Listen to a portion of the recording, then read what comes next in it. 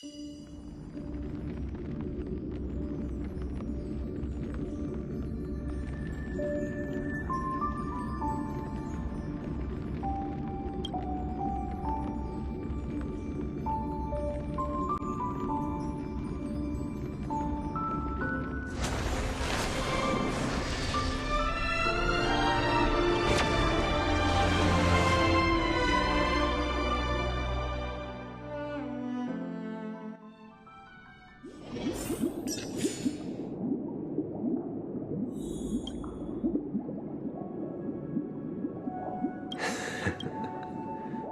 see. I am now aware of everyone's stances. Raising these questions merely serves to illustrate one point. The plight of Penacony cannot be salvaged by the harmony. The true foundation for a sweet dream paradise can only be established through the order where the strong govern the weak. I know the suffering of being tormented, the turmoil of losing your way, how sorrow and even despair set in when matters don't work out. All of this causes me unending pain, because this is not what happiness is at all. We must teach the weak how to live a happy life. And this life isn't some noble propriety that the upper crust preaches, but in definitive terms, a way of survival that belongs to everyone. So what is your definition of living a happy life? Good question. Human consciousness is fundamentally an illusion, a cage known as self-worth. People lured in by this illusion make mistakes, yet still ask that external influences bear the burden. When one mistake after the next permeates the masses, they become impossible to trace. Thus, the amassing of these individual cages culminate to form a prison, a place dictated only by the rule of survival of the fittest. Nature is always accompanied by predation and sacrifice. Its antithesis is known as order. That is what I want to do. Unite people's happiness under the banner of order. They won't need to make bitter choices any longer, nor face the weaknesses of humanity. They can cast aside their primal instincts to build a haven for mankind. Simply describing thoughts is far too abstract, so allow me to provide a simple example. As you all may know, there are societal norms like weekends and long weekends that exist on some worlds. During these hard-earned rest days, people are given the chance to extricate themselves from the stresses of everyday life, allowing a certain tranquility to return to their souls. And it is only on these days that people do not have to adhere to the law where the strong prey on the weak. They can live out their lives happily during these brief intermissions. It's just a pity that 2 or 3 days are still too fleeting compared to the span of a lifetime. From where I stand, society's ideal system should be 7 rest days. Following Sunday, there should ensue a second, a third, and indeed an infinite procession of Sundays. This should be the face of the new world. Idyllic, eternal, peaceful days. And thus, every person can return to their base selves in this utopia. Some gaze in reverence at the stars, pouring their whole beings into calculating the distance between us and the isolated world of Pagana. Meanwhile, some seek refuge in quiet corners, holding one another, unencumbered by the chains of unwelcome obligations. There would be no need to bear the hardships of reality. Only in this way can humanity face the inevitable end with the purest of spirit, living a life of dignity. This is what it is to live in bliss. Miss Firefly, you who are stricken with entropy loss syndrome, you of all would surely understand this.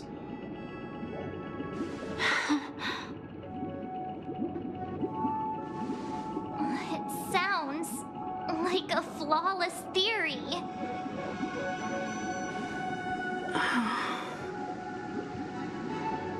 But what is the price to attain all this? The cost is minute, merely a personal and eternal sacrifice. If this paradise is to be maintained for everyone, someone must remain trapped in solitary wakening until the end of the cosmos. Awakening. Which means that this so-called paradise is still a dream. Stepping into this paradise means forsaking reality, correct? It is not forsaking, but transcending. Flesh, blood, sorrow, weakness. If the physical is the root of spiritual suffering, it is only logical that we defeat it. But in this supposed bliss, people won't have defeated their demons. The chance to overcome their tribulations would be forever lost to them. In other words, it is an escape. That's another way of understanding it. But there is no shame in escape. On the contrary, the seeds of escape exist in everyone's hearts. Don't you agree, Miss Firefly?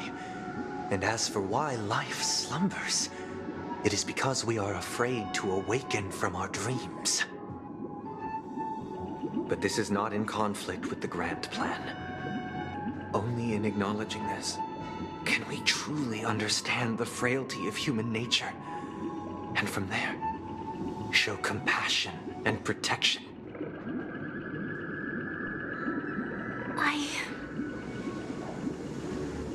I admit that you are a born leader. Your perspective on humanity brims with pessimism. Yet you express compassion for all, even when your heart pities them. But unlike you, I live for the self. From my perspective, individuals making choices for themselves is their birthright. The want to escape may be innate in the weak. But whether they are weak or not, it is not up to another to decide. Perhaps in your mind, you also view me as weak?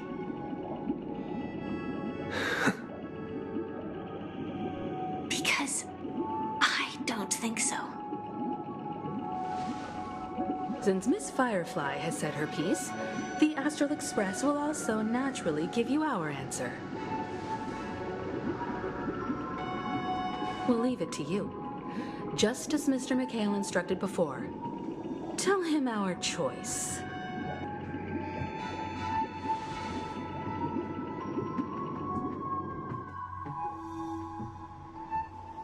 What is this place? Does this place ring any bells, Misha? I don't know, but I feel a sense of déjà vu. What is this place? It's the realm within a dream bubble. This was left to the Astral Express by a nameless, but weirdly, when we entered it, it was completely empty. Dr. Edward from the Dreamscape sales store told me that dreams are formed from memories, and a dream bubble can't take shape if its core is empty. So I thought you might be able to help us in unraveling this mystery, Misha. As a hotel doorman, you know Penacony best among us.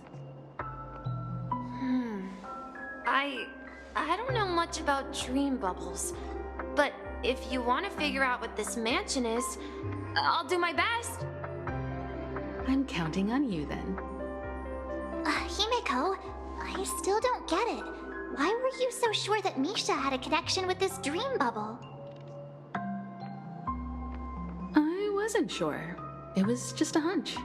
But since Misha feels familiar with this place, my hunch might be correct.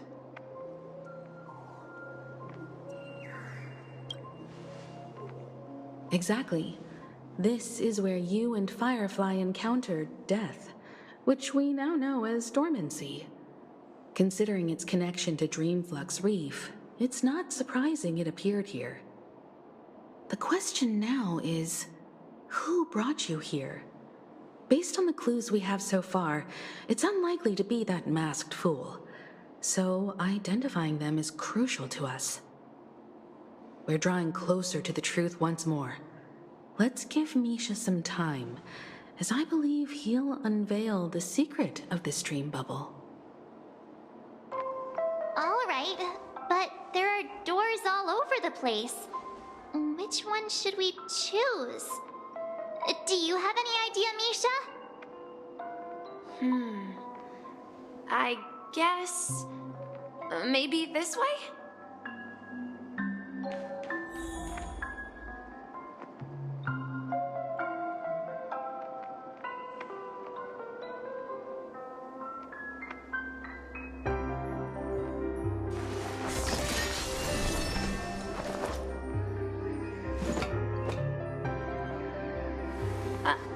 I'm not entirely sure, but let's give it a try.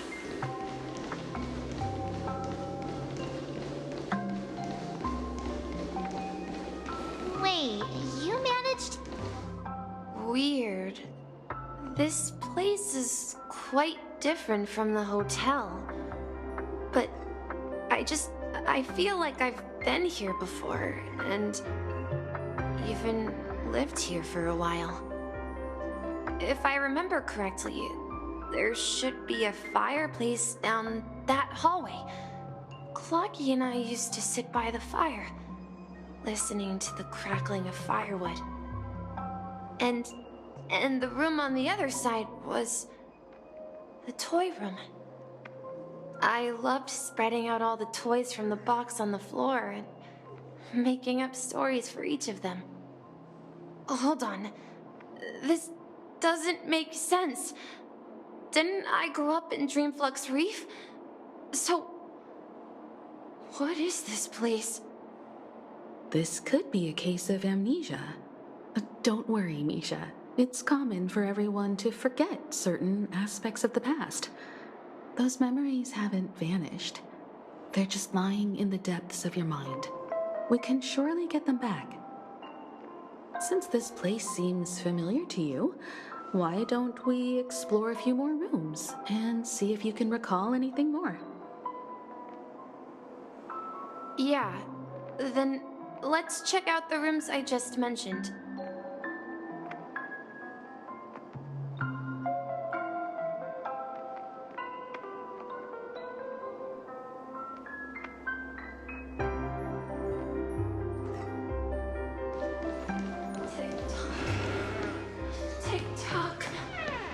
I heard some noises from the room. Origami Bird? That's a friend of mine. You and Origami Bird are friends? Yeah. It's a member of the Compass crew, just like Clocky and Miss Mirror. And there's more than just one Origami Bird. They are a big family with lots of brothers and sisters who look the same. They follow Miss Mirror's orders and handle all sorts of jobs on the ship. They're the best sailors. Sailors? Can origami birds be sailors? Could you tell us more about the compass, Misha? The Compass is a ship bound for the New World. Clocky and his partners travel through layers of fog to the depths of the sea. Whenever there is danger, Clocky will use a compass and guide the ship in the right direction. That's a great story. But in the Penacony cartoon, Clocky and his partners have always lived in Dreamville and never ventured out, right? Huh? Oh, that does seem to be the case. Weird. I clearly remember Clocky arrived in the New World in the end. Perhaps Clocky has a hidden past. So, where has Clocky gone? Did he leave to protect Dreamville?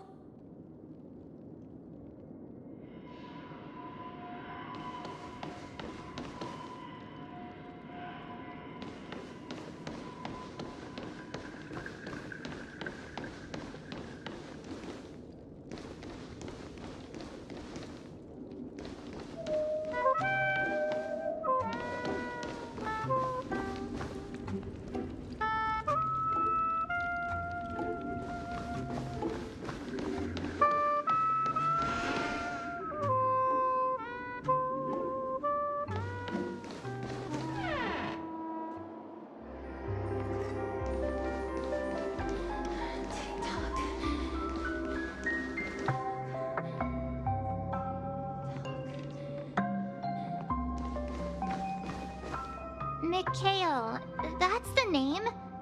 Now we all know him as the Watchmaker. So, who is he talking to? Do you know anything about it, Misha? I'm sorry. I don't know much about the Watchmaker. But, Mikhail... Anything special about that name? Mikhail is Grandpa's name. Grandpa? Do you mean you're the Watchmaker's grandson? But we haven't heard anything about the Watchmaker having descendants. And the name Mikhail is not rare. Perhaps it's merely a coincidence. Could you tell us more about your grandpa, Mikhail? Yeah, sure. He was a seafarer who fearlessly ventured into mysterious seas and storms. He was always on the sea and had lots of friends who accompanied him on his travels. He didn't want me to call him Grandpa because that would make him sound old. He believed he was still young. The name Mikhail was given to him by his parents, Mihaly and Elise, both renowned seafarers. Every time he came back, he'd share his logbook with me and tell me about his adventures at sea. I want to become a great adventurer, just like him. It appears that the Seafarer has nothing to do with the Watchmaker. So, perhaps it's just a coincidence? So, where is your grandpa now? He went off on a new journey, and it's been quite a while since I last saw him. I think I hear the sound of water. You once mentioned there's a magnificent fountain up ahead.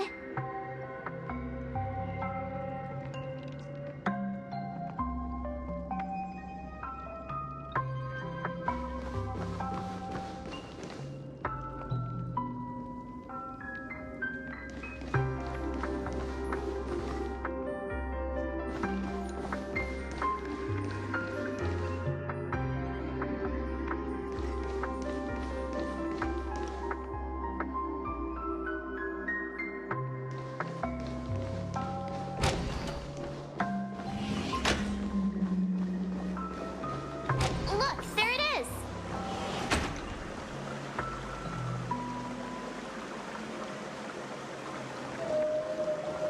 The water resembles a precious jewel embedded in the dreams of all seafarers. Every time I gaze at the shimmering lights beneath the waves, it feels as though I'm back in this place, standing by your side. Have you recalled anything, Misha? Yeah, I saw these sentences in Grandpa's logbook. He used to say that despite the perils of the sea, whenever he stood on the deck in the afternoon, overlooking the sparkling waves, he would think of this fountain in front of his house. He often said that those moments felt like returning to his family's side, and the difficulties at sea didn't seem quite as challenging. You know, I quite understand such sentiments.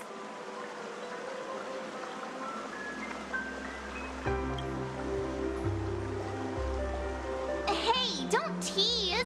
I was just being a bit sentimental.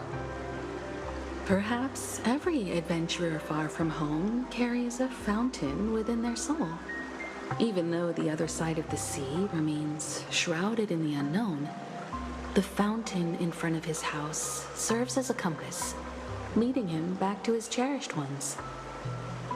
Yeah, while Grandpa was at home, we would stand by the fountain and place the compass, a toy boat that I made, into the pool. Back then, I would ask him when I could go on adventures like him, and he would always laugh and say I was still too young. It seems this Mikhail is truly a seafarer and has nothing to do with the watchmaker. Yeah, based on Misha's recollections, the scenes in the dream bubble appear to be his childhood memories. But this raises more questions. According to Misha, he was clearly born on an oceanic planet and led an ordinary life, with no connection to Penacony at all. Could this be some sort of metaphor? Perhaps the sea refers to the memory zone. I'm sorry. I don't know, but my memories keep pouring out uncontrollably, like water flowing from a fountain. Perhaps I'll remember more things if we go further. Share your burden.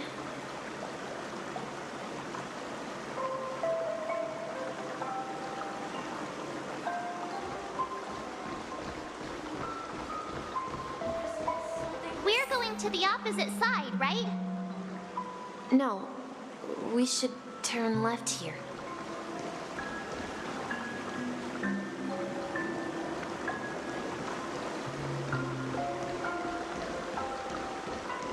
Huh? Something feels different about this place. This is it. I remember this corridor.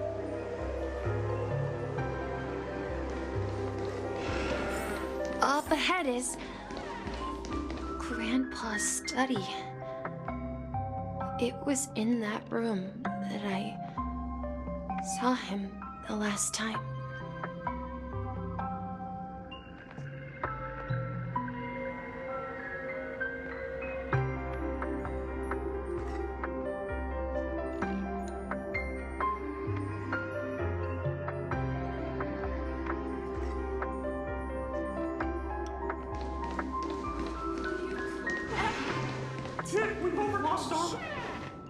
The atmosphere in this room feels totally different. Misha! You finally come! Clocky, you're here!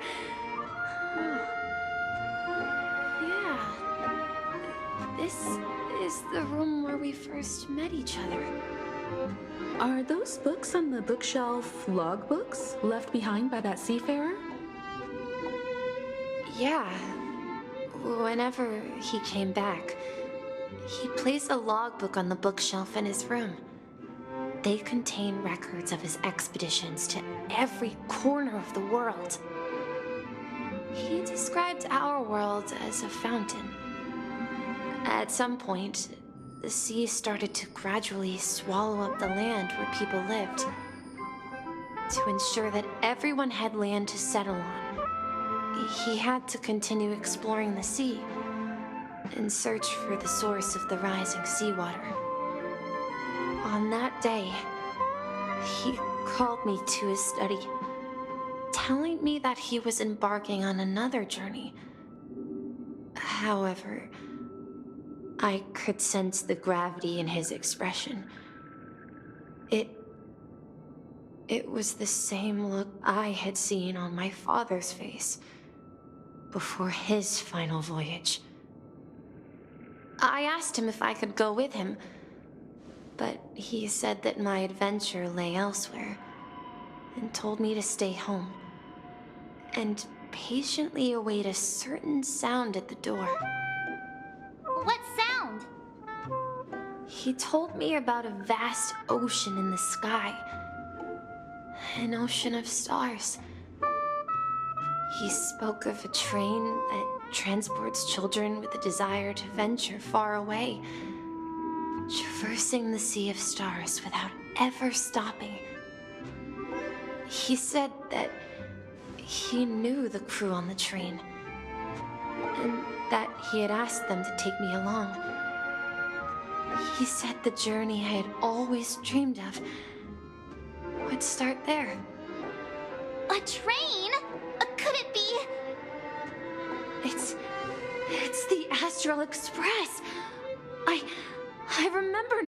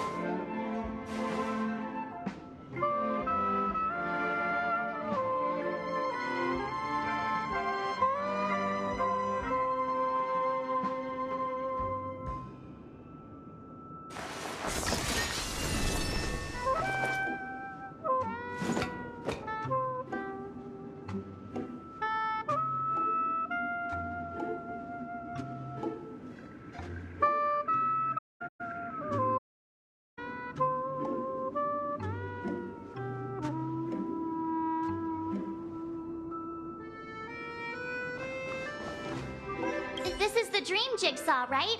So we're supposed to find the exit. But where can we find the last piece? Do you remember? You said you obtained a mysterious shard when you stumbled into this place.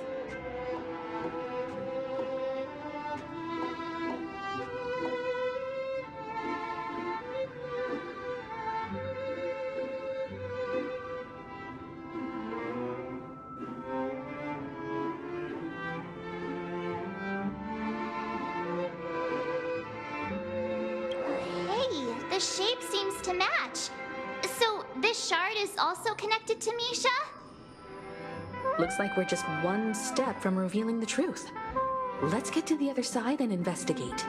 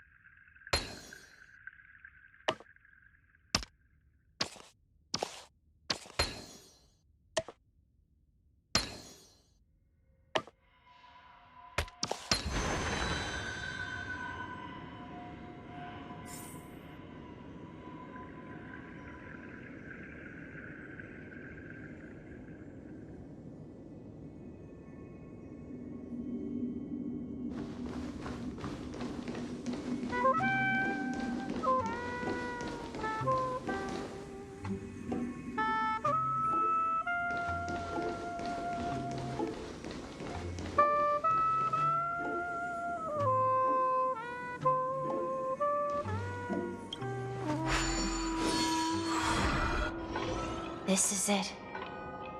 This is my room of clocks. While I spent my time waiting for Grandpa to return from his voyage, Walter gave me this workshop, and it became my secret base. Here, I learned how to repair clockworking gears out of my fondness of precision mechanics. In my dreams, I was the captain of the compass, embarking on adventures with my companions, Clocky and Miss Mirror, in search of the new world. I was born and raised here. So, this building in the dream bubble is your childhood home? Yes, but not exactly. To be more precise, this dream bubble itself is my home. Looks like you've remembered everything now. Wait.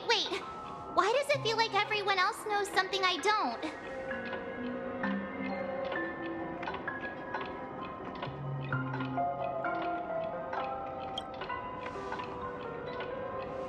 March, do you remember when he mentioned a clocky that only he could see? Yeah, the little guy here, right?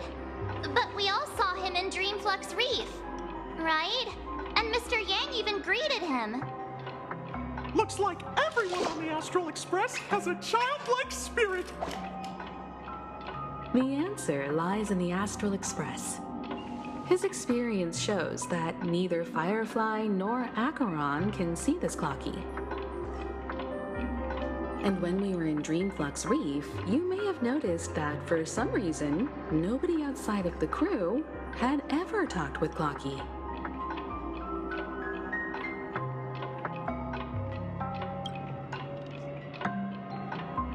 A mimetic life that can only be seen by a select few.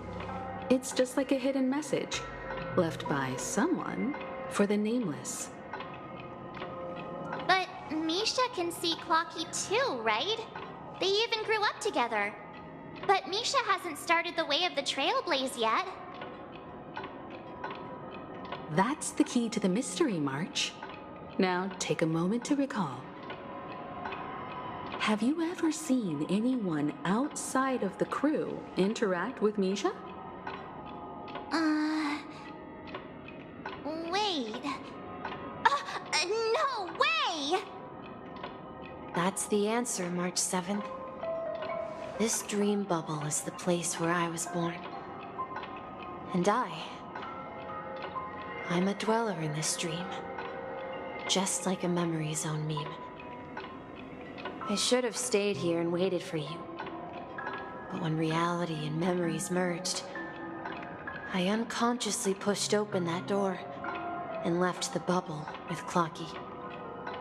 So it's not that the Watchmaker's dream bubble is empty, but rather the stuff inside ran away? And the whistle you heard, was the sound of the express arriving at Penacony? That's one way to see it, but I believe there's a longer story behind all this. It's best for Misha himself to explain all the details. How about we start with your name? Now, should we call you Misha, or...? Thank you all for helping me rediscover my true self. Now, please allow me to reintroduce myself. I was born on Lushaka, in the Presmere system, adopted by seafarers Mikhail and Char. They gave me a treasure, a name that carried their hopes. Mikhail Char Legwork, or simply, Misha. If you prefer, you can call me by a more familiar name, the Watchmaker. So, you're the Watchmaker himself? Unfortunately, that legendary figure is no more. I am only a reflection of his life. As for the child who has been with you, he's the innocent protagonist of Misha's childhood dream. A friend of Clocky, a young apprentice, and a future mechanic on the Express. And this also marks the beginning of his journey, devoted to the trailblaze. At the end of the journey, I left this little flame, which I so cherished, in my deepest dreams, hoping to pass it on to the nameless of future generations. However, he somehow left the dream bubble and forgot all about his task. I apologize for all the confusion this caused. Because he was born with a desire to trailblaze, wasn't he? I don't think Misha has forgotten his role as a guide. He remembered it, and that's why he mistakenly appeared as a hotel doorman in his dream from the very beginning. The one who brought our unconscious friend here must have been Misha. If that's the case, we encountered the Watchmaker's legacy from the beginning, didn't we? Well, I have a sarcastic friend who says I always take big detours and end up back where I started. Perhaps that's what every nameless has to go through. But in the end, you found me. I'm sure you're all wondering what my legacy is. I believe my hound has mentioned the Stellaron and my wealth. If I may apologize, the Stellaron part is real. As for my wealth, however, it's nothing more than a baseless rumor. I left my homeland as a child and embarked on the journey of Trailblaze. I traveled to various planets until finally reaching Asdana, where my friends and I built the original Penacony and fought for its future ever since. I've been moving forward all my life, doing what I could to overcome the obstacles in my path. But ultimately, my journey reached its end, and I left behind no possessions worth entrusting. So, If you ask what's left within this worn-out train engine that can be called a legacy, I suppose it's the things that are still burning in the engine's furnace. Now that you're well aware of the current situation of Penacony, I certainly hope that you'll help me get this world back on track. But I'll leave that decision to you, for the path of trailblaze is never paved by others. All I have for you is a story and 2 gifts. I want to give you my pocket watch. It has accompanied me throughout my long journey, guiding that naive child forward, and has been blessed with the presence of so many great people up to this day. And my hat, too. The one who navigated for me placed it on my head and planted a fanciful thought in my mind. The trailblazing expedition will never end. Now, it's time for you to make your choice. Once you've made up your mind, open that door and enter the long dream of an old man. I'll be waiting for you at the end of this corridor of time. All right, everyone. Let's make a decision. Although I don't think anyone will have any objections.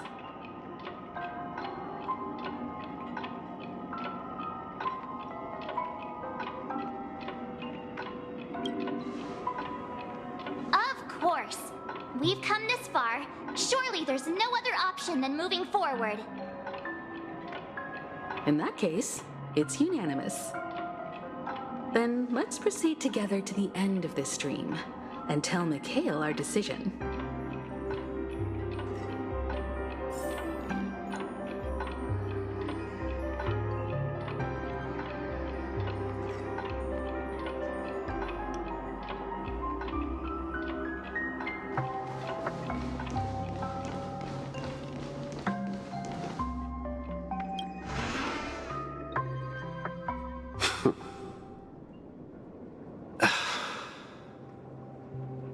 Mikhail, where are you going?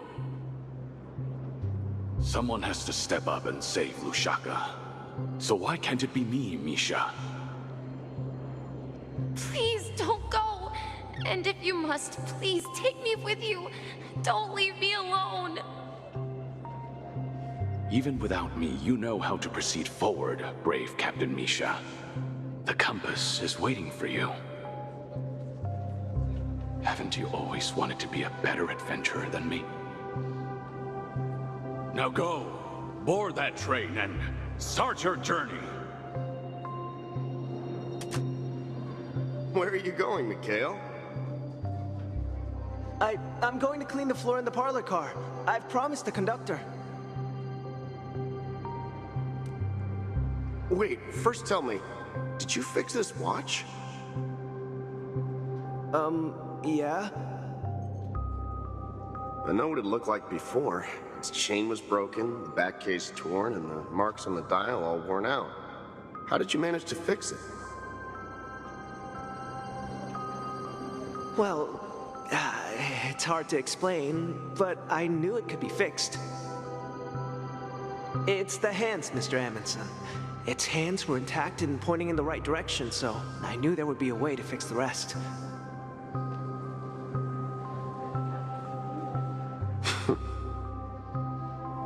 I see. You'll work with me from now on. Haven't you always wanted to tinker with this train? You're its mechanic now. As for the conductor, I'll do the talking. But I only know how to fix watches. Don't worry. You've got what it takes. I'll teach you what you need to know. Where are you going, legwork?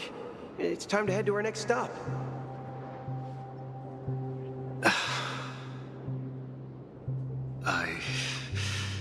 I'm staying in Astana with Rosalina and Tiernan. I see. This place reminds you of home. The people of Astana have only achieved a tiny victory, and still have a long way to go towards true freedom. Hanunu needs us. Don't worry, not all journeys lead to the stars. Even if I leave the Express, our path of trailblaze will continue. Yeah, I knew you wouldn't stay on the Express forever. Leave in peace, my friend. And, take this with you. This is Mr. Amundsen's hat. But why? When he departed, he said he would leave it to his best student. Well, I suppose the time has come. Farewell, legwork. Take care of Tiernan and Rosalina. And don't forget to write to us.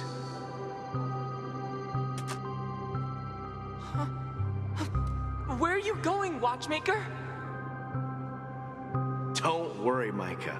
Just going on a little trip.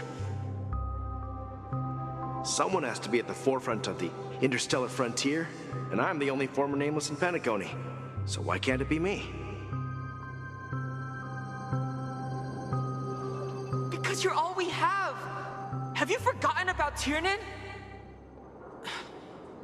The cosmos is way more dangerous now. What will happen to Penacony if we lose you too? But what will happen to Penacony if we don't find a way out? Ah, Tiernan. How could I ever forget him? I've spent countless sleepless nights asking myself why I didn't go with him back then. We Nameless won't stop. Don't worry, Micah. It's just a matter of getting back to my old profession. Just wait for me to come back. But if, and it's a big if I don't come back in one piece, then you'll become the next Watchmaker. Where are you going, old man? Oh, you're here. Answer my question. What are you up to? Relax, Gallagher. I just came up with a great idea. Wanna hear it? Oh, come on. Aren't all your ideas just ways to get yourself killed?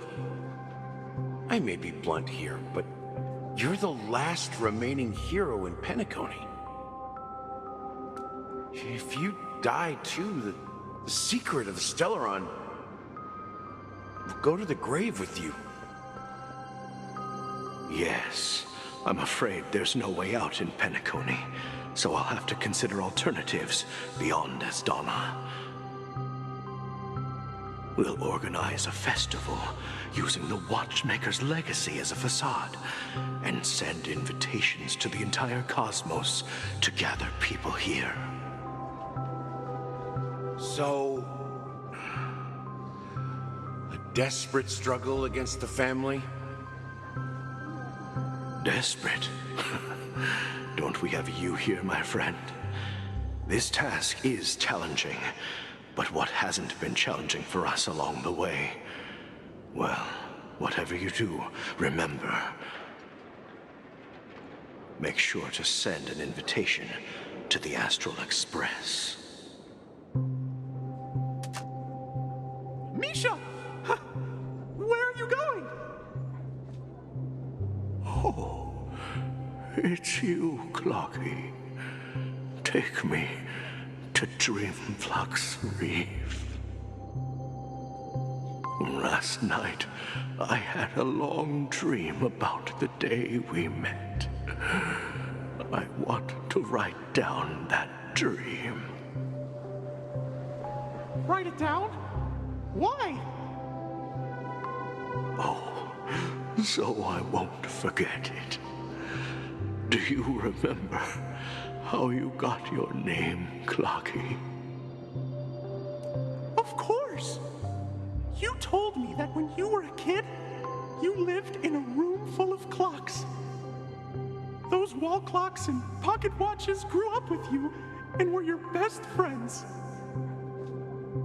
Yes, but what I didn't mention was there's a funny misunderstanding behind it. I was a kid, and there was always a special pocket watch in my memories. It was with my grandpa, guiding him on his sea voyages and leading the way in his every adventure story. I wanted to have a pocket watch like that too. And that's when you appeared in my dreams. Yeah. Every night, we boarded the compass and set sail together. But you know what? It wasn't until the day my grandpa gave it to me that I realized it wasn't a pocket watch at all. It was a compass. So, your name should have been Compassy. And the watchmaker is just a nameless.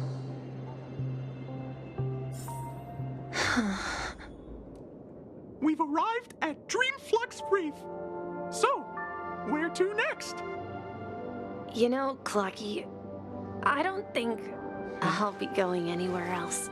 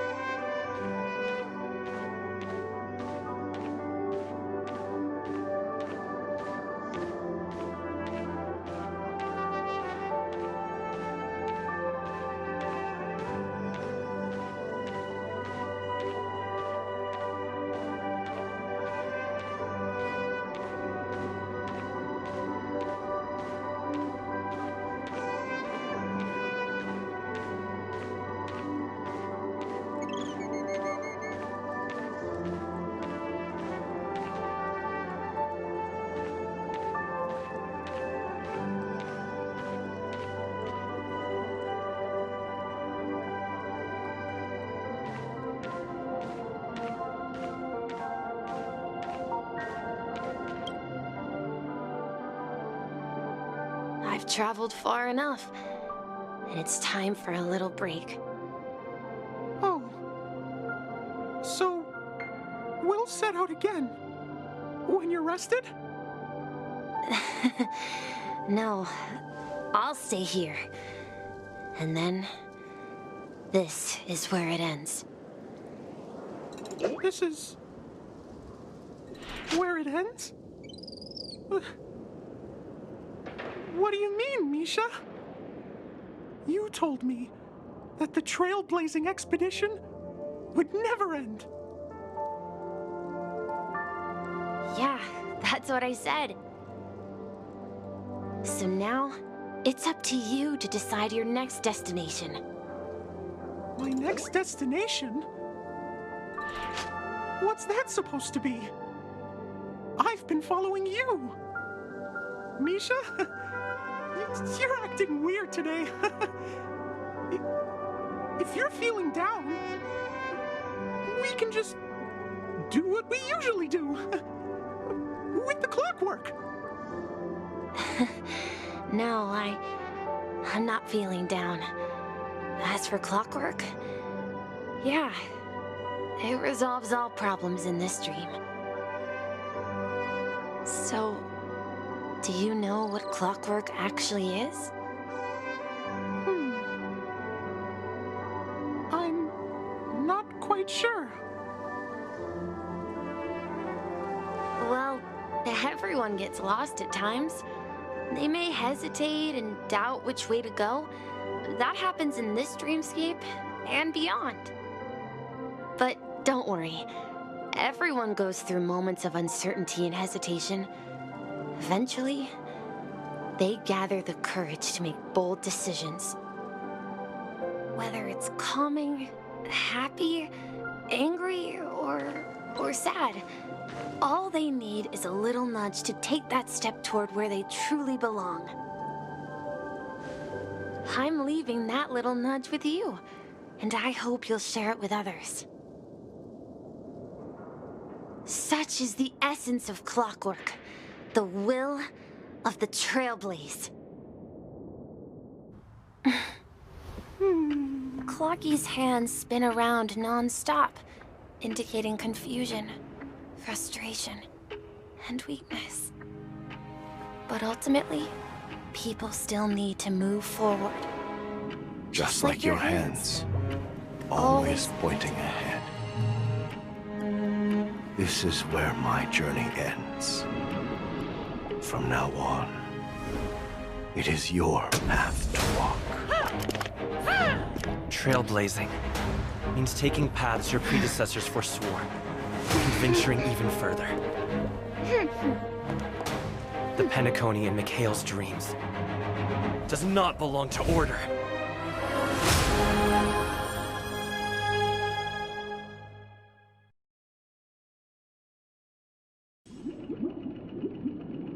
I can't believe that Eon would cast a glance at Penacony at a time like this. Is it because of the resonance from the legacy of the Trailblaze? Or perhaps the bond between you is so strong that it even impresses an Eon? Well, there might be another possibility. Perhaps they want to witness, on behalf of the fallen Eons, who will hold the future of Penacony. If that's the case, on behalf of the Dream Master of Penacony and the 107,336 members of the Oak family, I'm extending a formal invitation to all of you. I'm cordially inviting you all to the Penacony Grand Theater to participate in the upcoming Charmony Festival. And, of course, you won't be in the audience, but on center stage. Since the future of the Stellaron, Penacony, and even the entire cosmos is at stake, let's draw a conclusion there, in all fairness. If you truly believe in Akavili's path, then show me their courage and determination.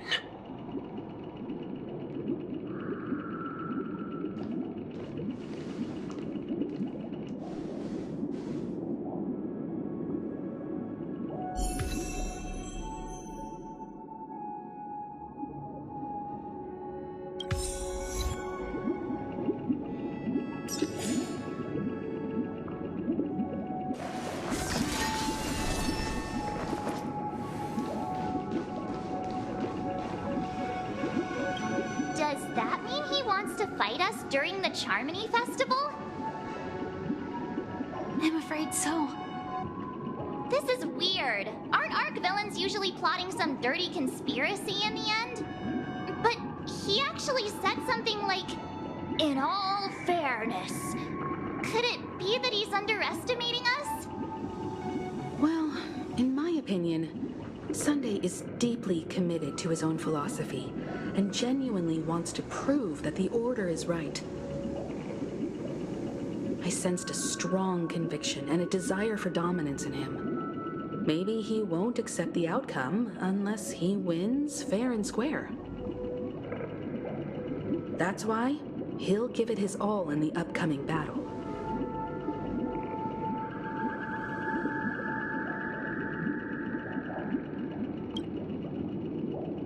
Yeah, you're right. We've even dealt with a Lord Ravager of the Destruction, so a follower of the Order won't be a big deal. Anyway, we can't leave the Stellaron unchecked.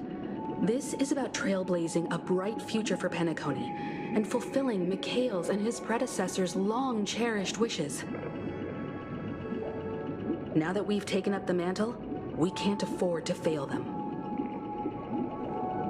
However, the same applies applies to the Order. Their plan didn't materialize overnight, and they have the profound collective consciousness of the planet of festivities behind them. The desire to dream, to slumber and escape reality. All those hidden emotions have given birth to the sweet dream of the Order. They've harnessed the will of an entire planet to create an Eon. This confrontation is far more complicated than a simple power struggle. To secure Penacony's future, fighting on the stage alone is not enough. What do you mean? Are you not coming with us? I believe Firefly is trying to say that she's heading off to another battle.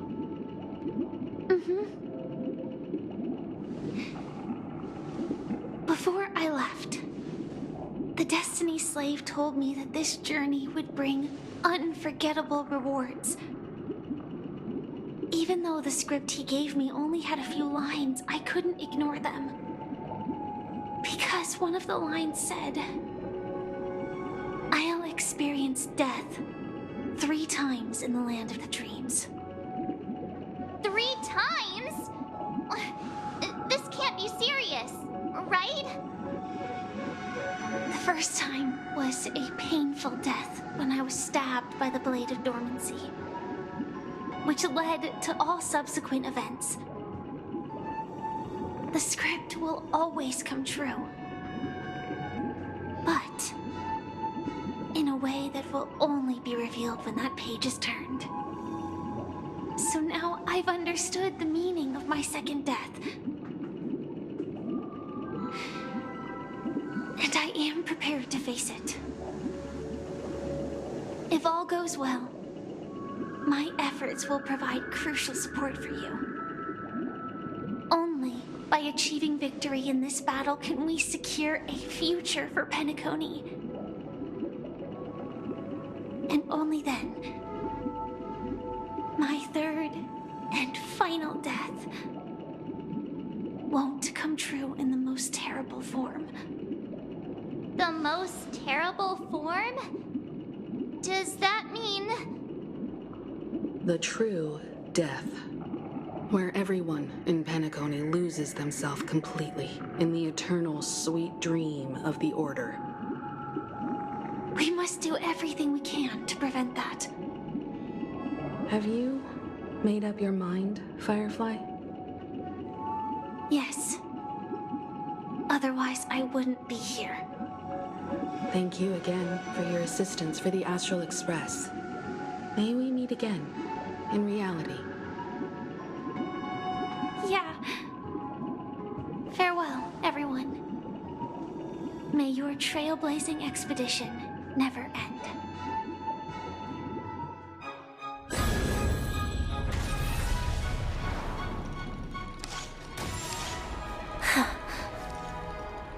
I dreamed of a scorched earth. Everyone, are you ready? A new shoot sprouted from the earth. It bloomed in the morning sun and whispered to me. Like fireflies to a flame, life begets death. May we meet again in reality.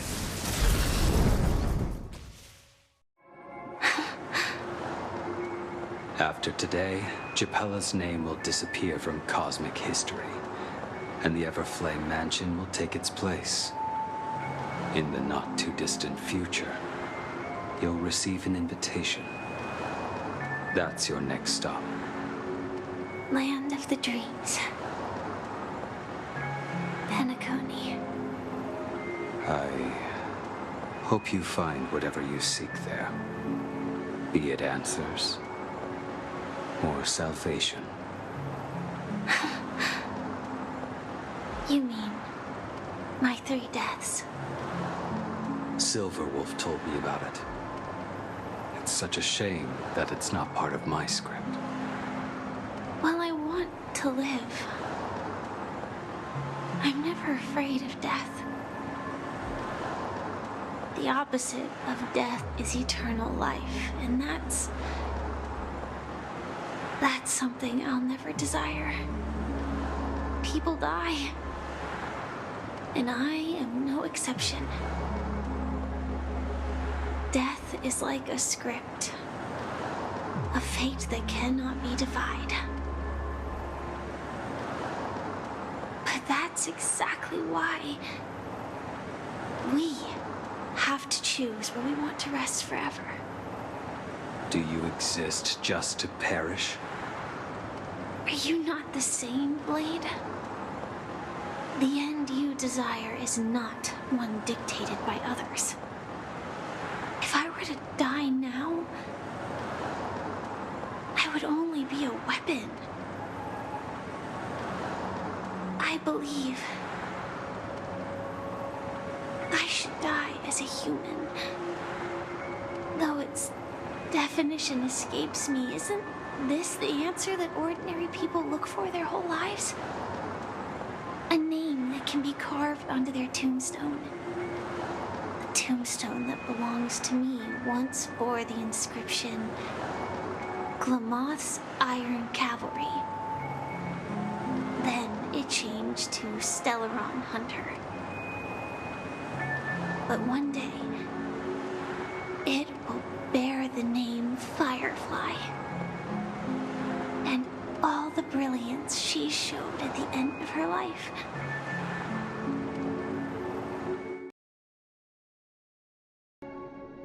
That's quite unexpected, old man. Who would have thought your crazy plan would actually work? Do all you nameless fools just act on a whim? I can sense that this false sweet dream is coming to an end. The nameless may be young, but they had the ability to achieve this goal. Just like you did in your time. It's a shame you won't be able to see it firsthand. Maybe I won't either. Once something fictional is seen through, it ceases to exist. Yeah, not just those nameless. Even Mr. Wings is just like you. Stubborn, won't listen or give up, no matter what. Well, fate is unpredictable, I guess. If we weren't bound by those cursed paths, maybe we could have had some good talks. But in the end, we managed to do it. And now we can find solace. Remember how those idiots cursed us? They said, "Go to hell, you worthless traitors."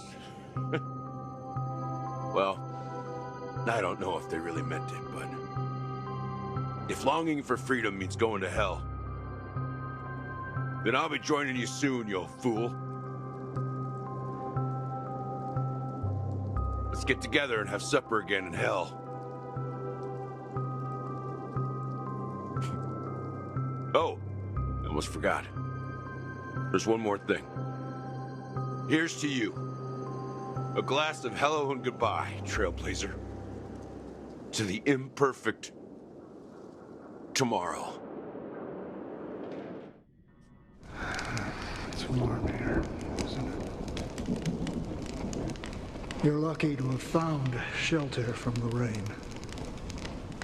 Let alone fresh berries in this desolate place. I was just following the scent of life. It's particularly strong in a place like this. It's a shame these berries don't have much flavor. Seriously? In case you didn't know, this fruit is pretty juicy. The only downside is that when you chew it,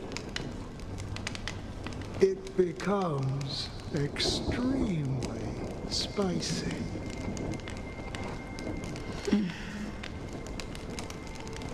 Have you lost your sense of taste? I can still taste certain things, like a faint sweetness. Before coming here, I stopped by a place called Orkron. It had barren cliffs and nights lit by bonfires. Burgundy snow would fall from the sky, and when it landed on my tongue, it tasted like raspberries. The flavor wasn't exactly sweet, but it left a lasting impression. When I think back on my past, I realize that what's tying everything together isn't the big events, but rather these small yet unforgettable moments. Don't worry about it. Losing oneself is a reality that every self-annihilator must face. At least I haven't completely lost my senses and memories yet. Well, congratulations on adding another footnote to your journey. By the way, are you always alone? No, I had a companion in Orkron. She's a short, nameless girl who aspired to explore IX. She always said she'd walk a path deeper and farther than Akavilis. Quite an ambition for such a small girl. So what happened?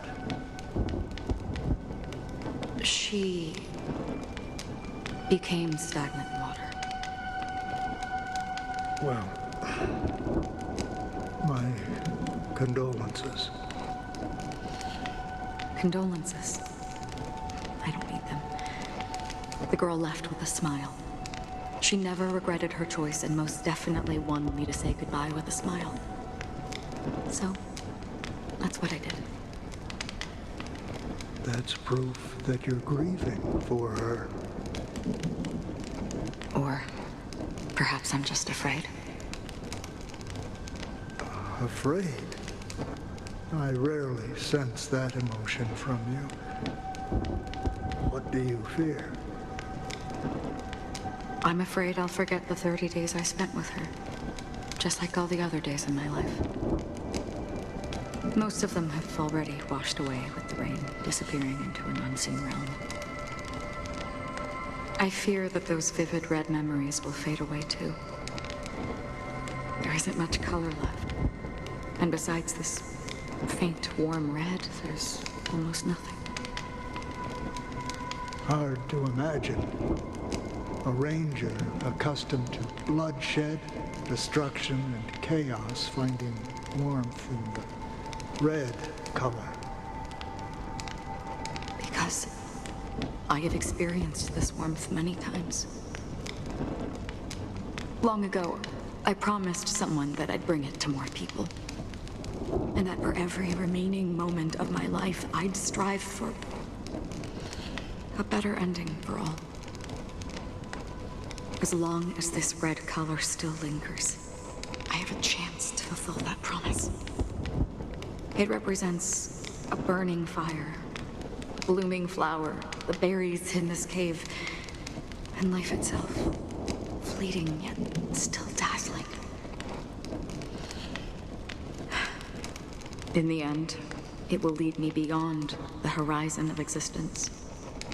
And on the other side, I will cut off nihility. The one blessed by the sleeping and shapeless is considering how to kill them. That's truly pure nihility. But you're right about one thing. After spending so much time near this stagnant water, only when I look at this vibrant red fire do I realize that I'm still alive. When will this rain ever stop? Perhaps when the sorrows of the departed have finally quieted down, the sky will clear up.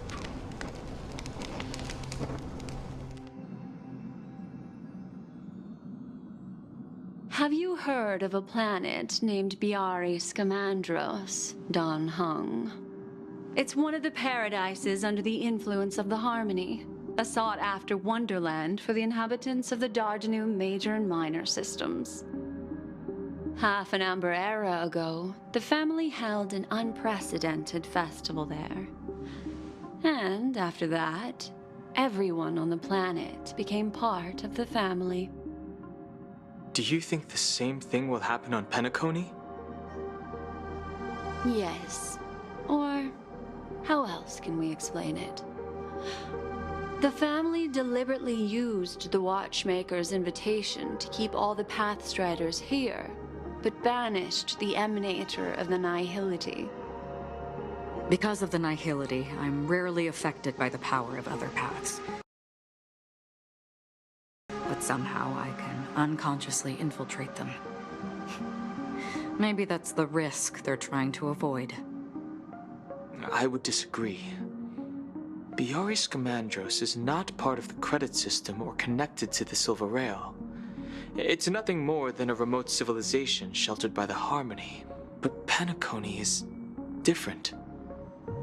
If the family messes with Penacony, that would be like declaring war on almost half of the factions in the cosmos.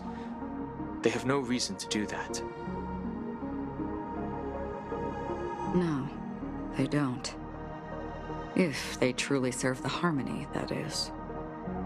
What do you mean? The path in Penacony is impure. The Harmony here has impurities. Do you remember the ancient swarm disaster? Tazeront, the propagation, brought endless havoc to the universe, and it eventually evolved into a fierce battle among all eons. 2 paths lost their eons in that war, the propagation and the order. Coincidentally, their downfall is related to a certain eon. Sheepe, the Harmony. Legend has it that they participated in the crusade against the Imperator Insectorum and devoured Anna the Order for unknown reasons. Holy forgaroni. So you're saying that the 2 leaderless paths are working behind the scenes? But I don't see any descendants of the propagation in Penacony. Could it be that the remnants of Beyond the Sky Choir are hiding within the family, trying to resurrect a fallen eon? I can't say for sure, but they're definitely planning something for the Charmony Festival.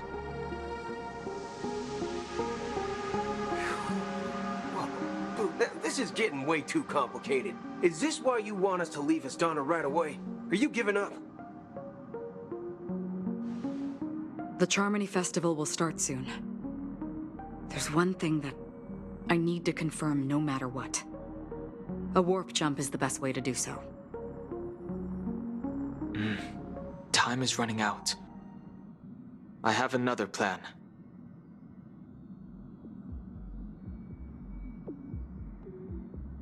Hold on. Are you thinking of using the Jade Abacus of Allying Oath? Exactly. The assistance from the Lawfu Cloud Knights would be enough. Think it over carefully. You can only use that once in your lifetime.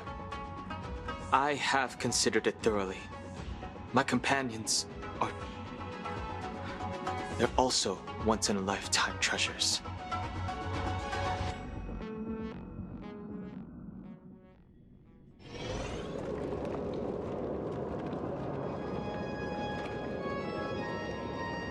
Are you the only one here, my child? The Nameless is quite the diplomat. Our secrets have spread like wildfire within the family. And IPC starships are gathering towards Astana. This is a crucial moment for us. So, where is the chosen one who harmonizes the varied sounds?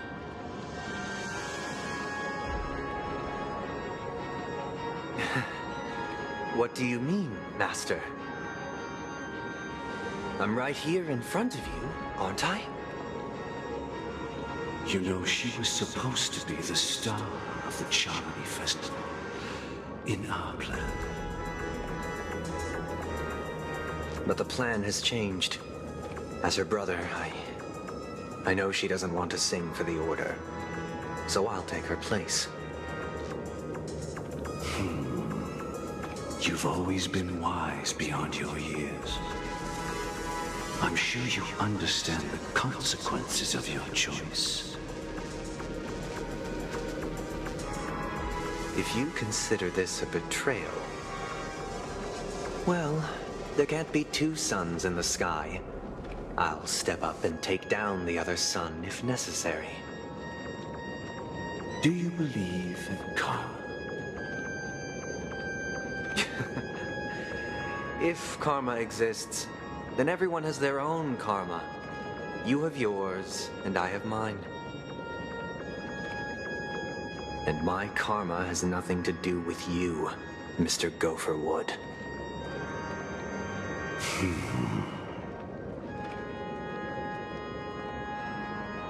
All right. Since you're willing to sacrifice yourself for her, I'll grant your wish. Well, the compromise came sooner than expected. Why? You and your sister were born as twins of the Order. And one of you is destined to follow this path to the end.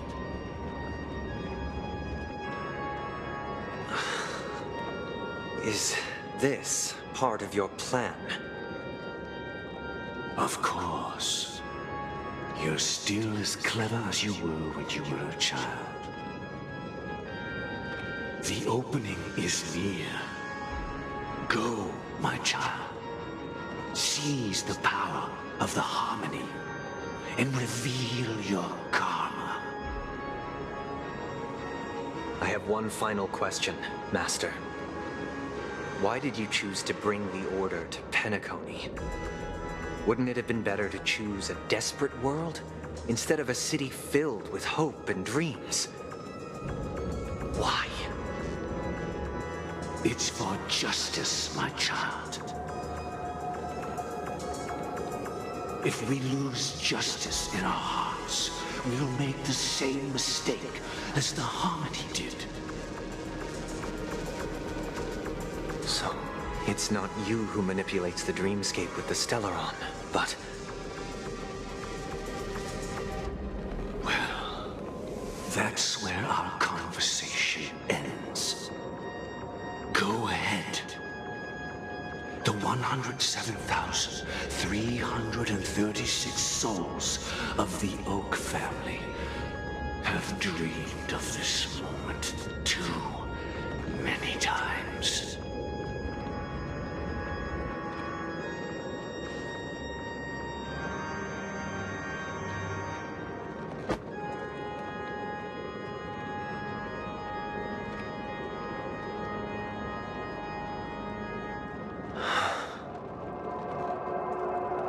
I shall ascend to the heavens, becoming the scorching sun. Bathed in my light, my people shall flourish, while all evil shall be eradicated. This is the interior of the Penacony Grand Theater. It's quite exhilarating to be flushed into the air by Soulglad. But why is the venue still closed when the Charmony Festival is about to start? And not only that, the entire theater is eerily quiet. No audience, no staff, no one around.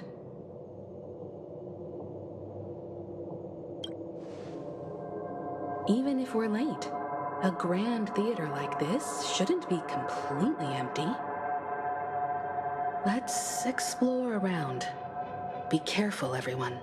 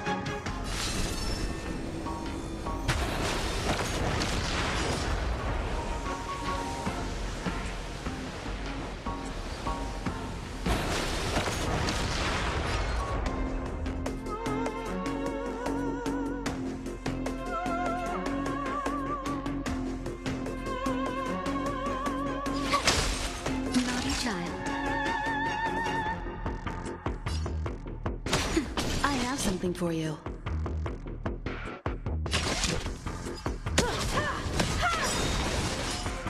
You won't get away. Barely felt it.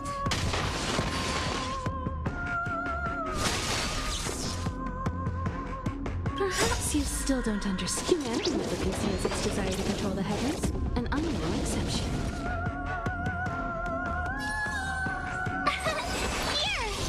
Time for a shot.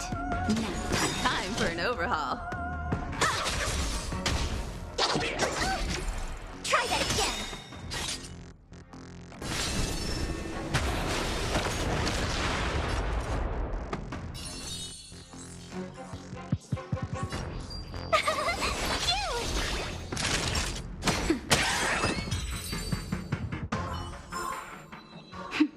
A delicate operation.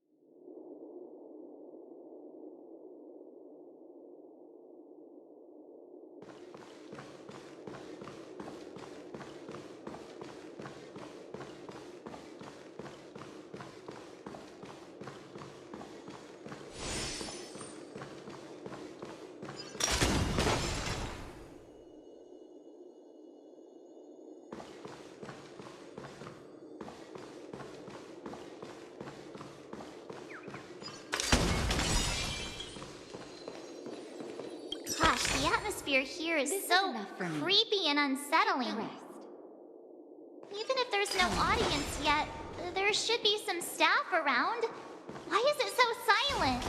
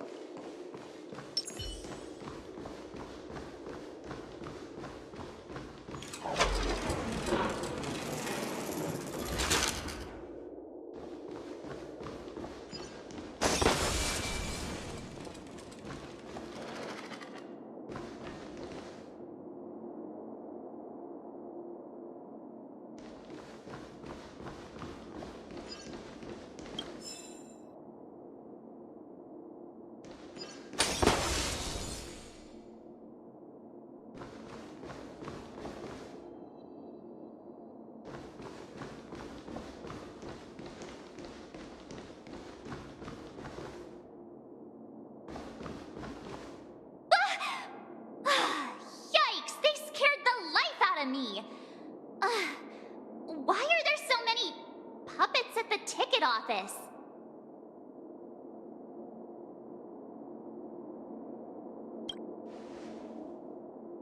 What? Ugh, you're so annoying. Stop scaring me. Are these puppets part of the stage setup? Even so, it's so eerie that the entire front hall is empty.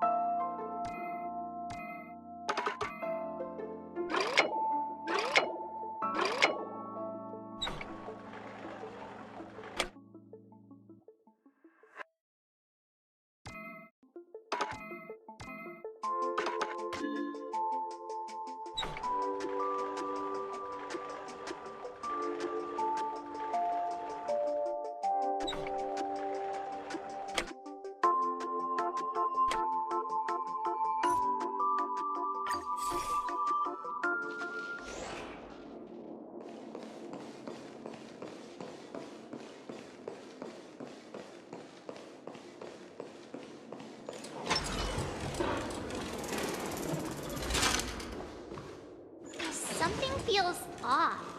We're in the right place, right? There's no other grand theater in the dreamscape. So Sunday's messing with us? He said we'd have a final showdown on the stage, but Why is there no one here? My apologies for the delay, March 7th. You scared me! Where are you now? I'm waiting for you behind the curtain. Following the Asdana tradition, I invite you to enjoy a stage play in 3 acts before the festival begins. History is a mirror reflecting the universe's true essence. Let's use this opportunity to delve into the rich history of Penacony and the eons. Within it, naturally, the future takes shape. Let us commence with the dawning of the world. After the Dusk Wars, darkness veiled the sky, and chaos consumed the earth. Enna the Order emerged, destined to restore all existence. That marked the first day.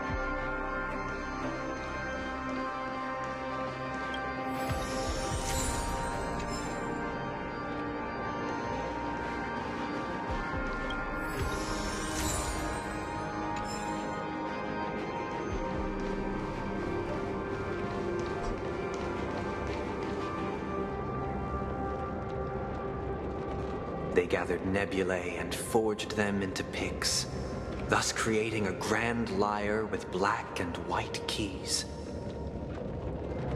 Strike the white keys, and the sun rose. Strike the black keys, and the moon rose. And so, the cycle of day and night arose. That marked the second day.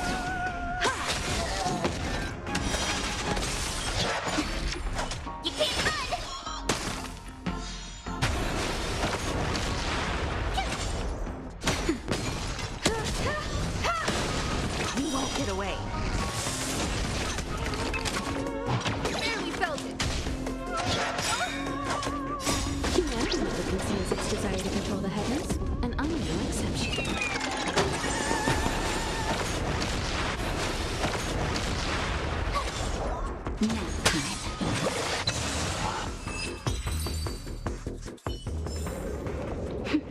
A delicate operation.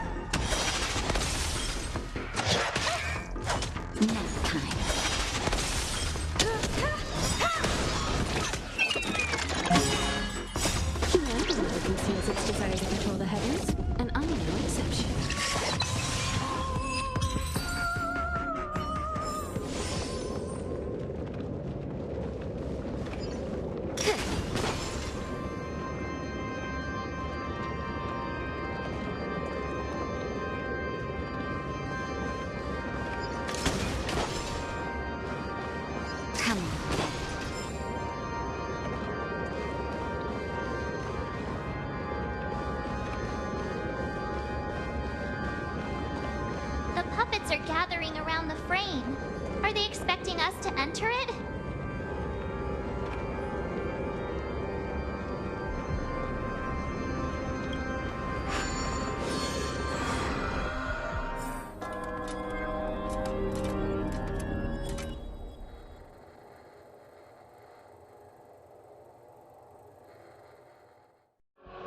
Where are we now?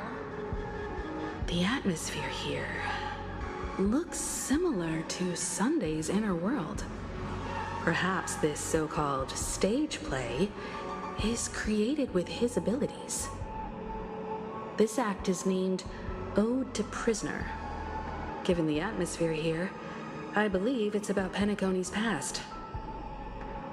I thought things were finally looking up as I managed to dodge prison during my recent trailblazing expeditions. But now it looks like I'll be back behind bars again.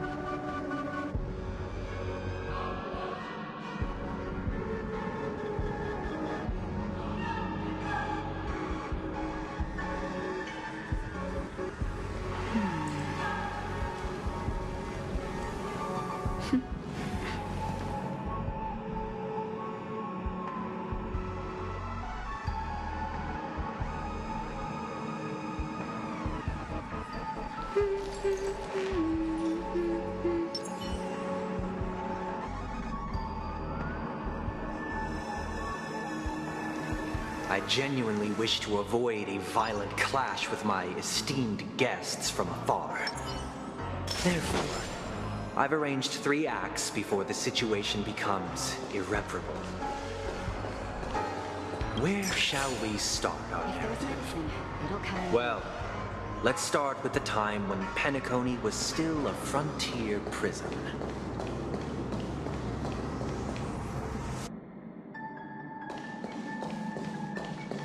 Come on.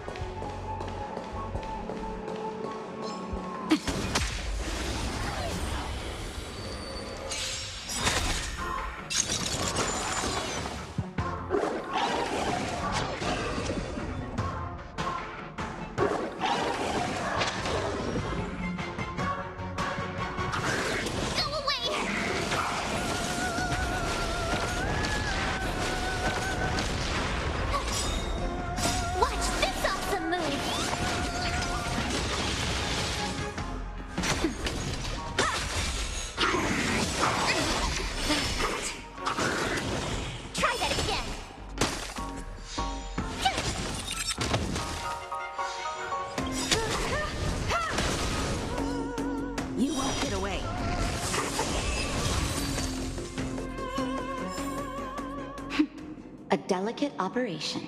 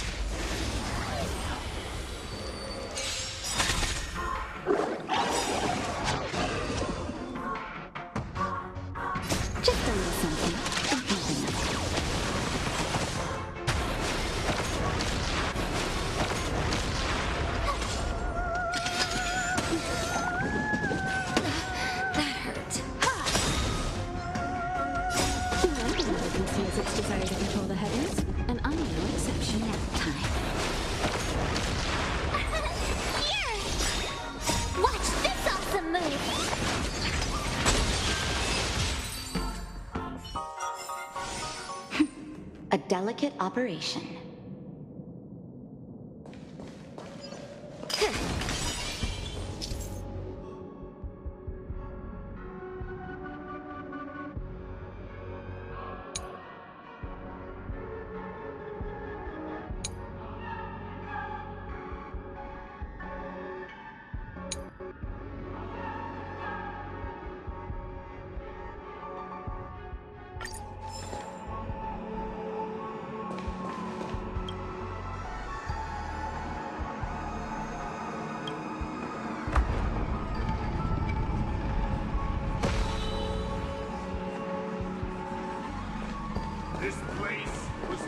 In 2147 AE, a prisoner named Hanun ignited a struggle for liberty and emerged triumphant. IPC referred to it as the War of the Frontier, while the Asdanians dubbed it the War of Independence.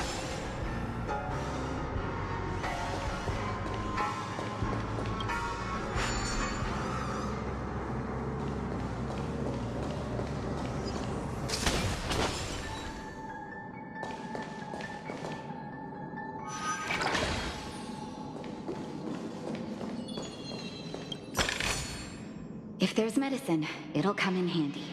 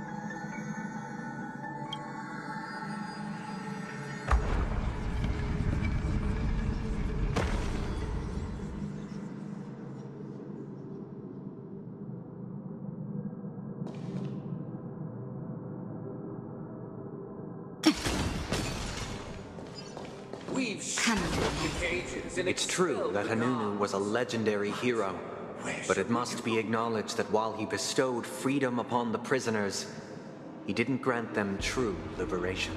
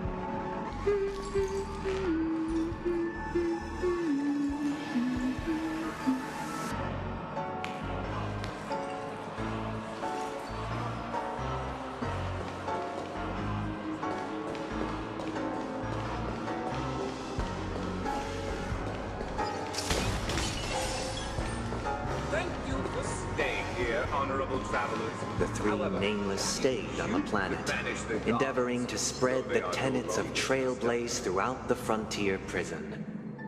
Alas, their efforts proved futile.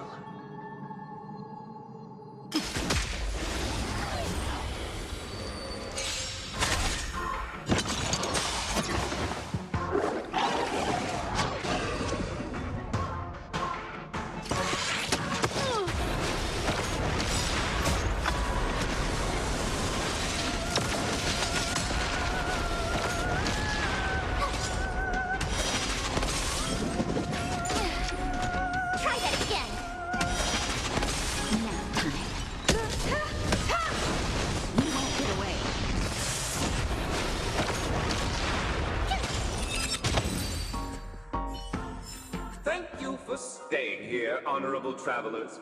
The three nameless stayed on the planet, endeavoring to spread the tenets of trailblaze throughout the frontier prison. Alas, their efforts proved futile. It'll come in handy.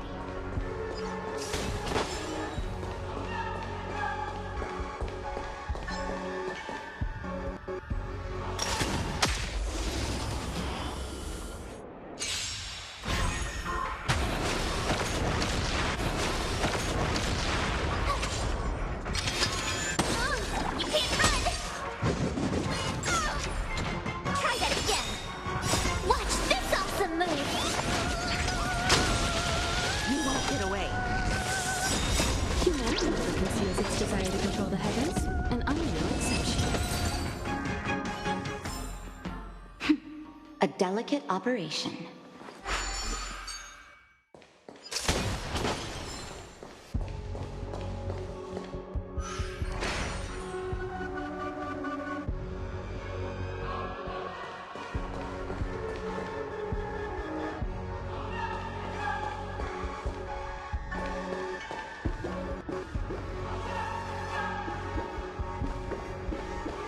Let's build another prison, not within the... Once again, as Donna was engulfed in war, this time the enemies originating from within.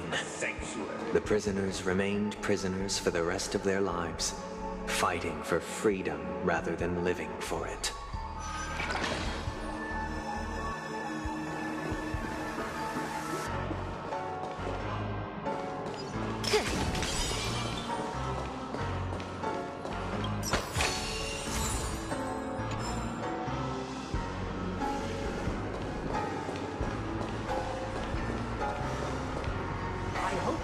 This land of freedom on a scorched earth. As you can see, their sentences have long ended, and the IPC guards have long been expelled. Yet, these prisoners remain enslaved, not by external forces, but by the confines of their own minds. Freedom permeates every corner, except fragile souls. It gives solace only to those who believe in its existence. Prisoners, this is my order. Learn the essence of freedom and teach your fellow prisoners to fight for their lives.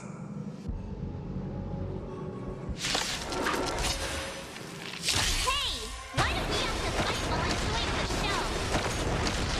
I desire not only your enjoyment, but also your assistance in its completion.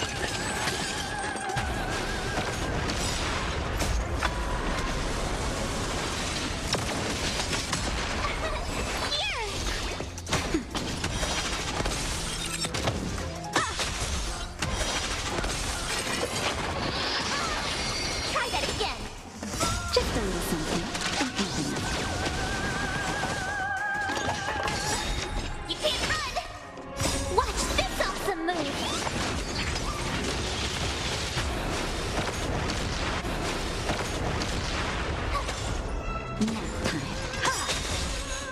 Humanity never conceals its desire to control the heavens, and I'm no exception.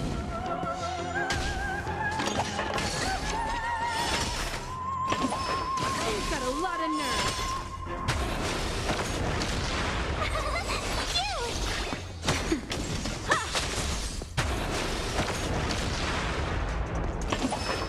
Go away! Watch this awesome move!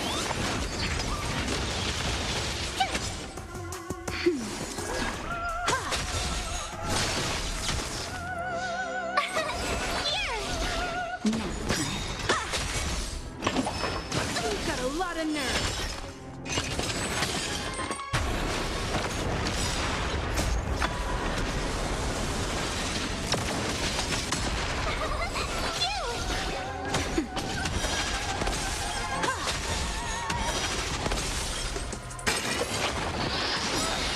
Try that again! Watch this awesome move! Humanity never conceals its desire to control the heavens, and I'm no exception.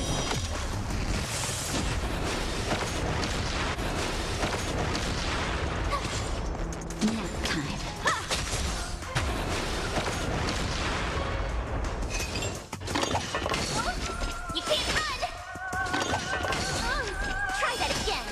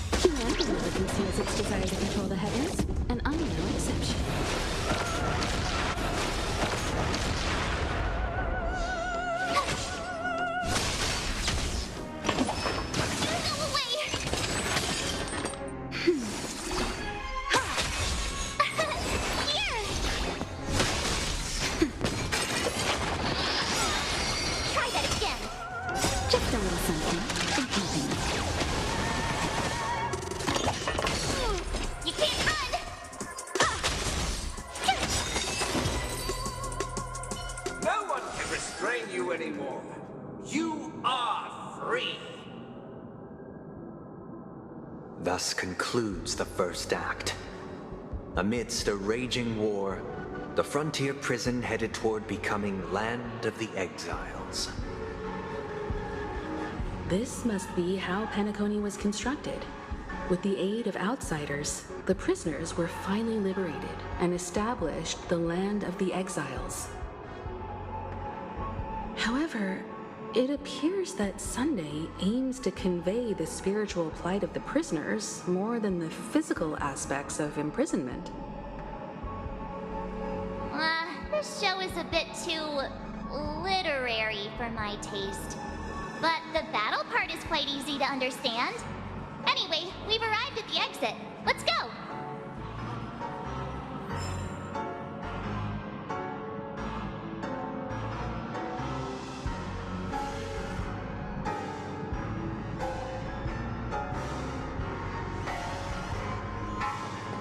These puppets... Where are they guiding us this time?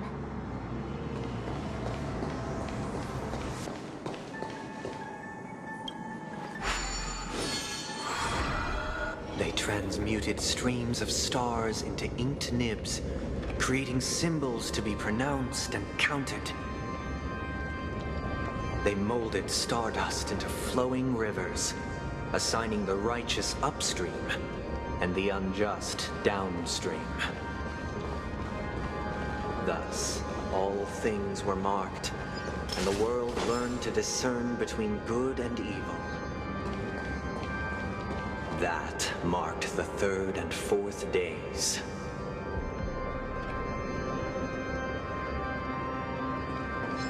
Come on.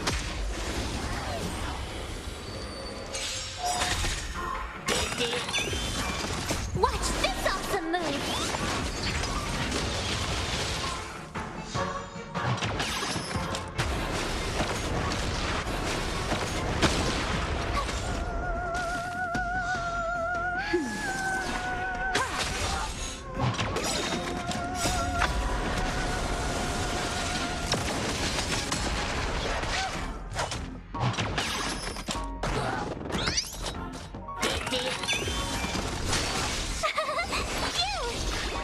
That's better. Humanity conceals its desire to control the heavens, and I'm no exception.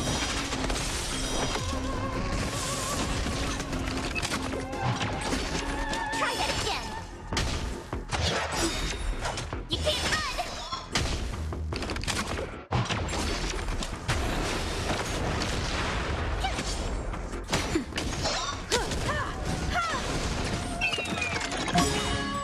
Watch this awesome move!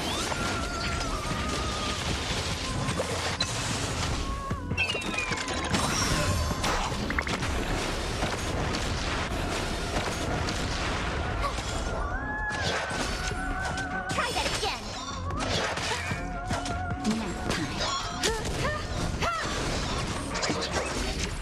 You can't run!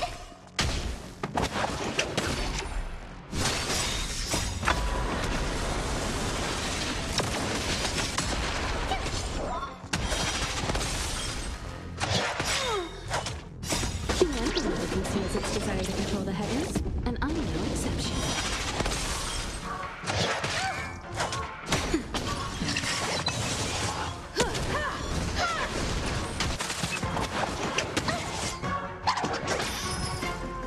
Just a little something. And nothing else.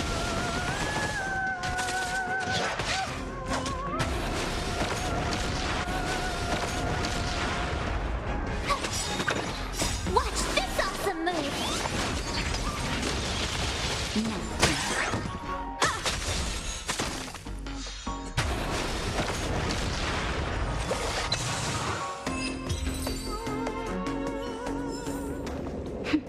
A delicate operation.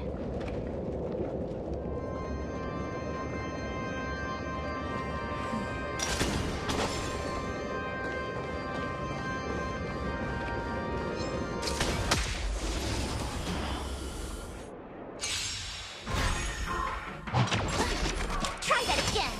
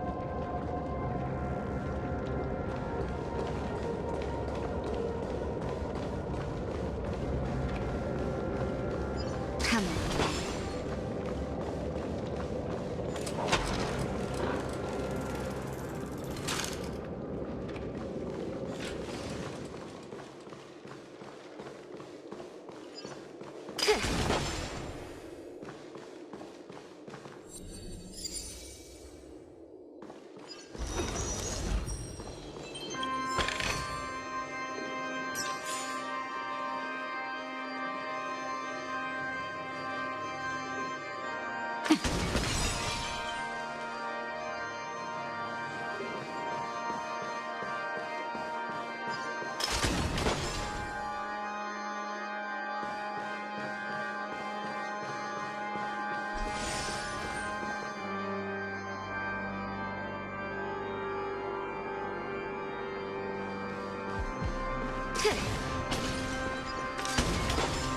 on.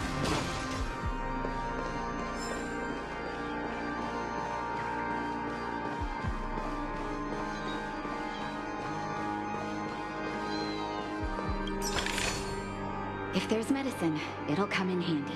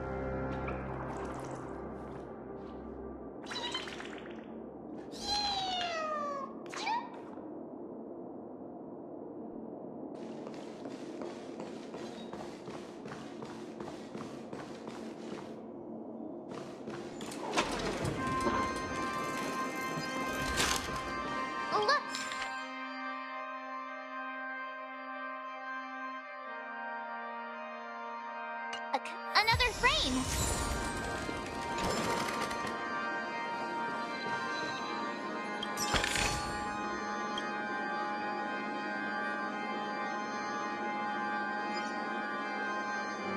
Come on.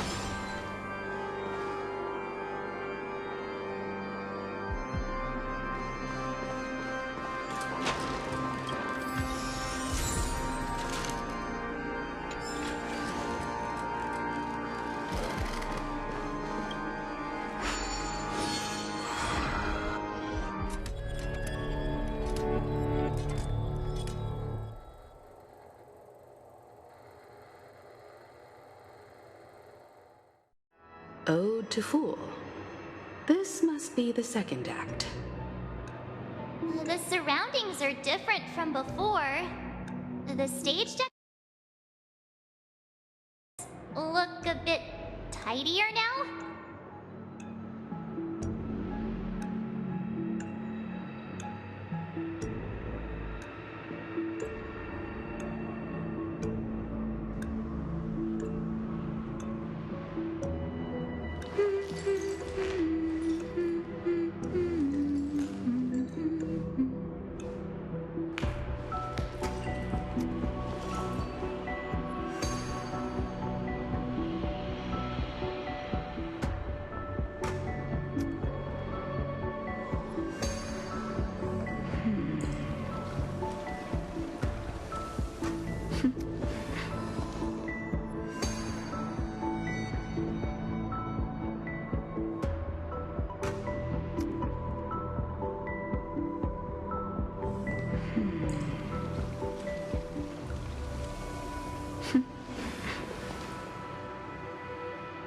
Behold the ensuing tale, a struggle for power.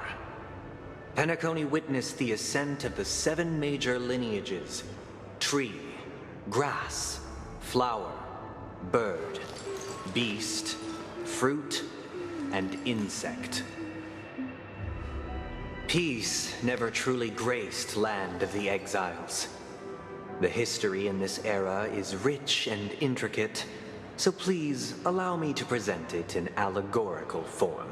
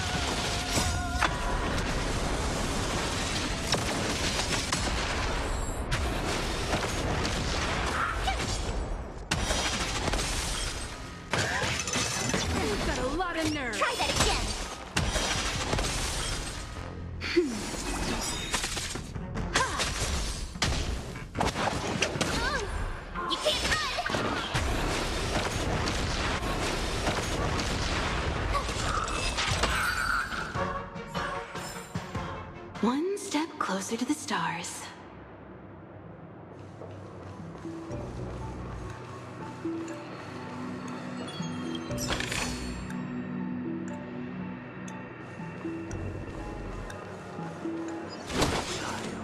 You did not serve the old master. The leader of the Alfalfa family sought to defect to the IPC, trading freedom for survival. However, his eldest son slew him in the name of righteousness and ascended as the new family head.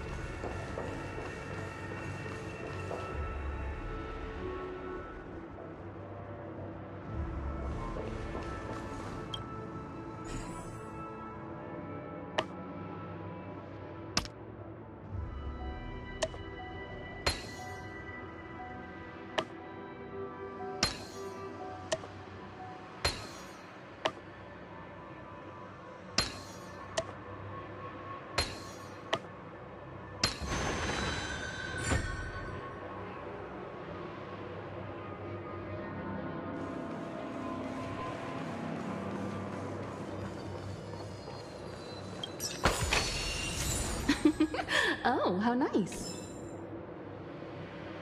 Welcome to this mansion, dear outsider. Land of the Exiles was in disarray, besieged by both internal and external perils. Though the 7 major lineages appeared united on the surface, each harbored their own ambitions, leading to ceaseless conflict.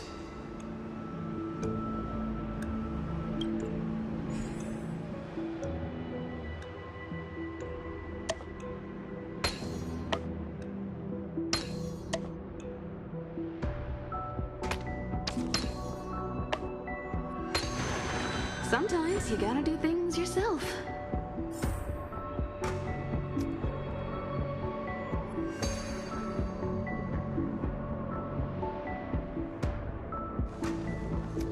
Accountant!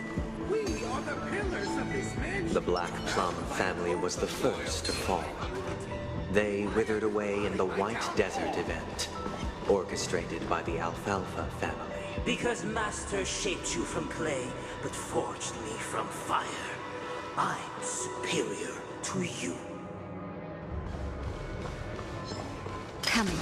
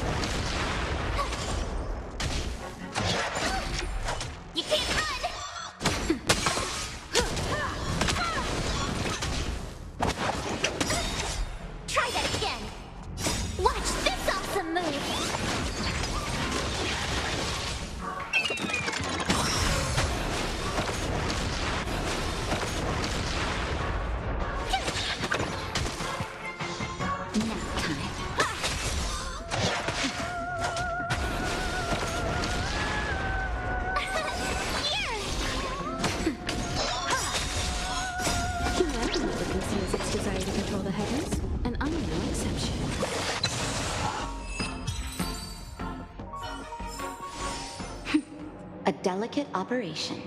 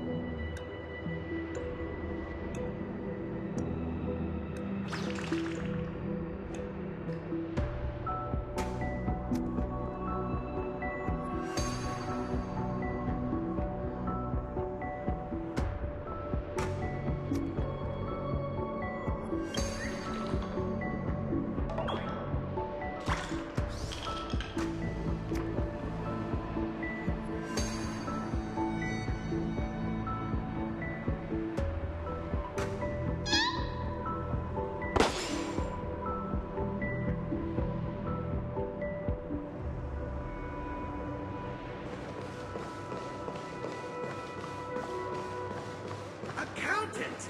We are the pillars of this mansion. The Black Plum family was the first to fall. They withered away in the White Desert event, orchestrated by the Alfalfa family. Because Master shaped you from clay, but forged me from fire. I'm superior to you.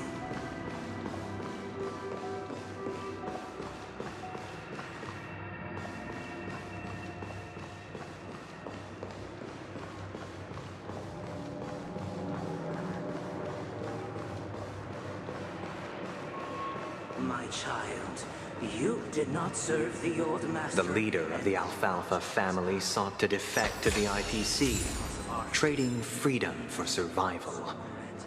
However, his eldest son slew him in the name of righteousness and ascended as the new family head.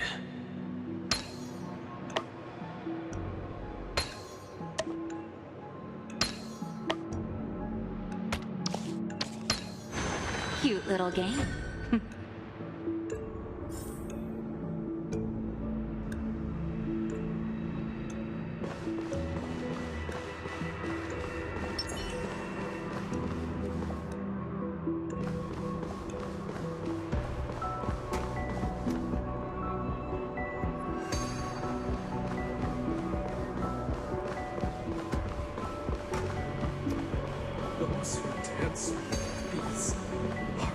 The Lampmoth family endeavored to extend the silver rail left by the Express, only to be eradicated by the remnants of the swarm, leaving nothing in the unforgiving cosmos.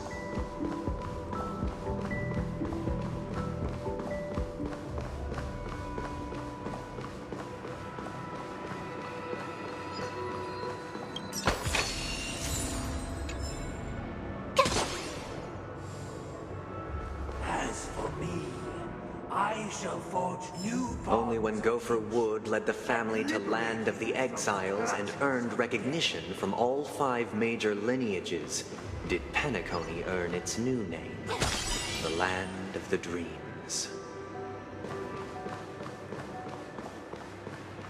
Dear outsider, I beseech your aid in purging this mansion of the poison spread by the lurking instigators. You want us to help you? What do you need? I wish they could regain their reason and cast away the shackles of hypocrisy. This is the second act.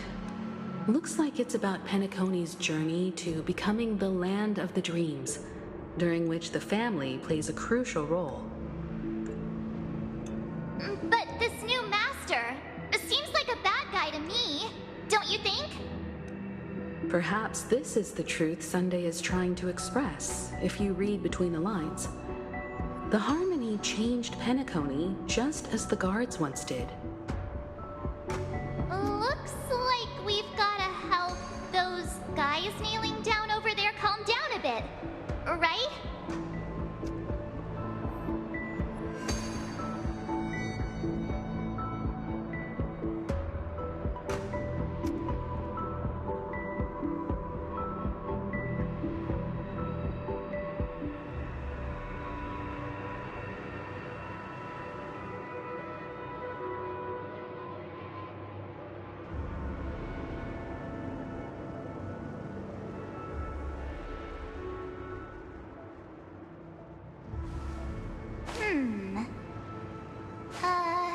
Let me see.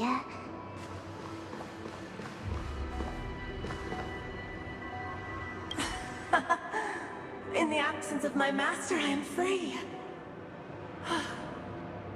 But without their guidance, for whom shall I sing?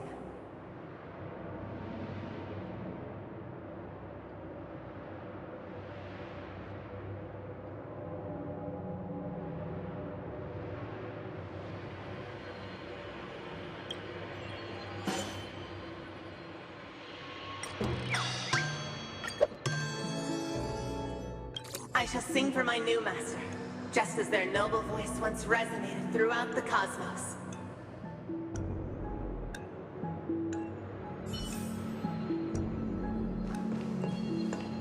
Master! Oh, you will return in due course, and I shall stand vigilant, awaiting the reward for my loyalty.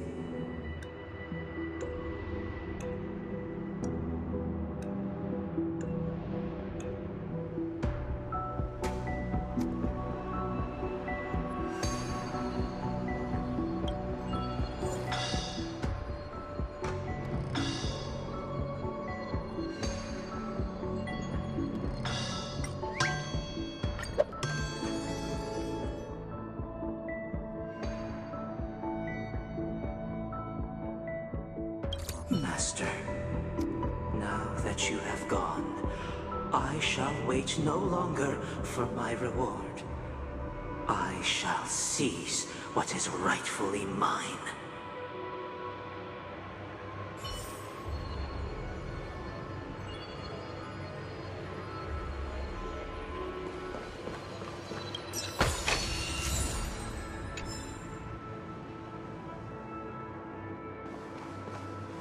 Once, I stood as the most loyal guard among all the servants.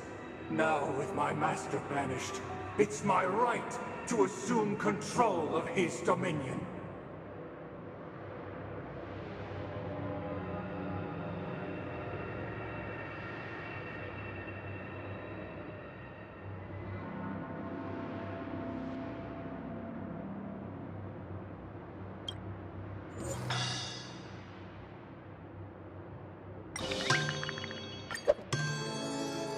My former master has long departed. But why do I still fear the remnants of his creation?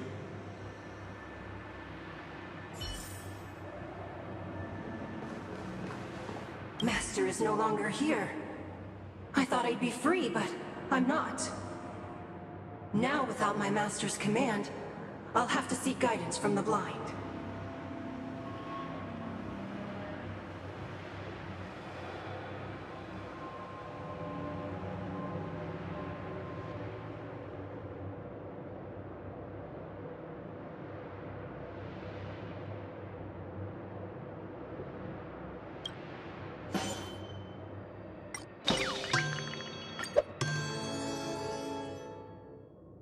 Master is no longer here. I must seek a new master and serve them faithfully.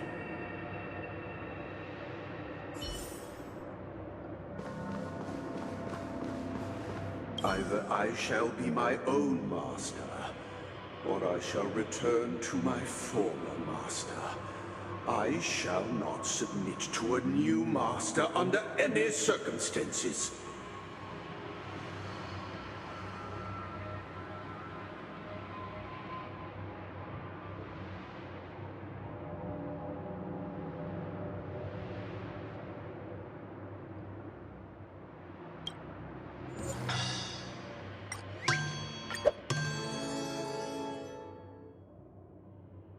Without a master, who can grant me true freedom?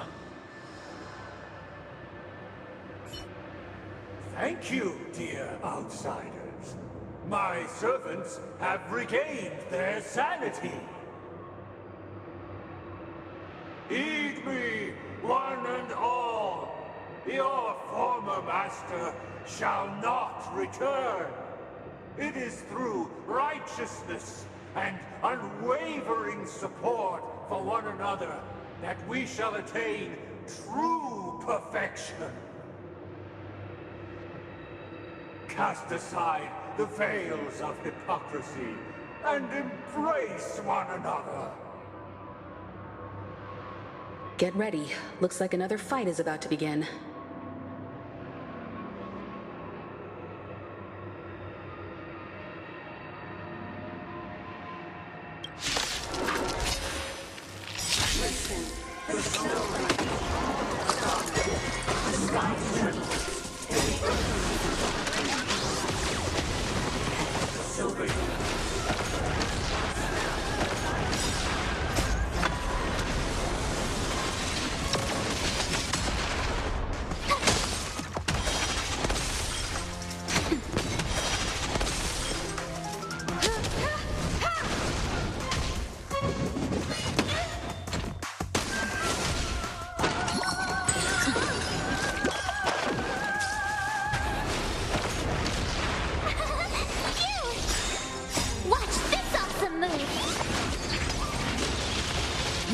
away.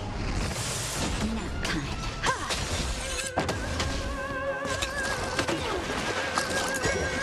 You're annoying!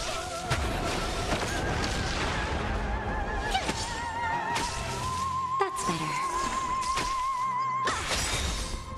Humanity never conceals its desire to control the heavens, and I'm no exception.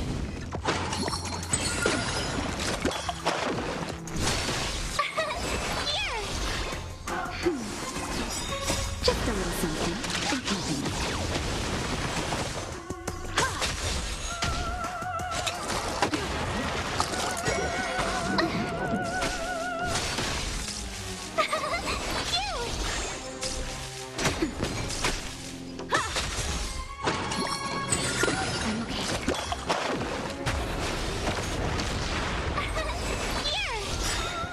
Watch this awesome move! Nap time. You won't get away.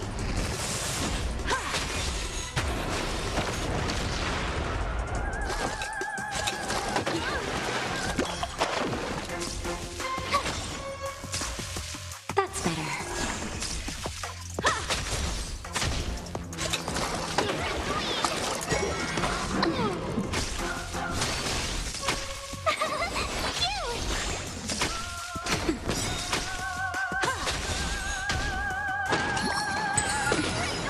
Just a little something in keeping.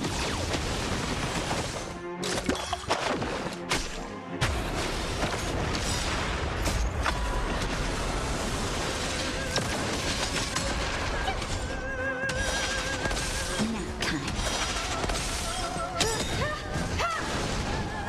Humanity never conceals its desire to control the heavens, and I'm no exception.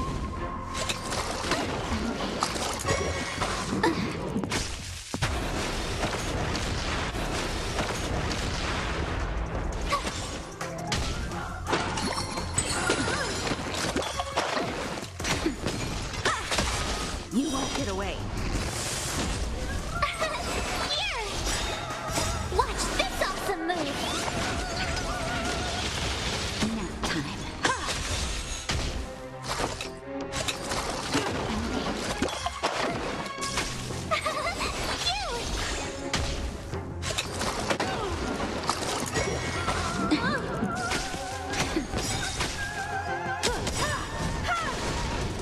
Just a little something in keeping. Here! I'm okay. You're annoying! Nap time.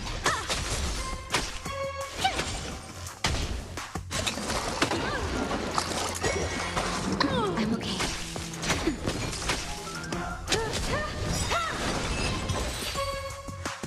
Alas, they remain but slaves till the very end, with the illusion of freedom.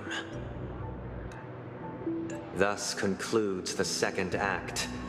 Amidst an illusory harmony, Land of the Exiles charted its course toward becoming the planet of festivities. This is how Penacony fell under the family's control. Since the arrival of the Harmony, the Land of the Exiles has undergone dramatic changes, not all of which have proven beneficial. This guy really loves dramatic scenes. Bet he comes from a whole lineage of stage performers.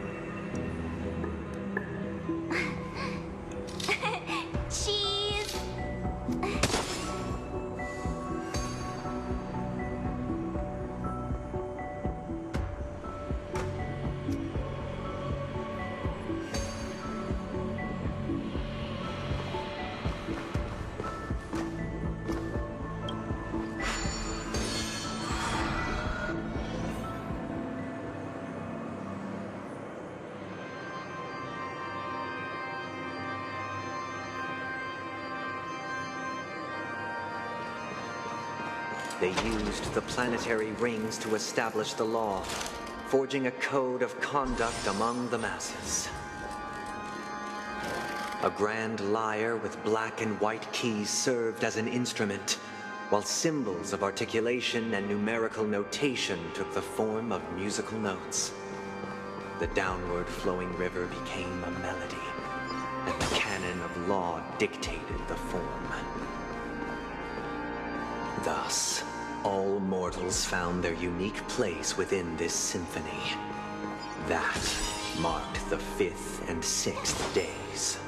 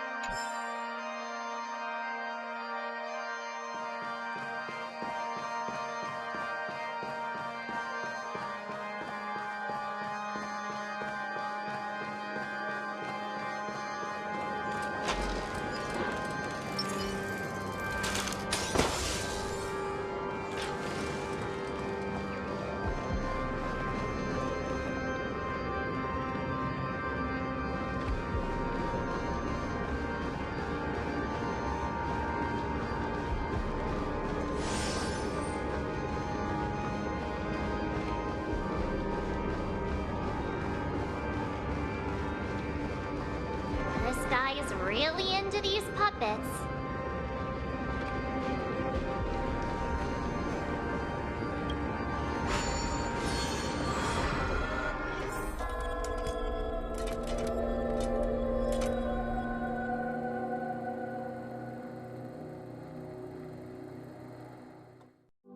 Oh, I get it now. The last scene is all about singing the praises of the Order. And the atmosphere here is completely different from the previous two scenes.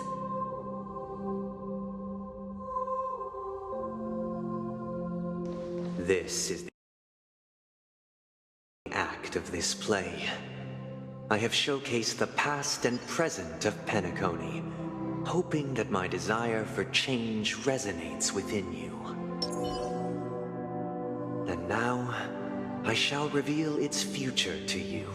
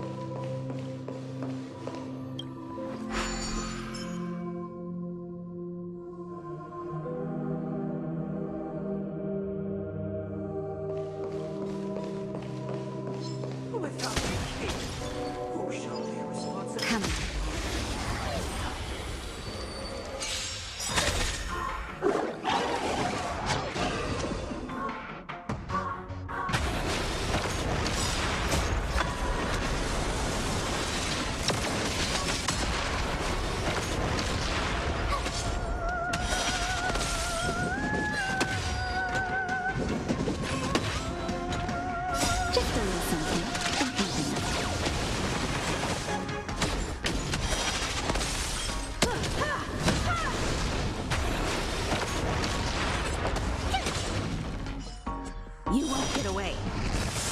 Nap time. Without a king, A delicate operation. responsibility for the people. If the people lack foresight, we will make choices on their behalf and bear the responsibility.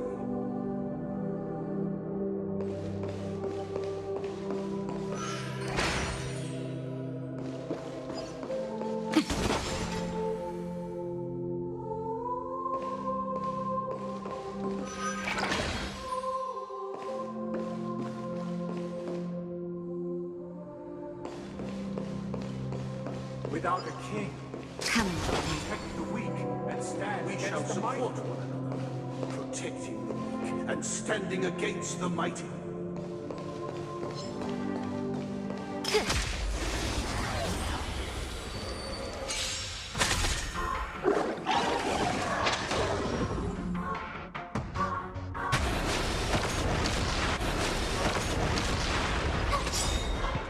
Watch this awesome move!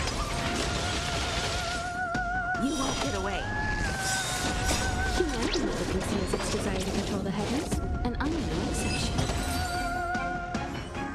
Without a king, A delicate operation. and stand We shall against the support mighty. one another, protecting the weak and standing against the mighty.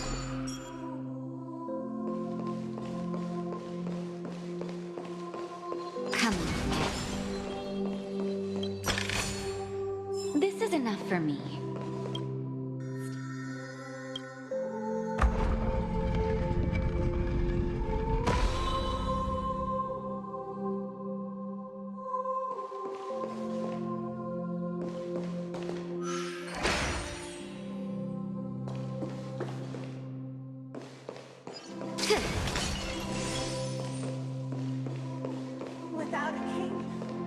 shall govern the movement of stars. Before The the ebb and arrival flow of of Eve, tides. everything followed its natural course, and so it shall continue even after the king's departure.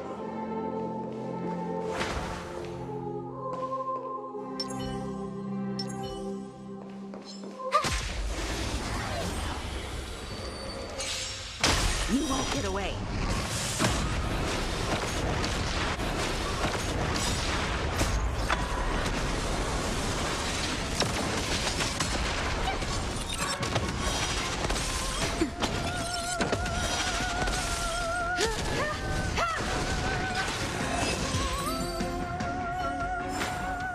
You couldn't have done it without me.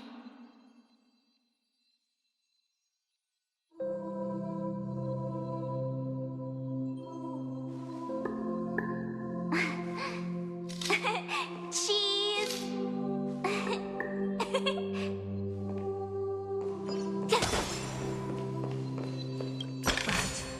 After the king's departure, We no longer have who shall become the new king? for we have become kings of all things.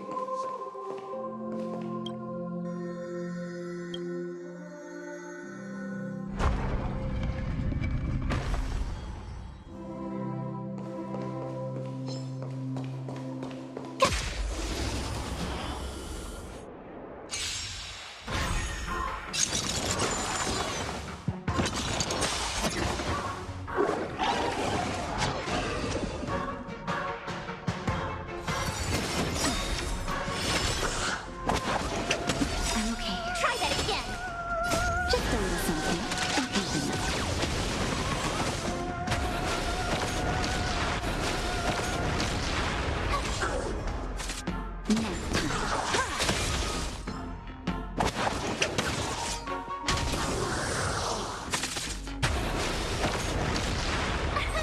Here! Watch this awesome move!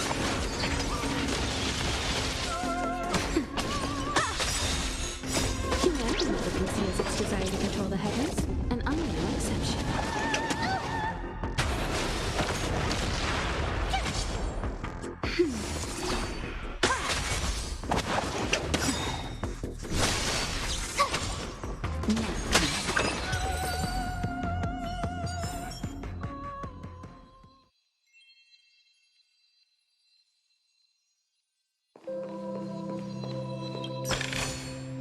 Huh? Finders keepers.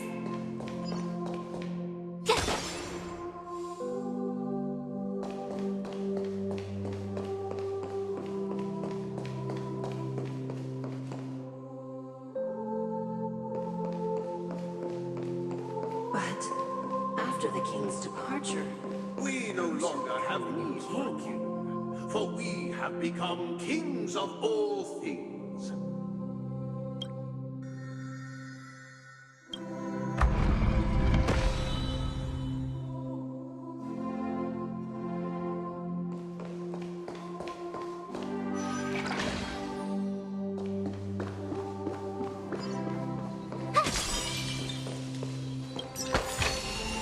Oh, shiny.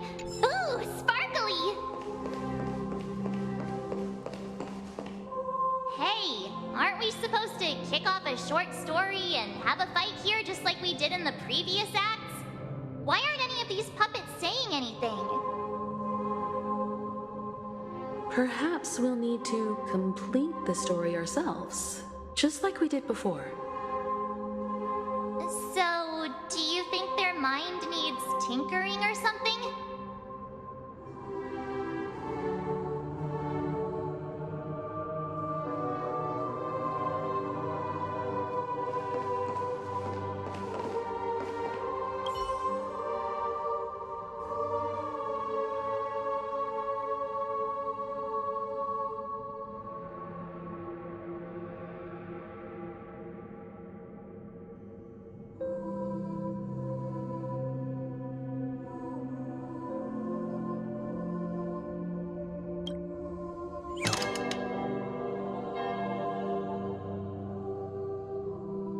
We no longer have need for a king, for we have become kings of all things.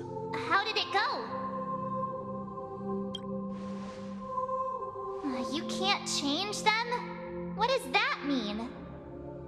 My apologies for my negligence. I forgot to inform you that the final part was scripted long ago. Let our previous king recount it to you. Now it is time for the final rite. Prepare for battle. Looks like we'll have to fight again. Descending from the infinite skies, I traverse towards the future with measures.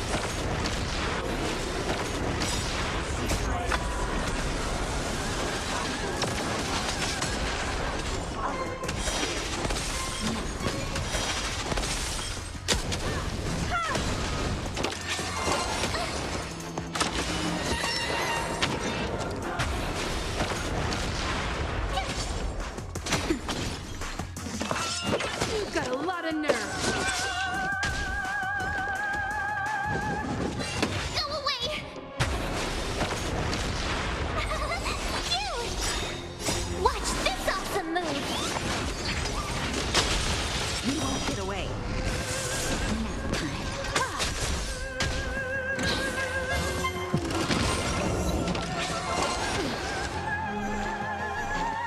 That's better. Just a little something. Ain't nothing.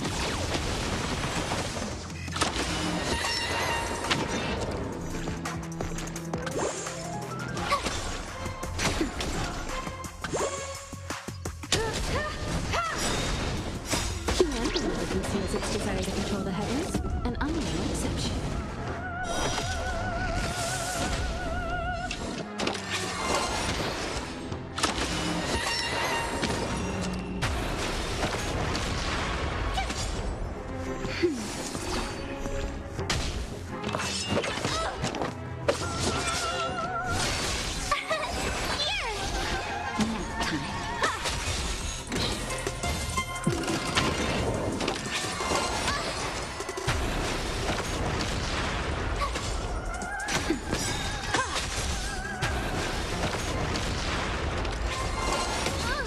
You can't run! Watch this awesome move! Nap time.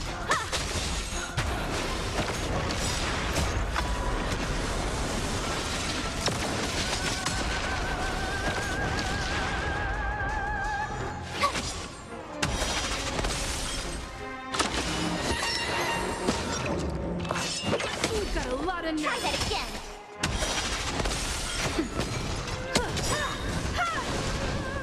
Humanity conceals its desire to control the heavens, and I'm no exception.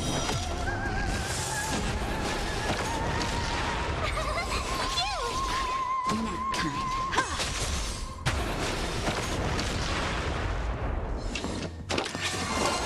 I'm okay.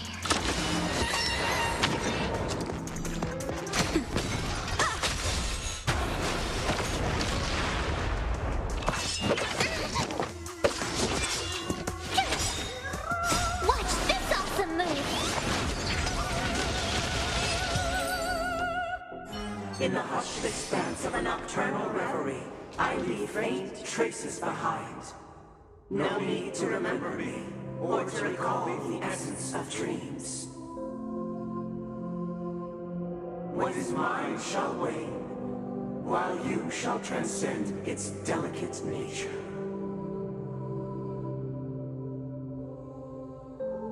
This is the final scene. It's much more straightforward. He wants to expel the harmony and establish an empire based on the order. Let's go. Once this stage play concludes, it'll be time for the main event, the Charmony Festival.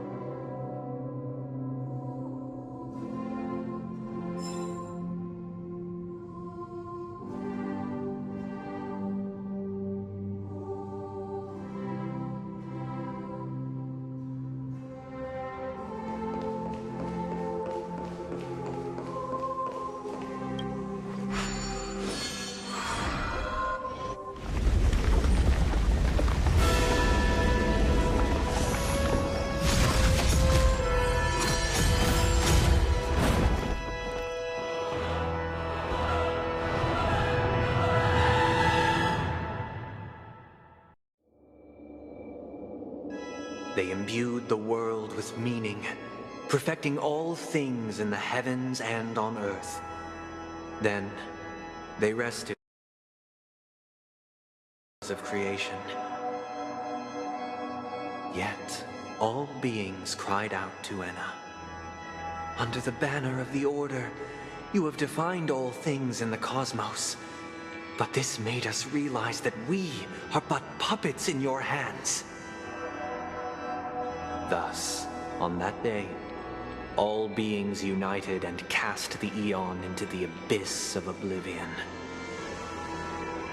This Grand Theater looks totally different. Is this the power of the Order? Everyone, get ready. This could be a tough battle.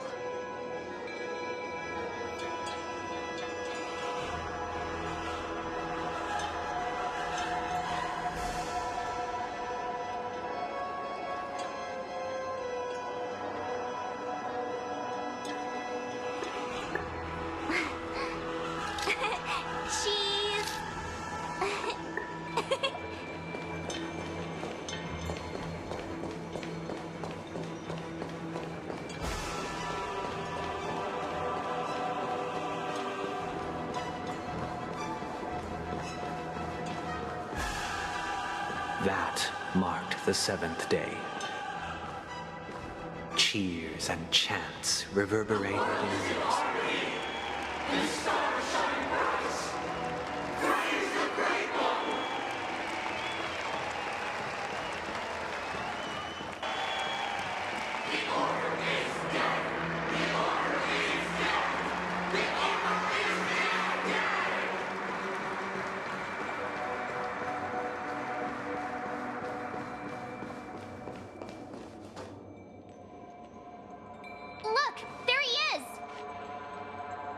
That concludes everything related to the Order.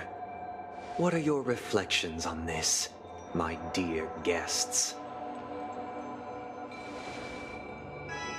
Nevertheless, this is but a trivial blip in the annals of galactic history. What truly matters is the course this river shall take in the days to come. You've arrived at the perfect moment.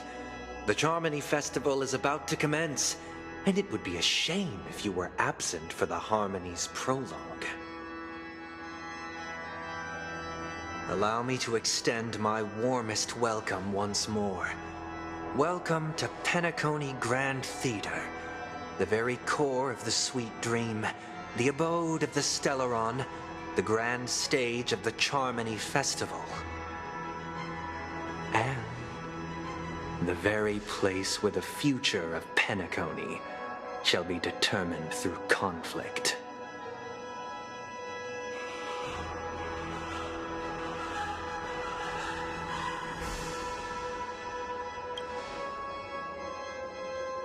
It hides behind the curtain, or rather, it is the theater itself. However, if you want to see it, you must display faith equal to its immense power. True goodness can only be achieved through faith. Allow me to point out that falling into a permanent slumber is not happiness, especially when those people are driven by someone else's will in their sleep. Do you still believe that the Order only seeks to control the universe as their puppet, Himiko? No matter how perfect your vision of paradise may be, a cage remains a cage. People will never achieve true happiness in a world like that.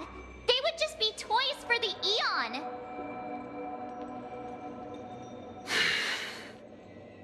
It seems you have misunderstood my intentions.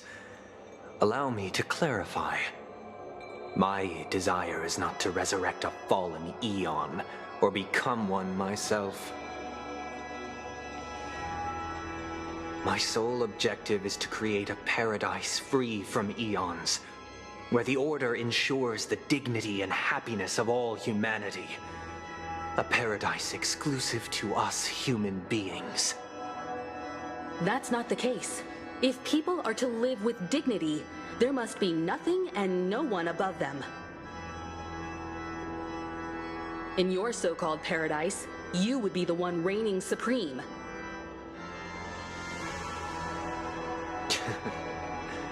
Looks like we won't be able to convince each other.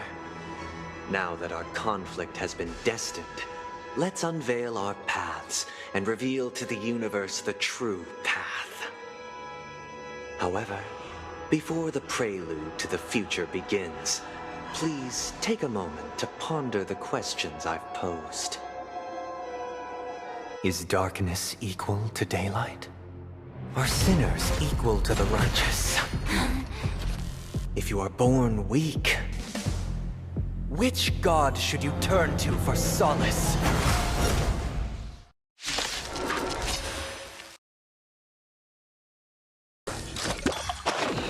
With great might, under the banner of the Order, you have defied all things in the cosmos. And we are but puppets in your hand!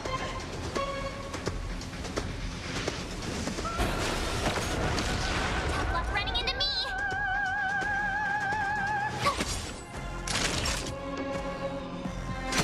I have something for you.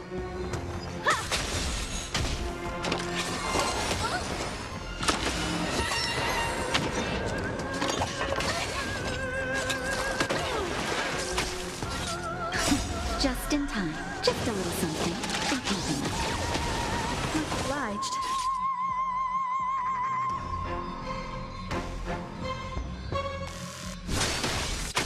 My turn! Here! Time for an overhaul.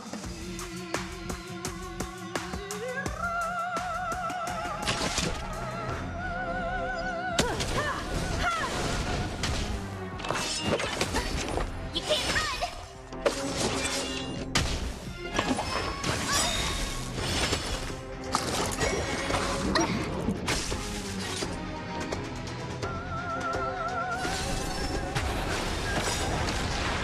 Try hard sometimes. Watch this awesome move!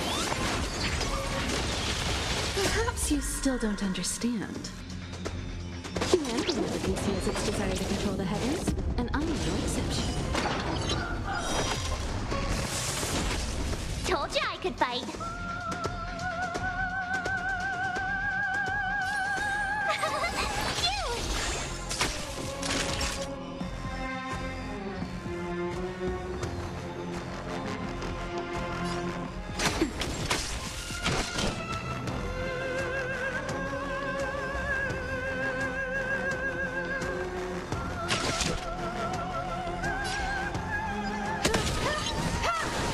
You won't get away.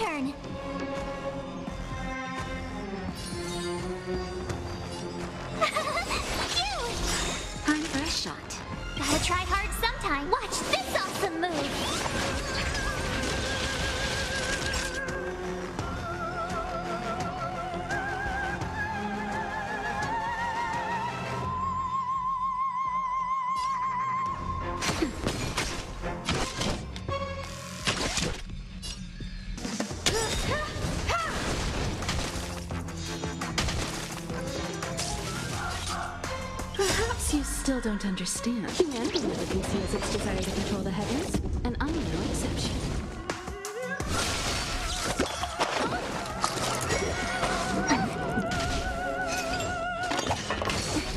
You can't run!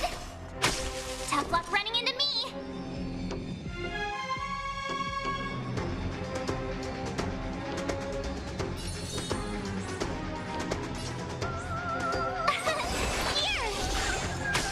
Naughty child.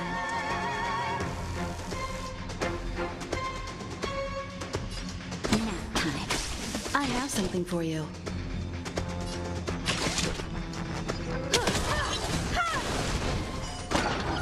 You won't get away.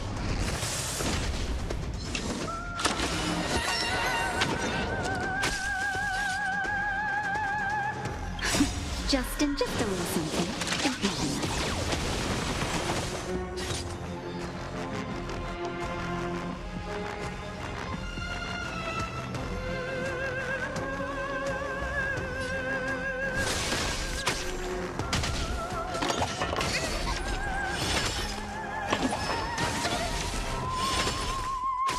Time for a shot. Time for an overhaul.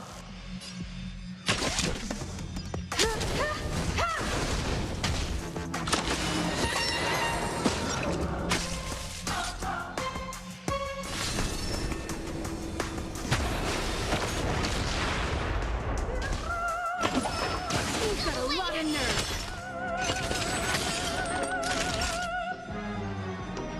Nap time. I have something for you.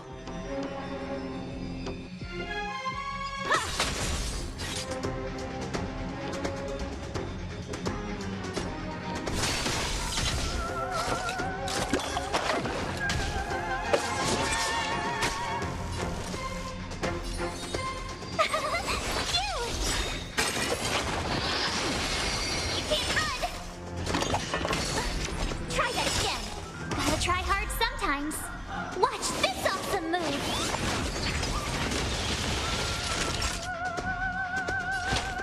That's better.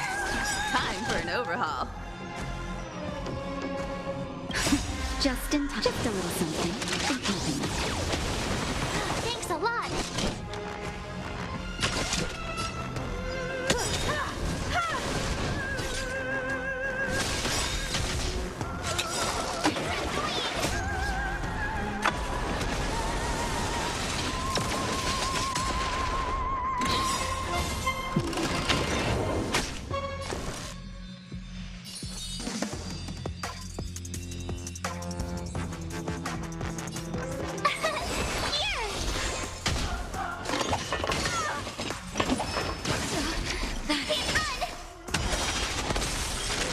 Perhaps you still don't understand. Humanity never conceals its desire to control the heavens, and I'm no exception.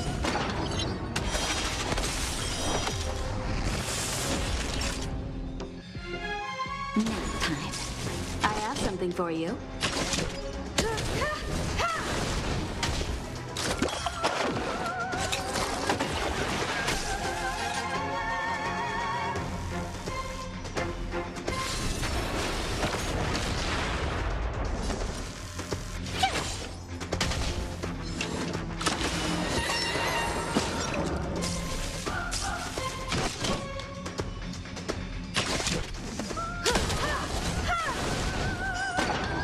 You won't get away.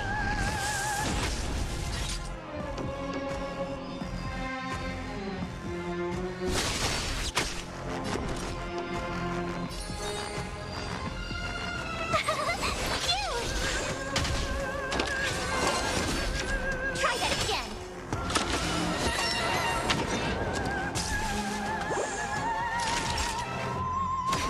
I have something for you.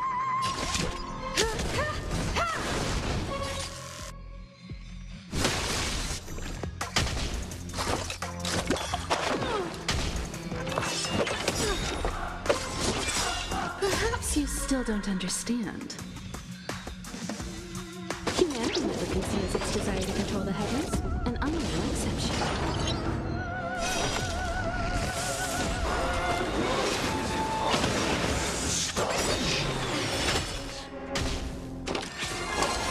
I'm okay. Try that again!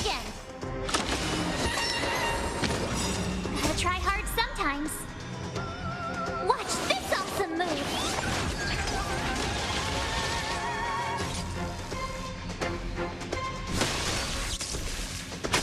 Time for an overhaul.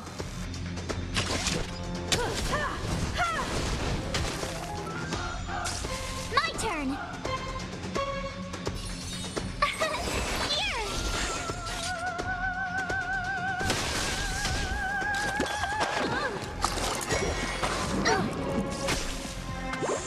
Naughty child.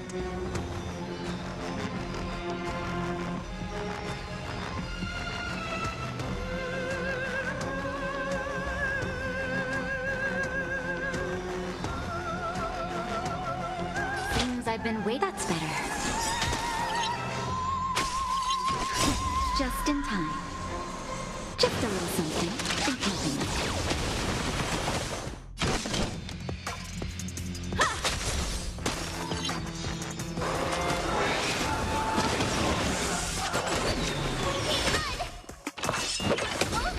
Try that again! Tough luck running into me!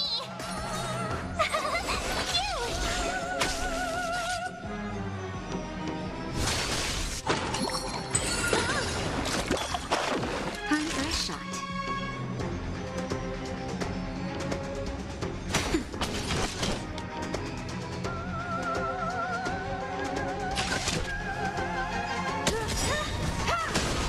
You won't get away. Told you I could You fight! still don't understand. Humanity never conceals its desire to control the heavens, and I'm no exception.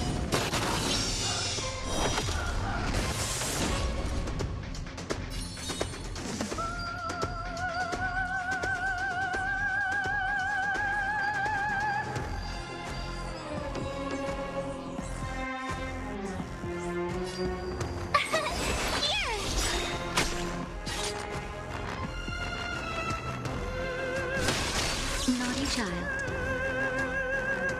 Gotta try hard sometimes. Watch this awesome move!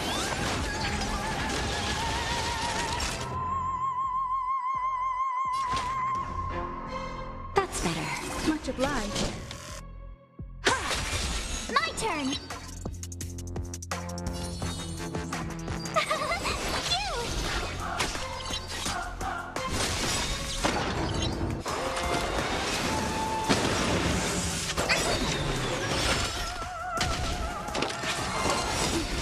You can't run! Just in time. Just a little something. Think nothing of it. Thanks a lot!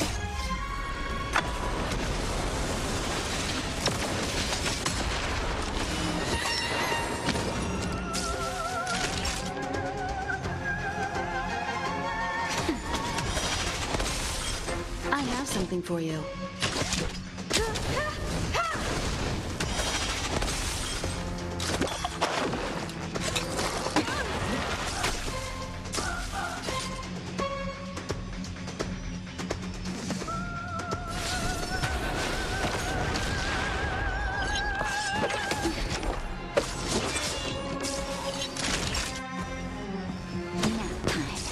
Time for an overhaul.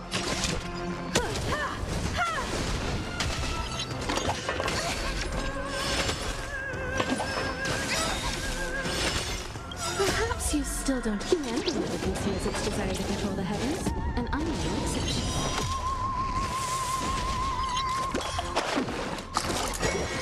You're annoying!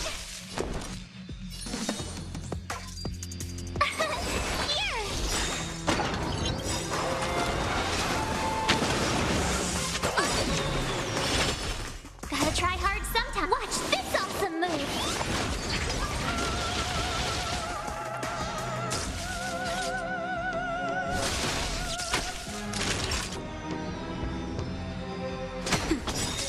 I have something for you. Just a little something. Think nothing of it. Thanks a lot! You won't get away. I'm okay. Told you I could fight!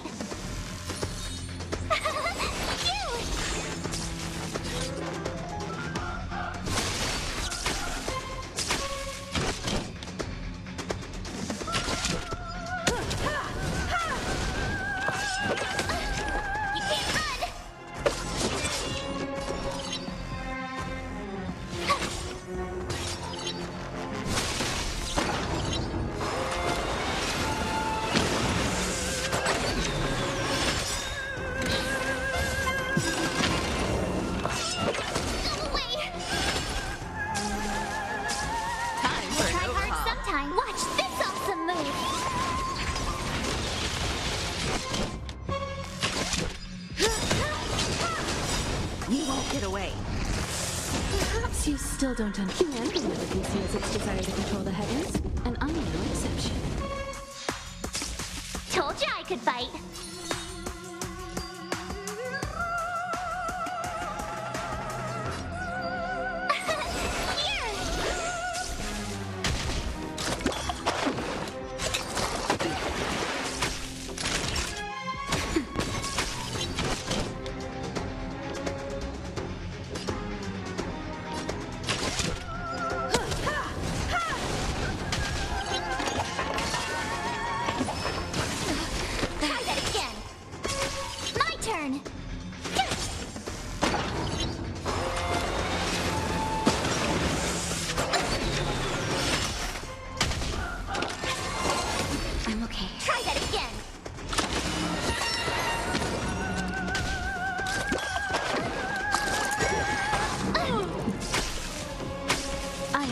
For you.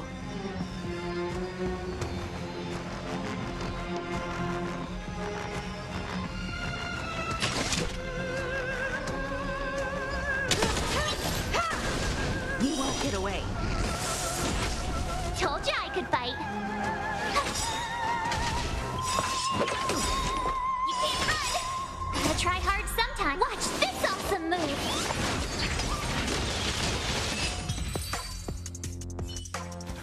I already know your decision.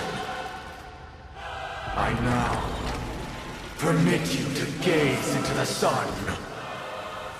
On these 107,336 stones, the almighty and powerful strings of harmony are at my disposal. The supreme tuner, harmonious choir, Dominicus!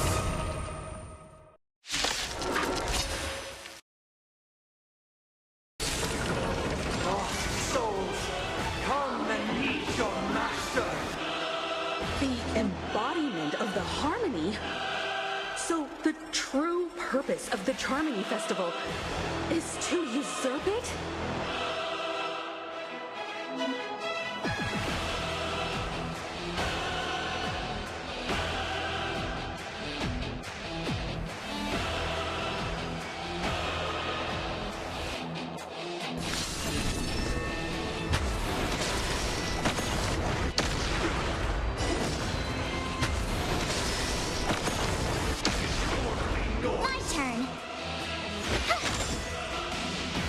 Naughty children, don't nap time.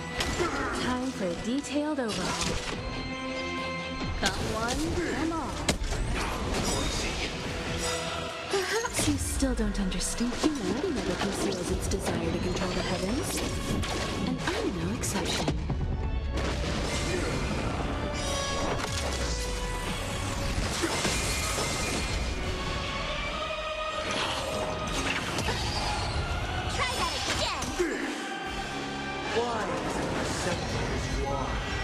Answer me this. Why could the harmony and the order merge into one?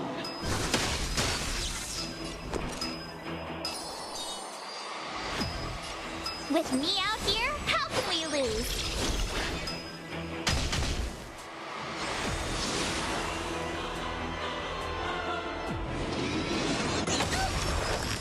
You can't run!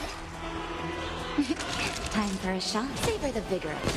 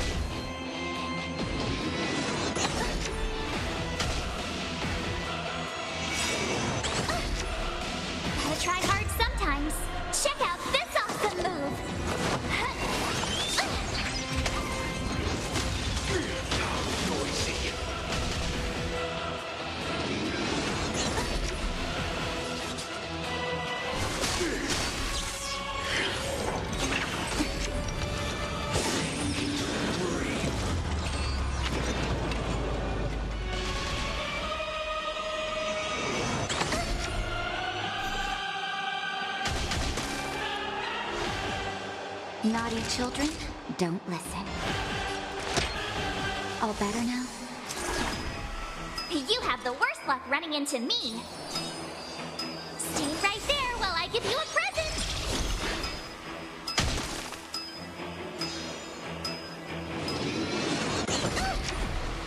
You can't run.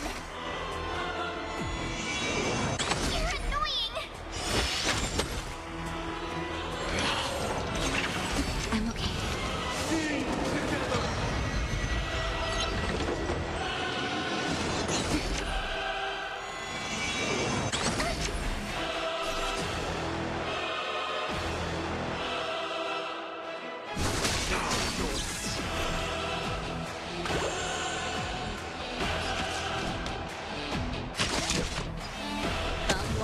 Come on.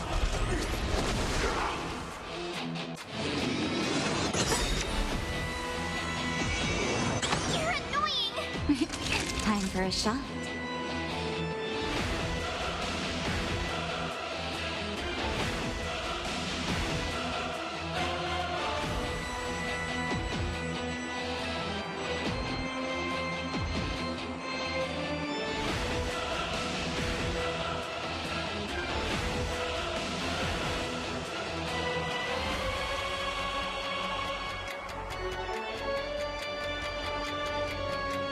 Seems I've been waiting a while.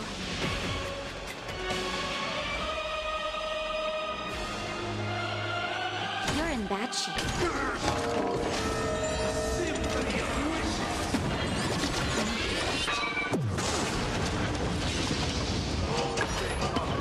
The melody.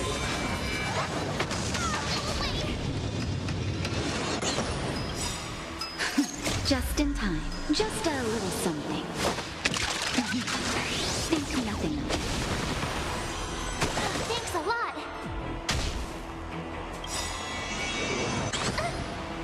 Gotta try hard sometimes.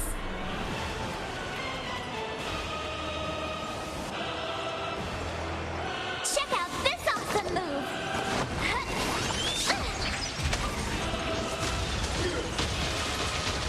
My turn.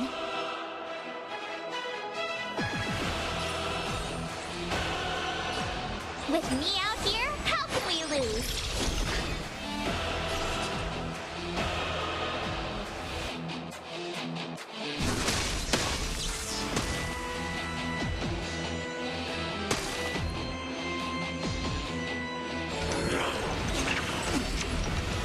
You can't run! Now noisy.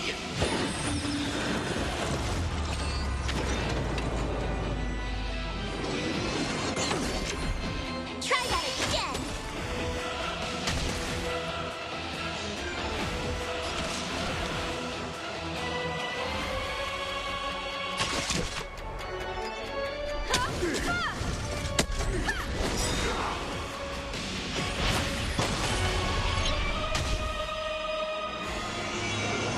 You're annoying!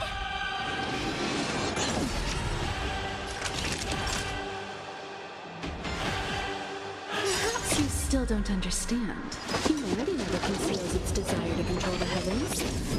And I'm no exception.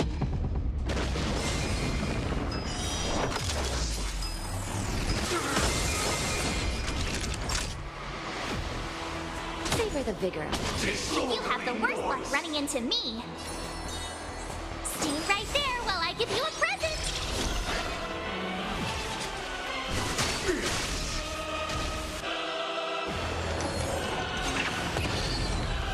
You can't run. Now noisy. Gotta try hard sometimes. Check out this awesome move.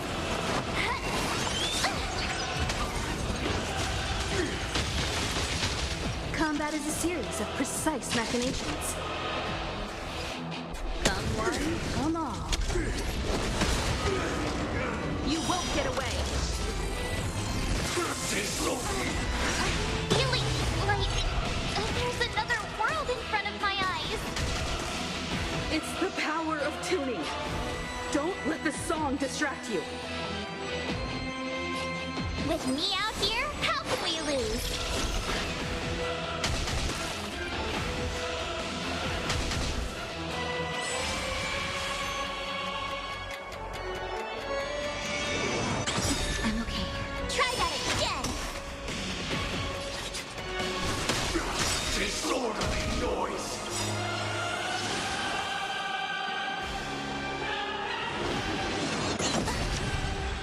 You can't run!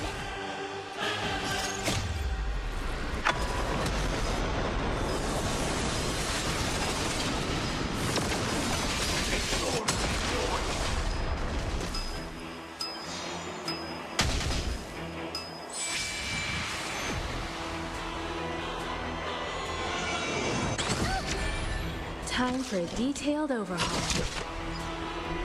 Disorderly noise!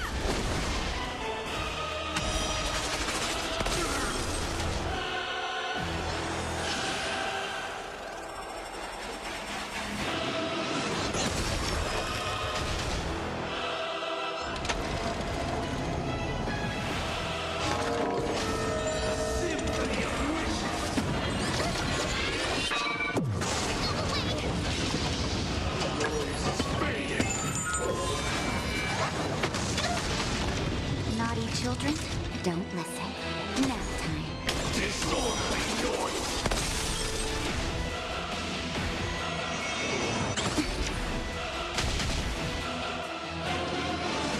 You're annoying! Stay right there while I give you a present!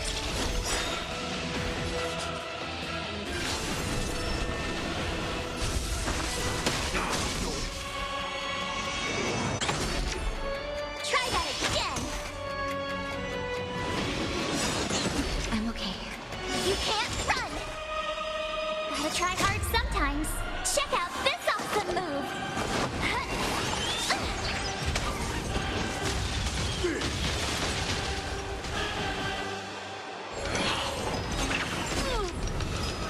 Your eternal peace.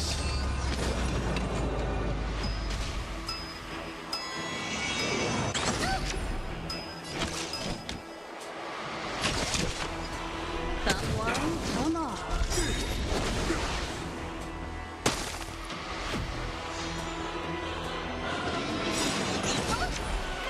Perhaps you still don't understand. Humanity never conceals its desire to control the heavens. And I'm no exception. Time for a shot.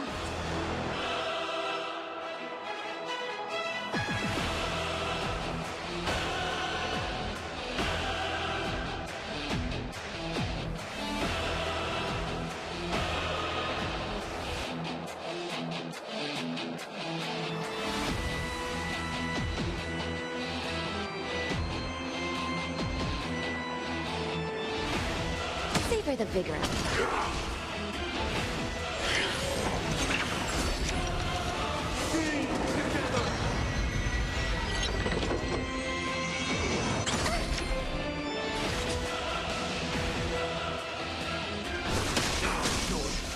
You have the worst luck running into me.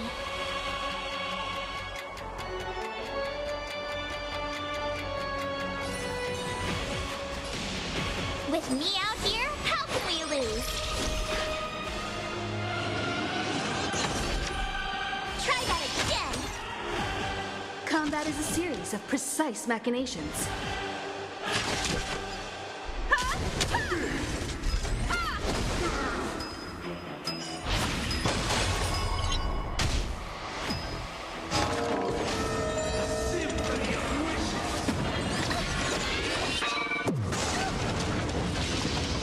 You can't run.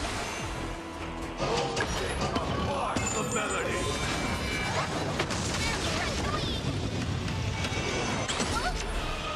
Naughty children, don't listen.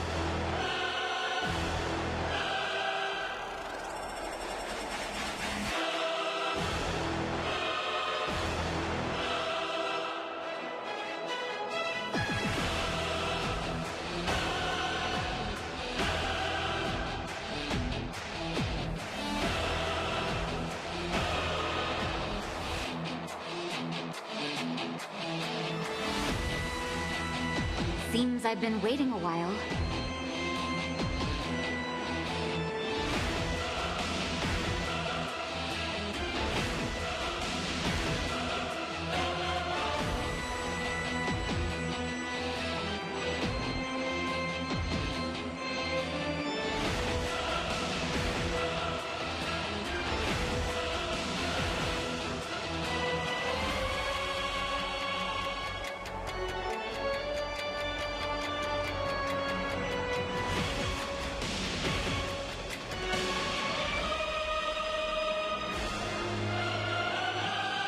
in bad shape.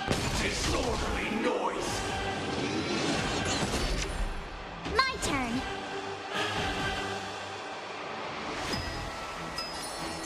Stay right there while I give you a present.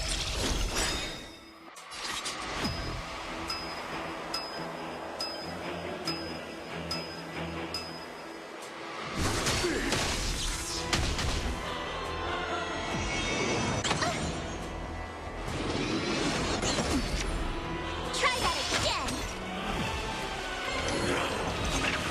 I'm okay. You can't run.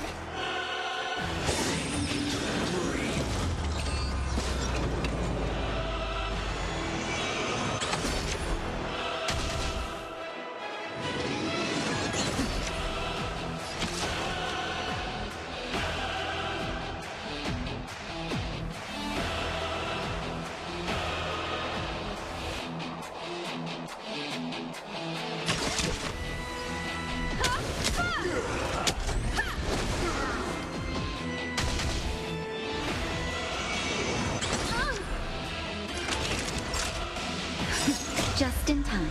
Just a little something. Think nothing of it. Thanks a lot. Gotta try hard sometimes. Check out this awesome move.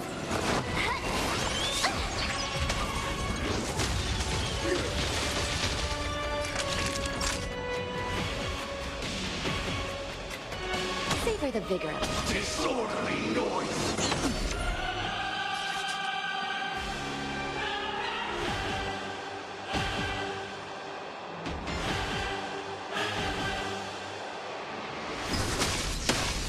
You have the worst luck running into me.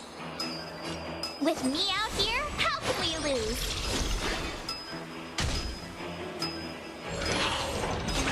You're annoying.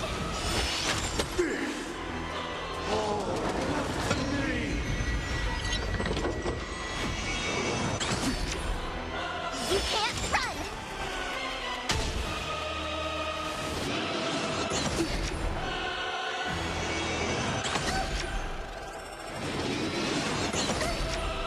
Time for a detailed overhaul.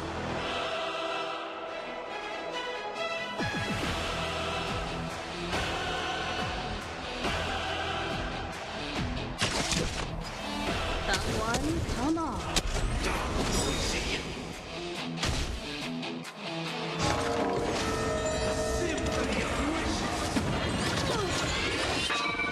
You've got a lot of nerve.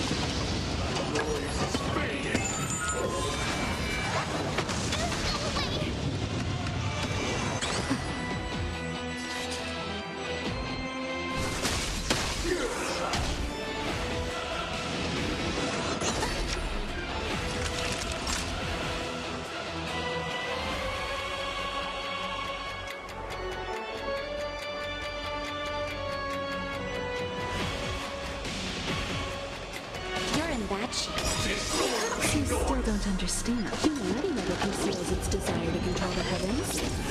And I'm no exception.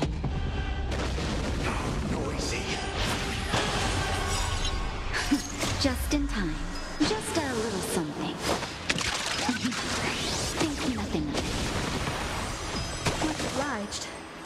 My turn.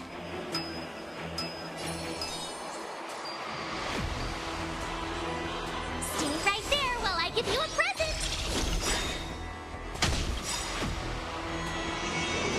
You're annoying. Gotta try hard sometimes. Check out this awesome move.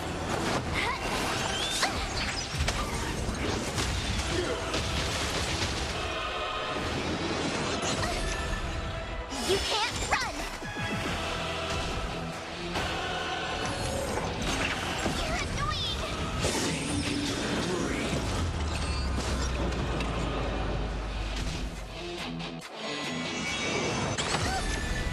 Combat is a series of precise machinations.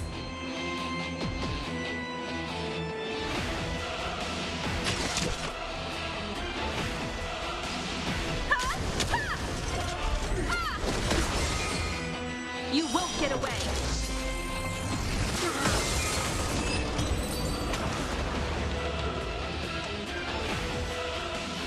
The time has come. Creation will be reborn from the remains of the gods. Dan Han?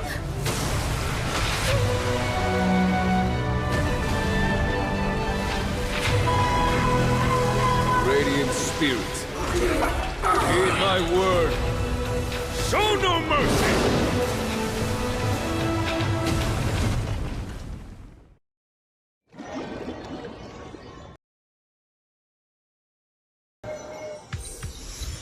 Wake up! Wake up! Hey, wake up! The sun's frying your butt! Huh? Are you alright? Can you hear me? Do you remember your name?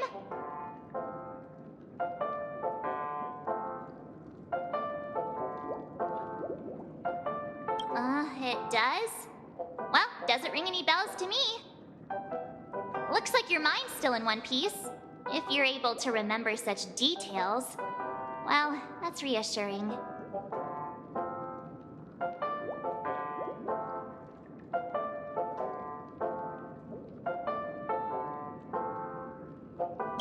It's a long story.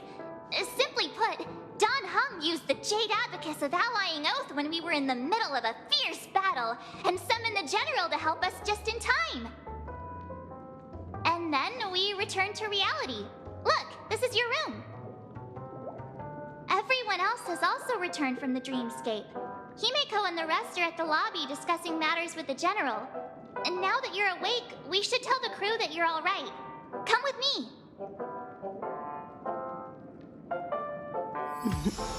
Not going to come chat with me, sleepyhead? That voice. Is that Black Swan? What?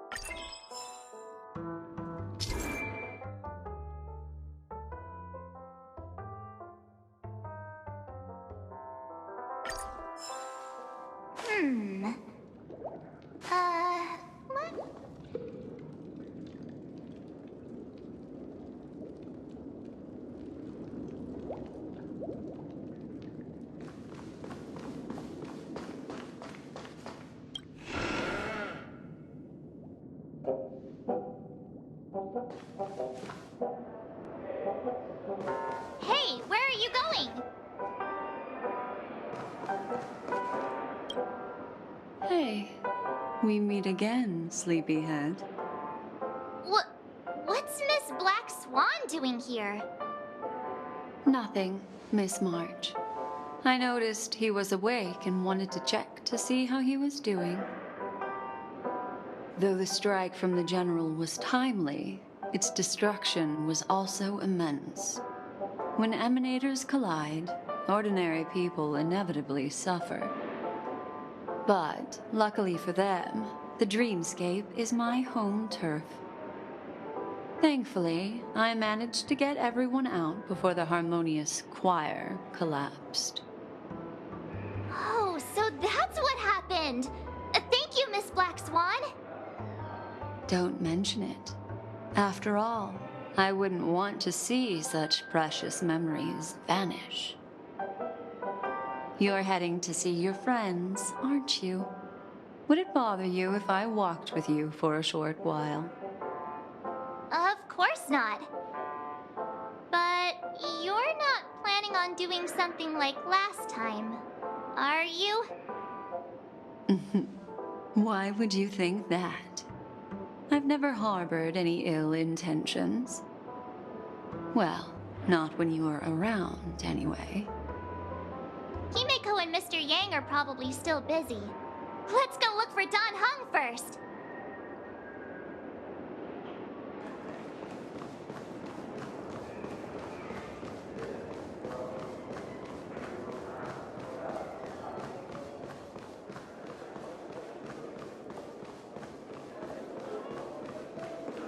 Look, he's still talking to that cowboy.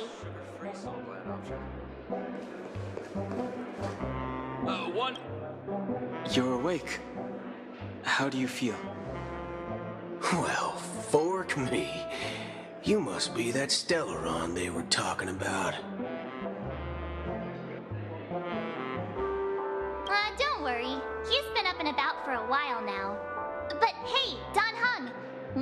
introduce this cowboy to him first. Allow me to introduce him to you. This is Boot Hill, a Galaxy Ranger. During our pursuit of a certain person, we crossed paths and just so happened to uncover a shocking plot being concocted by Mr. Sunday. Which is why we sought you out, to help the Astral Express save the world together. No need for thanks. The Galaxy Ranger's principle is correct every injustice one sees. That's how you lot in the Cienjo put it, right, Don Hung? More or less. Wait, hold on a sec. This is the first time I'm hearing about this certain person. Who are you chasing? And why would that lead you to the Express? Good question. It's, who was it again? Don Hung. Do you remember? No, that ain't it. I just can't seem to recall. Weird. My neurochip hasn't registered any malfunctions. I can't seem to remember either. What's going on? Heck. Forget about it. If it slipped all our minds, reckon that person was just a minor scoundrel. Unimportant. Ain't gonna stop us from piecing together the story anyhow. Yes, when the dust settles, I'll just think of a way to recall it in the memory zone. Everyone, let's hurry up and look for Miss Himiko, shall we? He's now a minor star on Penacony, and the entire hotel's concerned about his well-being. You're right. Let's head to the lobby then. One Peach Soul Glad, shaken, not stirred. You guys go. I'm an outsider, after all. I'd rather not disrupt a long-awaited reunion.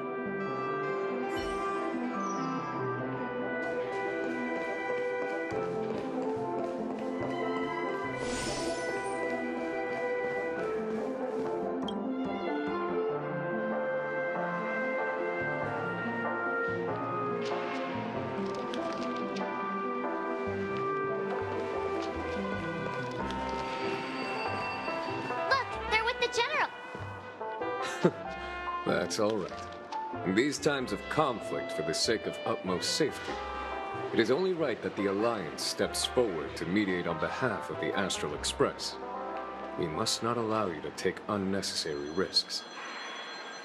Furthermore, despite the IPC's eagerness for success, it prioritizes peace above all. And the family, trapped though it may be, professes a desire for harmony.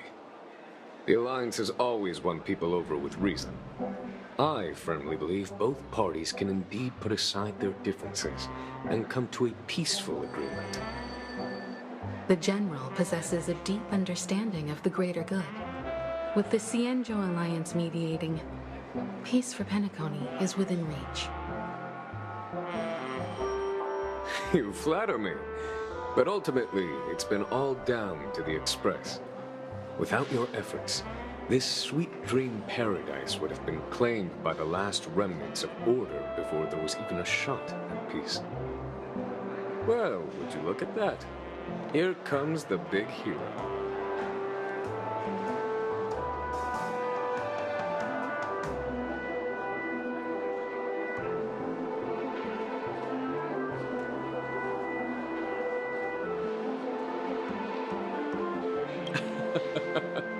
If it isn't the galactic baseballer, a true hero who dares to take action.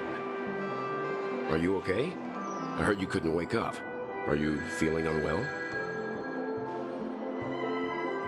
Don't worry, Mr. Yang. There is nothing wrong with him. He practically burned through a lifetime's worth of jokes on the way here. what about you, Mr. Yang? I heard that even Miss Robin wasn't spared. And that guy locked you both up. It's a long story. But at least Mr. Sunday took it easy on us. He used an ability called tuning to connect our consciousnesses with his. In other words, he imprisoned us within his consciousness. Thanks to General Jing Yuan's destruction of the Harmonious Choir, we were able to escape. He used that tuning on us too. Does that mean that we were almost imprisoned as well? I can confidently say now, he was truly after a fair fight with us. Had he wanted, he could have easily taken us down, without so much as lifting a finger.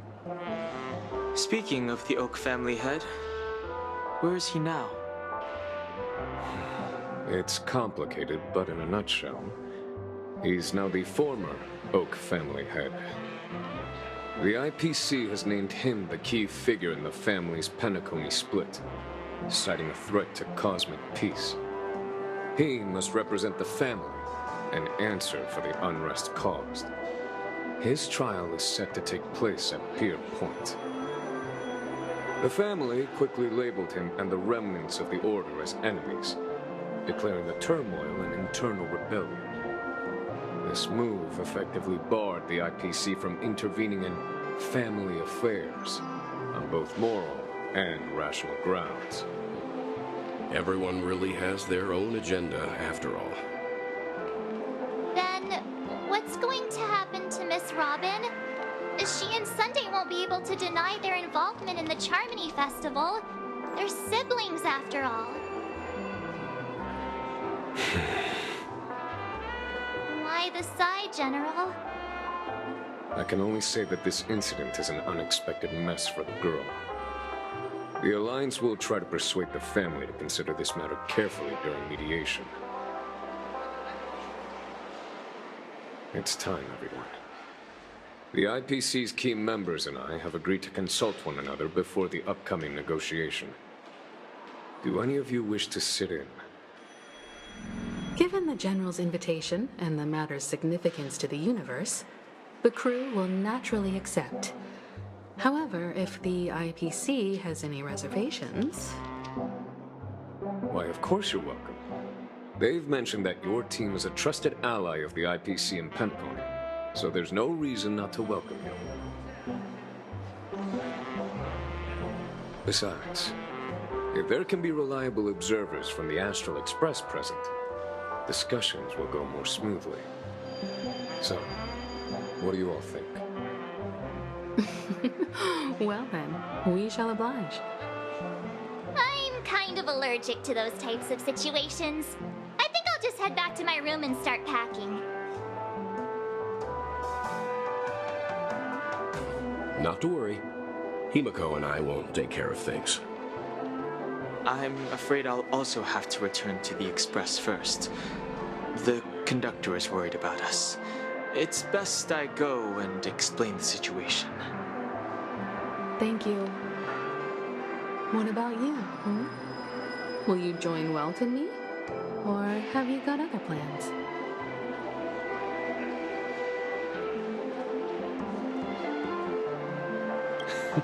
Great. Although I'm not too sure of the reason. The representatives from the IPC have insisted on his presence. Allow me to lead the way. Follow me, please.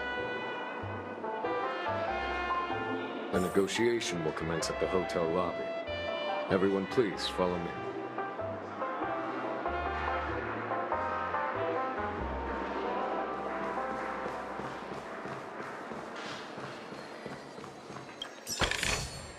Huh? Finders keepers.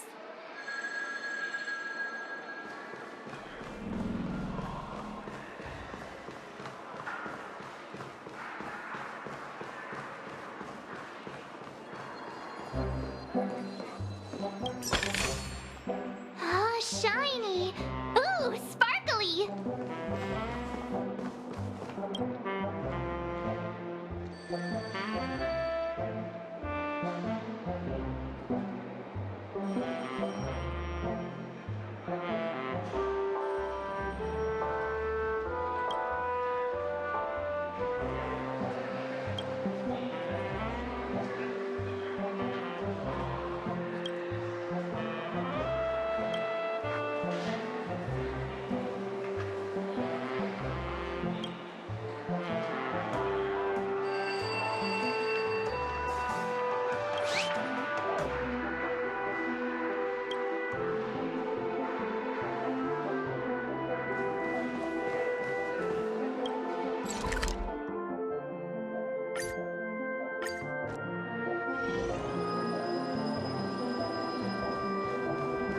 Mr. Aventurine and Miss Topaz are here too. Oh, and who is that over there? The Intelligentsia Guild's Dr. Ratio. This assembly is quite something. It's been a while, my Astral Express friends. I would also extend my sincere thanks to you, General of the Lawfu. The presence of everyone here assures that the talks will likely reach a conclusion that satisfies all sides. Oh. Looks like everyone has come with expectations. Care to share? Of course. Topaz, if you please. Sure, leave it to me. In summary, it's good news. After much deliberation from the Strategic Investment Department's Council, the absolute majority of members have agreed to the following resolutions. In light of long-term considerations for interastral peace, and by authority of Pierpoint HQ, the Strategic Investment Department, on behalf of the Interastral Peace Corporation, will permanently relinquish its claim on Penacony sovereignty and offer unconditional support of the family's rebuilding efforts on Penacony. Now that's something.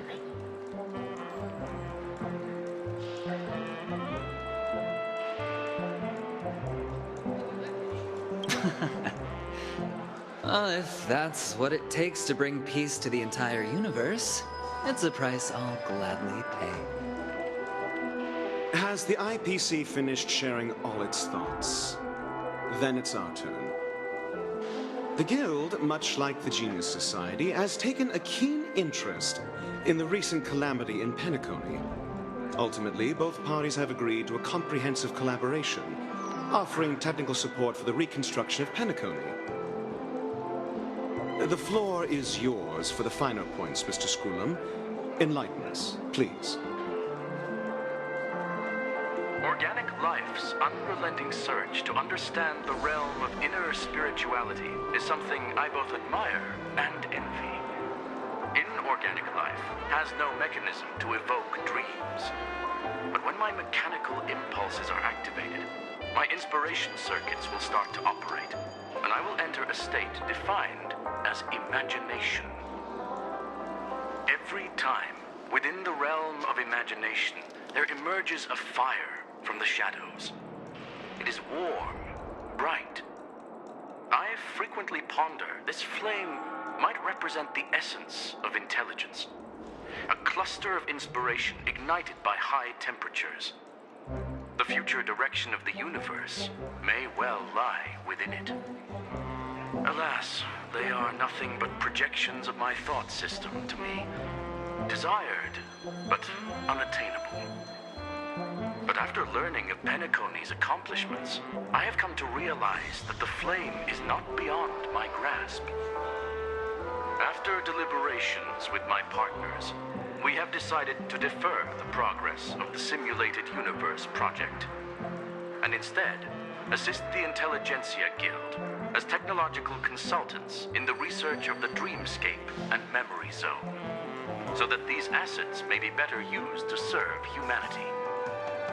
Not only that, we've also established contact with the Garden of Recollection through the IPC, and they've pledged their support for our research endeavors. I'm truly happy for the Dream Chasers on Penacony. The cosmos' brightest and, let's admit, dimmer intellects are now at their service.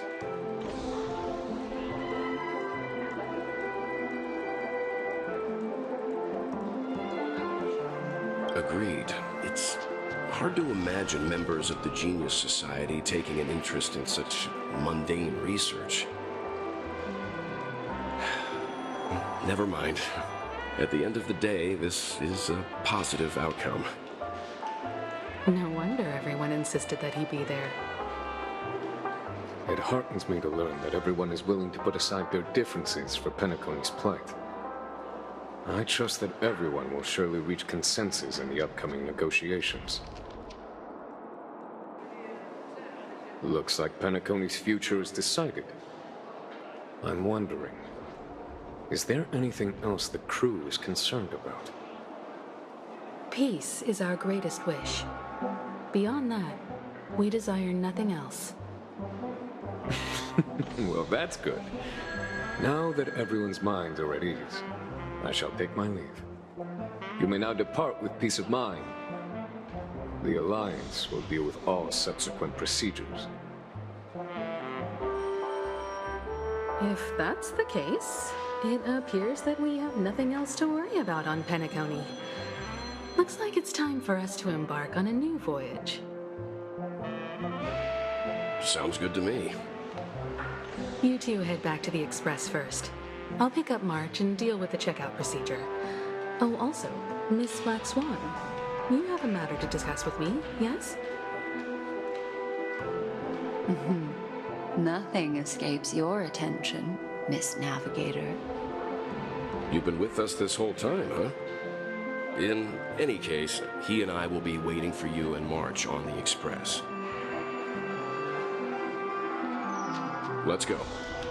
Our time on Penacony has come to a fruitful end. Penacony's journey ends here. I guess it was pretty fruitful. I am truly happy for the Dream Chasers on Penacony. The cosmos' brightest and, let's admit, dimmer intellects are now at their service.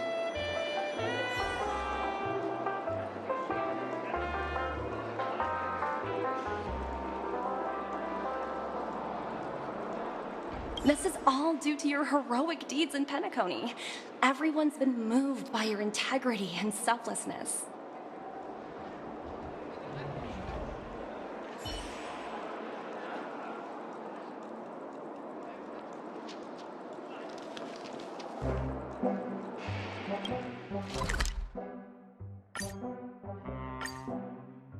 The navigation meeting is about to start. We're all waiting for you. When did the Express become so lively?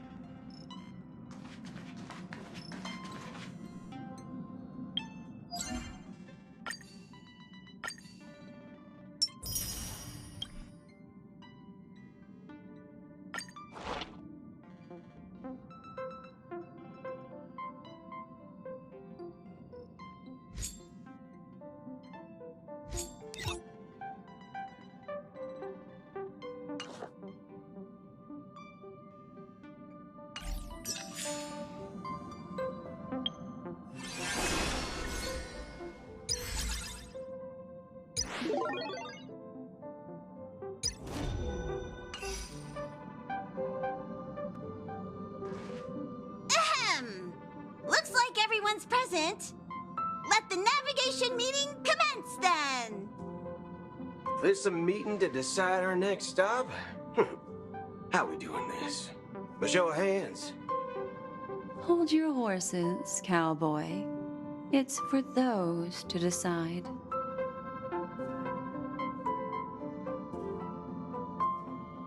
Allow me to explain. Mr. Boothill and Miss Black Swan submitted a request to temporarily travel with the Express for their own personal reasons. As you all may know, the Astral Express never declines any passenger whose heart yearns for the distant stars.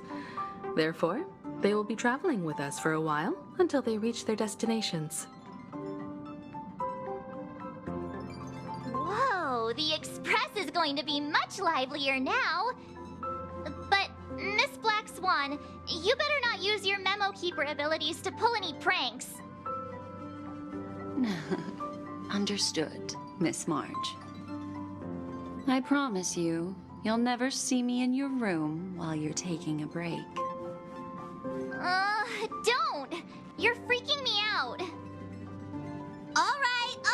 Now that everyone's met everyone, we can continue our navigation meeting. Firstly, Pom-Pom wishes to thank everyone. If it weren't for you all unearthing the truth about Penacony, Pom-Pom would have never known where Mikhail and the rest had gone.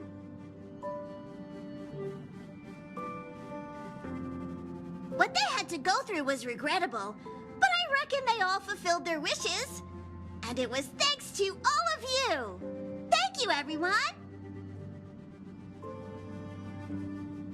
Now then, we come to the crux of this navigation meeting. We must decide on the Express's next stop. Let me introduce our current options. The first choice is from Himiko, the oceanic planet of Lushaka, a planet composed entirely of water. Many aquatic races reside there. Of course, it's also the home planet of the venerable, nameless Mikhail. The second choice is the agate world Melustanen, suggested by Welt. It's famed as one of the initial sites of the Stellaron disaster, and the place where the beauty Idrilla ascended. Today, it's celebrated as a planet of undying allure. The third choice is Edostar, a planet nestled within a vast ion storm region, currently under assault by the Antimatter Legion. However, the distress signals from there have recently ceased, prompting the IPC's wish for us to check in on the situation. The last choice, courtesy of Black Swan, is the glass belt Petravia, a massive belt of asteroids that was turned to glass by the Lord Ravager Zephyro. These days, it's apparently known to house one of the branches of the Morning Actors Troupe. Ooh, so many options. I'm seeing stars already. Next up, everyone will select the destination that they wish to visit, and then we'll put it to a vote.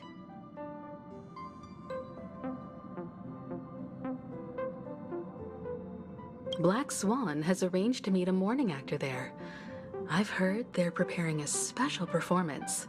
I wouldn't mind going to enjoy the show. That type of performance isn't really my cup of tea, but I'll let you all decide. I'm really interested to check out this troupe's performance, but it really sounds like the Edo Star is in a lot of trouble. As Nameless, should we not extend a helping hand? March is right. Though the fact that the distress signals have ceased means we're probably too late. But I still think we should investigate the situation there. 3 votes for the glass belt, 2 for Edostar. Looks like we have a winner. Next up, the glass belt, Petravia. Then this navigation meeting is adjourned. I'll go check the warp jump coordinates. Everyone can catch up on some rest in the meantime. When it's time to make the jump, Pom-Pom will make an announcement. There's still some time before the jump. What should I do? How about a chat? Over here.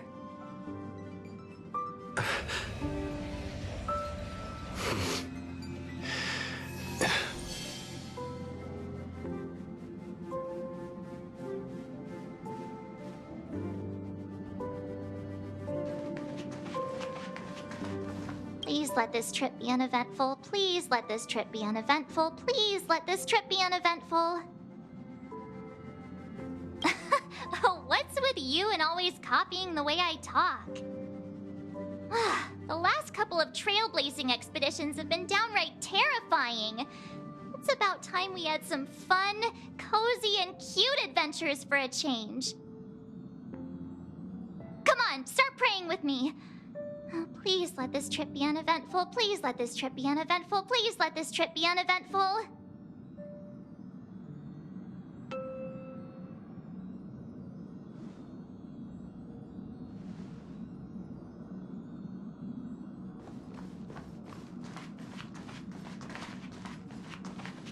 This Astral Express sure is comfy. But I got one tiny problem with it. How come there ain't no potent drinks on this ride? I can live without malt juice, but at least stock something else. Like that white gem, common as dirt and not too pricey. Oh, well, that's, different kind of strong. Ha! All these years out in the wild, and now I'm bunking in luxury. Gotta say, it's quite the treat.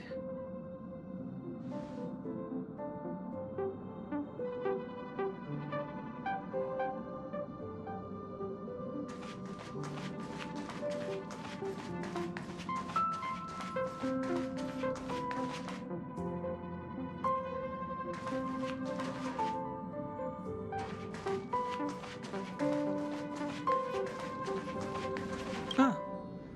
For some reason, I'm suddenly stricken by the feeling that we haven't crossed paths in quite some time.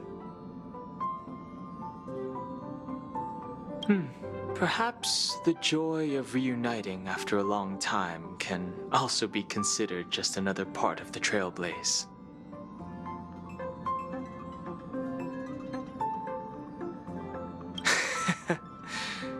Got it.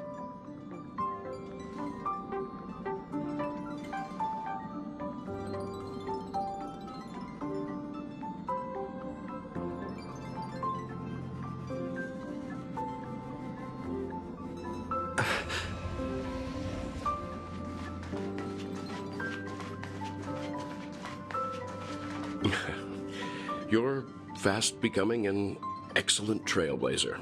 It's an honor to be able to watch you grow.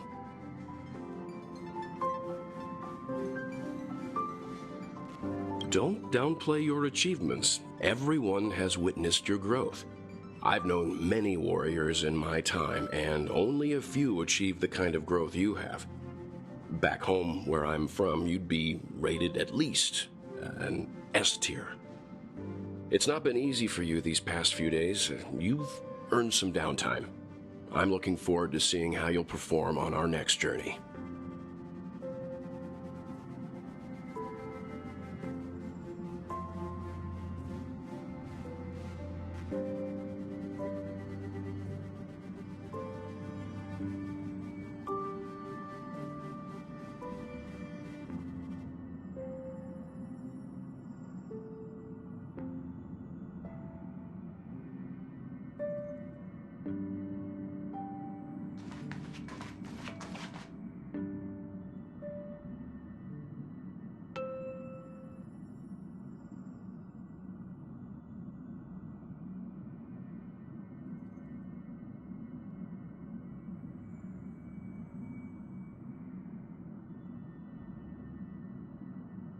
Come to think of it, this trip to Penacony was the first time we trailblazed together, wasn't it?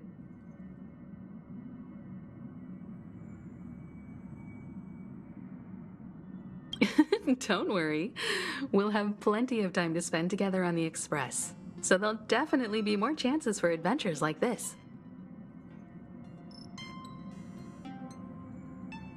Turn in early today. You've really been pushing yourself hard recently. If you don't take this chance to recharge, it could lead to long-term problems. It seems fine when you're young, but it's a different story as you age.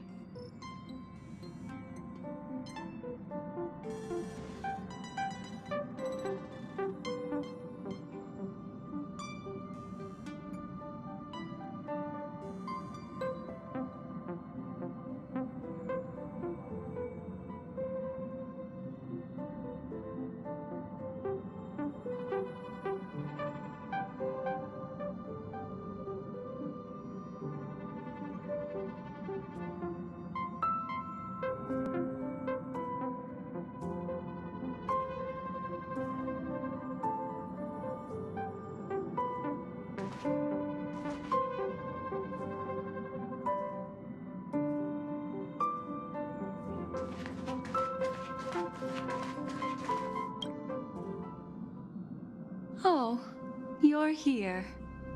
Seeing your reflection among the stars in the porthole really does seem somewhat surreal. How about it? This journey of beautiful dreams. Was it to your liking?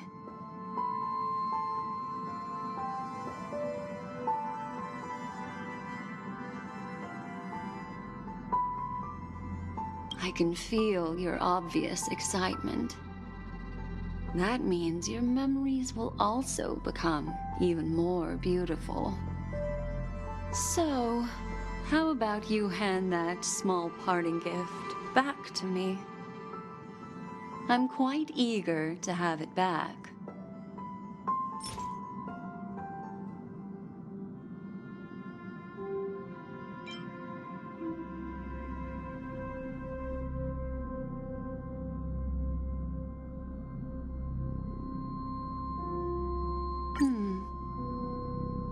Oh? Never mind. I just stumbled upon a particularly fascinating spot in your memory. Before I explain, I would like to apologize to you. This farewell gift I gave you isn't really a compass from the memory zone, but merely an empty light cone. Remember when we entered the hotel in the dreamscape for the first time, and I procured a few trinkets from your companions? Their functions are similar. This way, I can always be attuned to your location, ready to assist immediately if you encounter any threats. But this is not its most intrinsic function. Light cones are slices of light used to encapsulate solidified phenomena. This empty light cone is the same. It can etch your memories in their most vivid form, and then allow me to admire and manipulate them, turning them into unique mementos.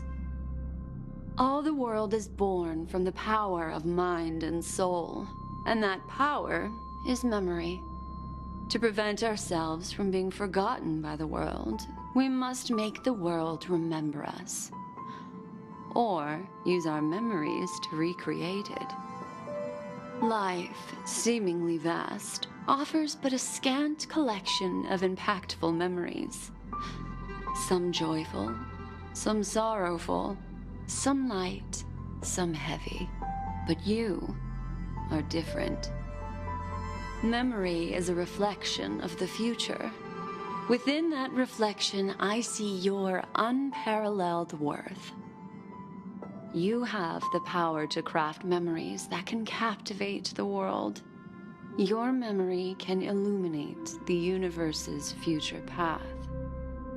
And that memory will be as scintillating as the star clusters you see in this portal.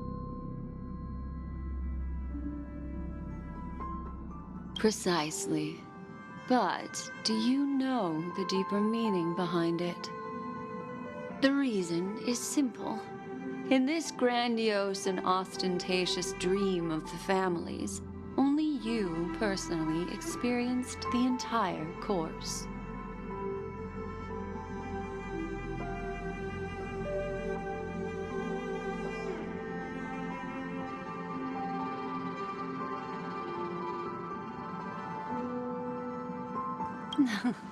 Patience, my friend. I will reveal the answer to you, but that time is not now. Turn around and take a look at your friends. Every one of them is reveling at the arrival of their next destination, all filled with hopes and expectations of their own present and future. Revealing everything at this moment would be a bit of a buzzkill, wouldn't it? I'm looking for an opportune time, a time when you're totally at ease. Perhaps when the night grows hazy and you're about to drift off would be the most opportune. How about one fine night? I will prepare the candles, aromatics, and even a cushy couch to create a cozy dreamland for you. And then I will tell you the answer in the form of a little bedtime story to lull you to sleep. Ahem. Hi. Hello. Attention all passengers. The express is about to make the jump. Please be seated and hold it looks like we're finally about to set off. There are countless gleaming memories out there waiting for us. Why don't we just leave it at that for now? That's right. As a small token of compensation for playing that little trick on you with the empty light cone, I will gift you with some words. They hold great significance to me. Life is akin to a winding labyrinth where memories serve as our sole companions. You'll remember these words dearly, won't you? In the year 2158 of the Amber Era, the first year of the new epoch, the universe resumed its intended trajectory. The kindling of conspiracy smoldered in Penacony, the land of the dreams. Failing to erupt into a blaze, it instead flickered briefly on Klapoth's anvil, before vanishing in the blink of an eye. The dead and those fated to die remain in their eternal slumber, while the living find solace in deep sleep.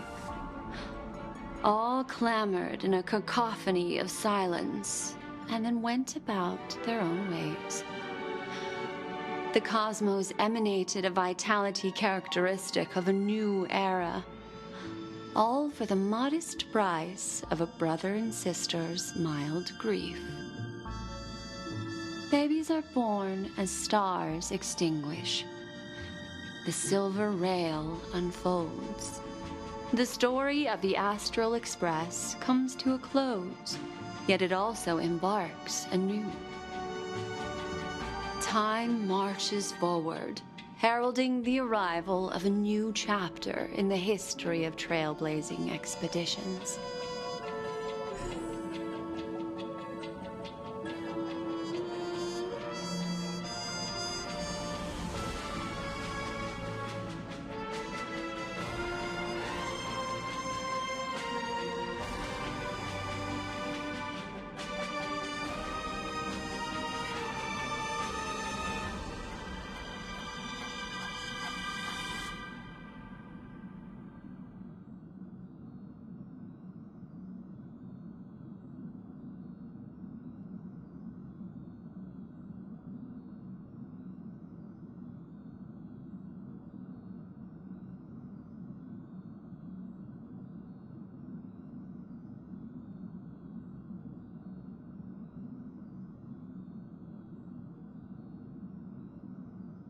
Countless shooting stars streak the sky tonight. If you can pick the right one, it will carry your wish to thousands of distant worlds. You're feeling very relaxed now, aren't you? So, then, it's time to tell you a little bedtime story. Well, let's start with a conclusion. The crew was defeated in the battle against Sunday. Everyone in Penacony failed, and no one survived. But don't panic. The truth, as horrifying as it may be, is not yet irreversible. There's still a glimmer of hope, and that's why I'm here. Next, I'll use this empty light cone that carries all your memories to relive everything that happened before. And when this story reaches its end, I'm sure someone as clever as you will notice that. There's a major flaw in the story you have experienced, yet within that flaw lies a glimmer of hope. Are you ready for it? Do you remember everything? When the clock turned back, the Express started a warp jump, sending you to a strange dream. You were bewildered back then, and then a Galaxy Ranger named Acheron showed you a way out. When you arrived at the Reverie Hotel, you met the doorman Misha and had a confrontation with Aventurine, an IPC representative. Thankfully, Acheron appeared again and helped you. After that, you saved Firefly and explored Penacony together. During the tour, you ran into Sparkle disguised as Sampo and accidentally entered a child's dream. There, I rescued both of you from death, but Firefly didn't return to reality. She realized the truth and tried to involve you in her plan, but that resulted in an accidental death. Even more unsettling, you soon encountered another murder. The 2 cases of death prompted you to investigate the truth behind the sweet dream. Despite your efforts to gather information about the 2 victims, you didn't make much progress. But you did learn about the watchmaker from Gallagher. Meanwhile, Aventurine was secretly carrying out his scheme, in which you were one of the pawns. In the midst of a fierce battle, Acheron revealed her true identity as an emanator of the Nihility and unsheathed her sword. That strike foiled Aventurine's plan and opened a passage between the sweet dream and the original memory zone.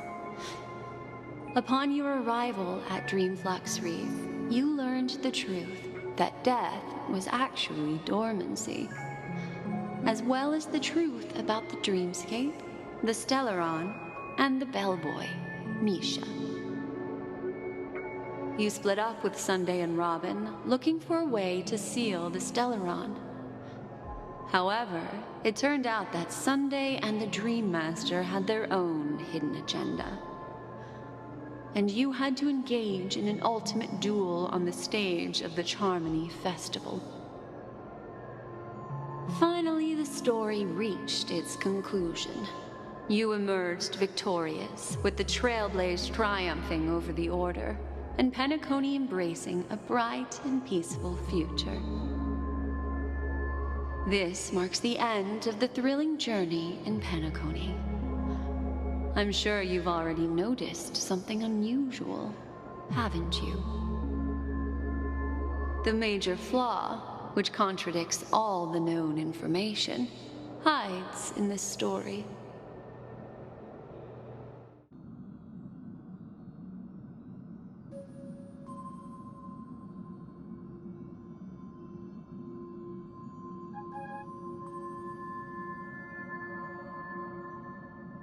Sparkle.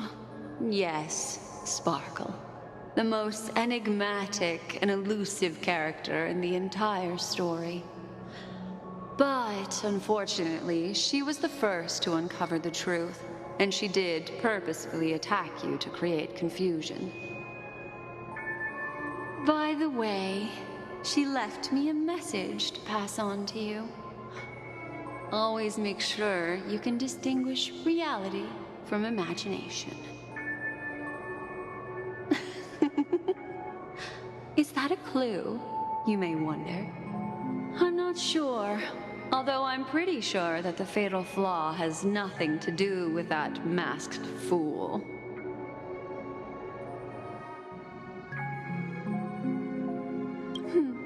Little Misha. Or should I call him the Watchmaker? He's only a segment of memory in a dream bubble, but his ambition for the Trailblaze led him to leave the bubble and embark on a grand adventure in Penacony. While Misha is a rather special memory zone meme, and he was granted power by the Trailblaze, there's still one thing that he shouldn't be able to do. A life born in the memory zone could never manifest in reality. So, why did he appear in the Reverie Hotel in reality? The answer is simple. He harmony is the one fatal flaw that contradicts all our known information. This means that you, who wholeheartedly believe in this memory, are still trapped in the dreamscape at this very moment. Wake up, sleepyhead. Break free from this eternal dream and return to the real world. We'll find our answers there. The train is about to make the jump. 5, 4, 3, 2.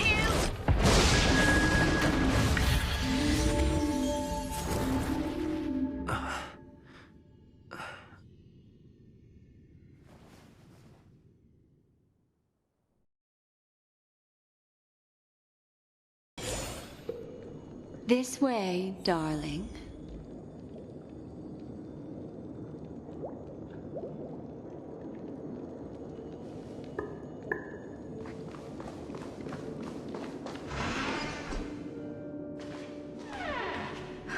Not another one.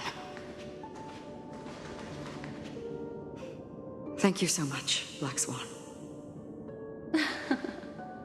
Finally, I can breathe a sigh of relief.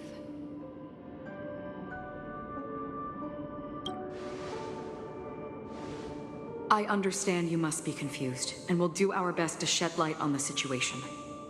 However, before that, it's essential to know that this place is the rift between dream and reality. A place reserved only for those who have awakened from Enna's dream.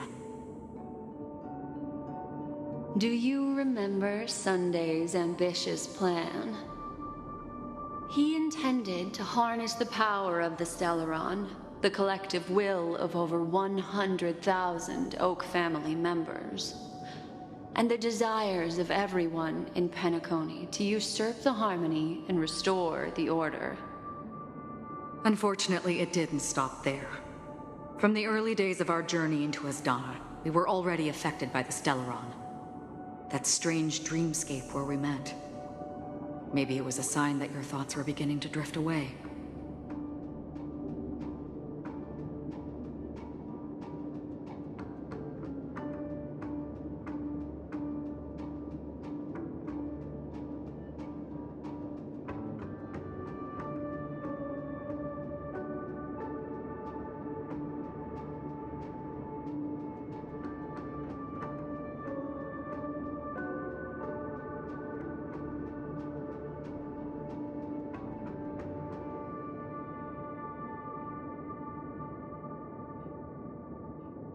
I don't think the goal of the Order was to put everyone into a deep sleep.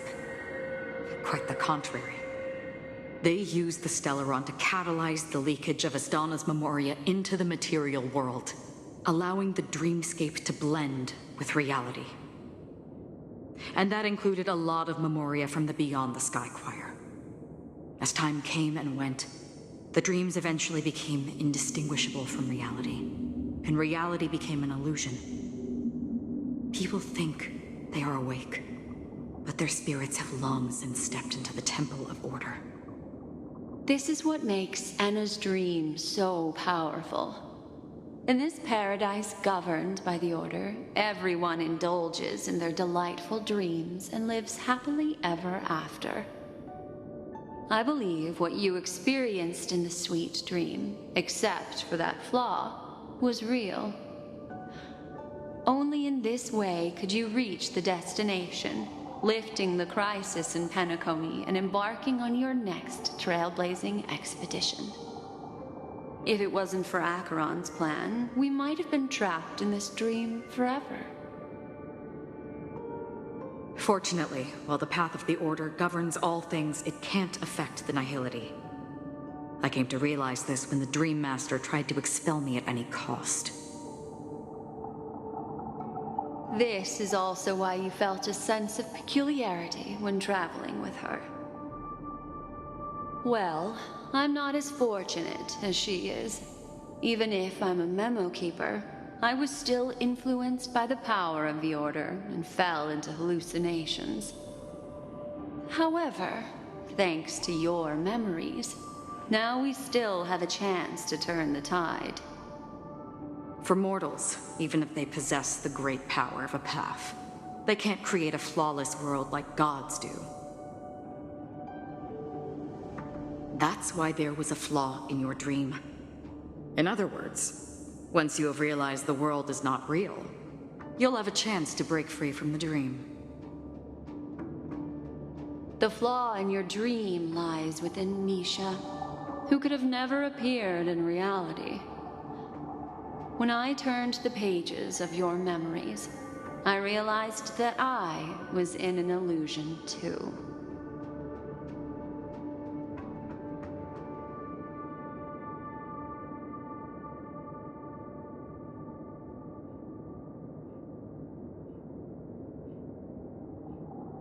Now Sunday has usurped the power of the harmonious choir through the Charmony Festival. As Donna has thus fallen into Anna's dream, transforming everyone equally into the notes of the Eon. Failure doesn't mean weakness. Only the strong can gather the will to resist the Order and try to break free. We still have a chance, though. To make it happen, please, Black Swan, guide us to those with a strong will. All right, please come with me. These people are... They're the ones who accept Anna's dream and indulge in their happy illusions. We have no means to wake them up now. Not even your clockwork will do the trick. However, there are still other things we can do. Let's keep going.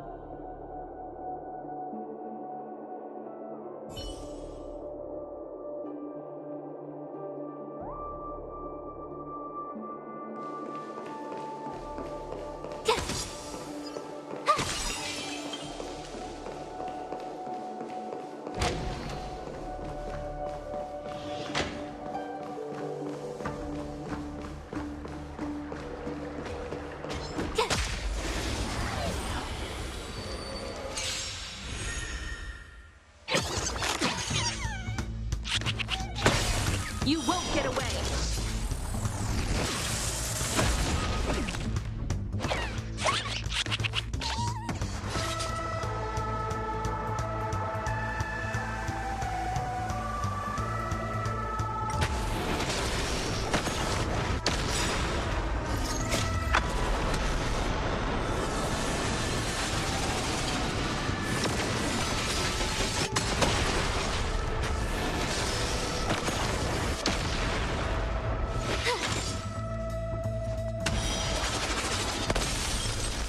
Bad shape.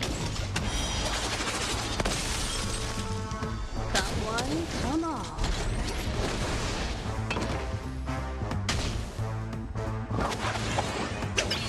I'm okay.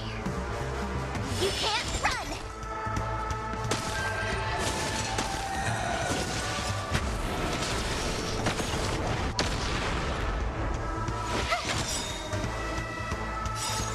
Check out this awesome move!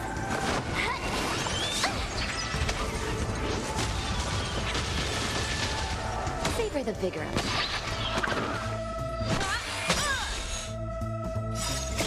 Humanity never conceals its desire to control the heavens. And I'm no exception.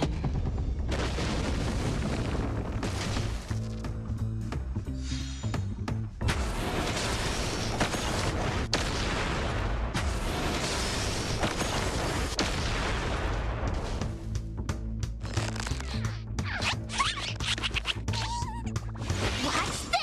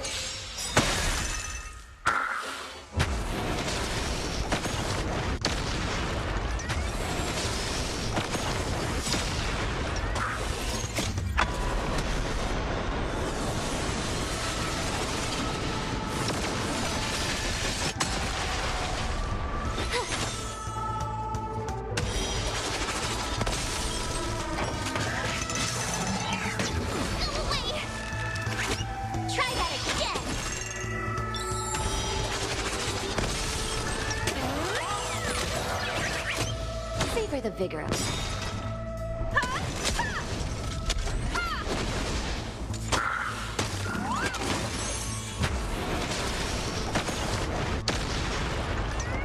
Stay right there while I give you a present!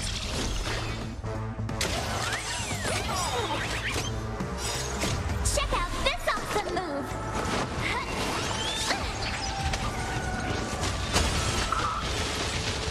You won't get away. Nap time. One at a time. Humanity never conceals its desire to control the heavens. And I'm no exception.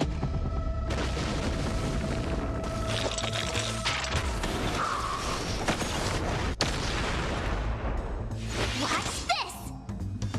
You're in bad shape.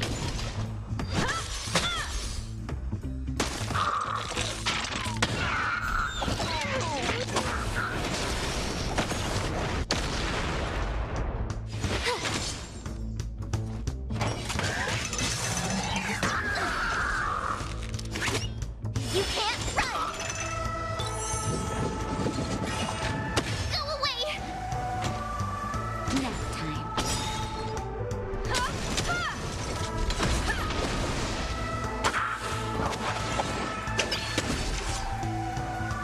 Try that again!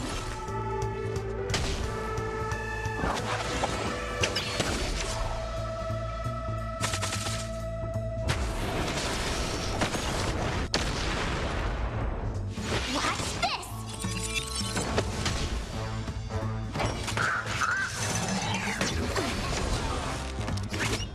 You can't run!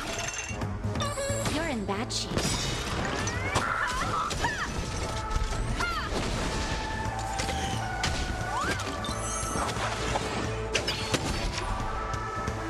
Try that again! Just a little something. Think nothing of it.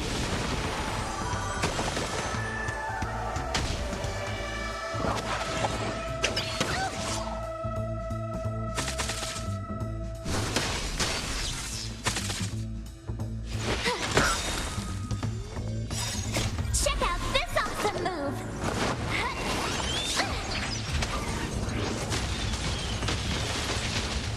Savor the vigor of life. Come one, come all.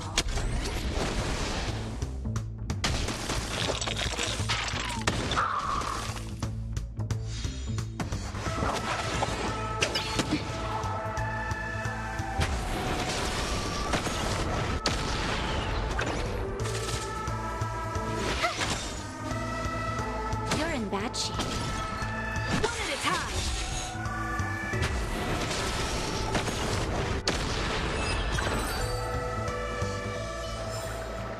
You couldn't have done it without me.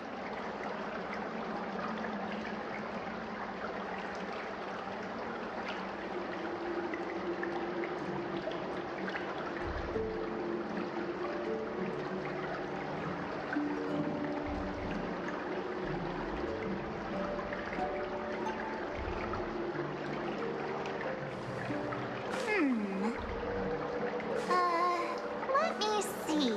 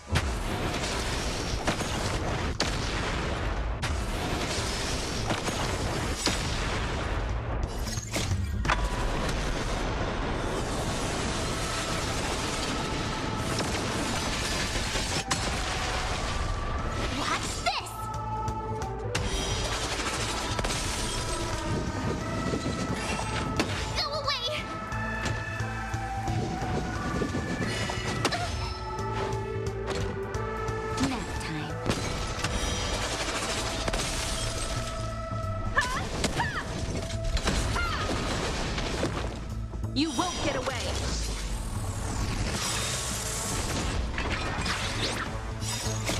Humanity never conceals its desire to control the heavens, and I'm no exception.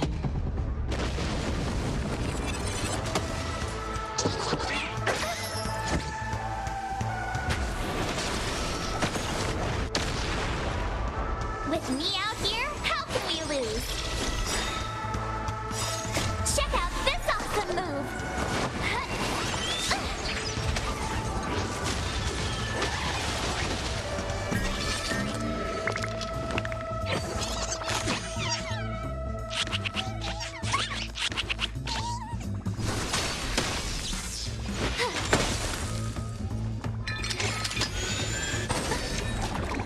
Try that again! Here comes the medicine.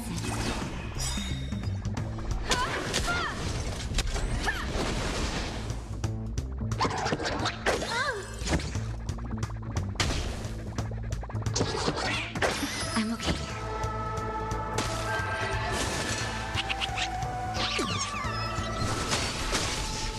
You're in bad shape. One at a time.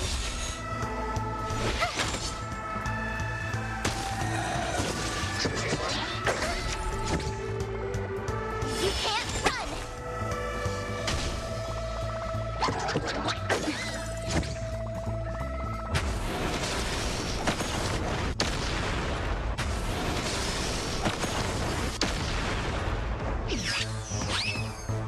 Nap time. You won't get away.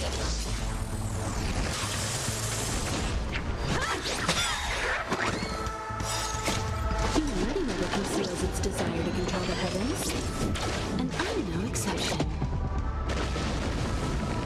Stay right there while I give you a present! Check out this awesome move!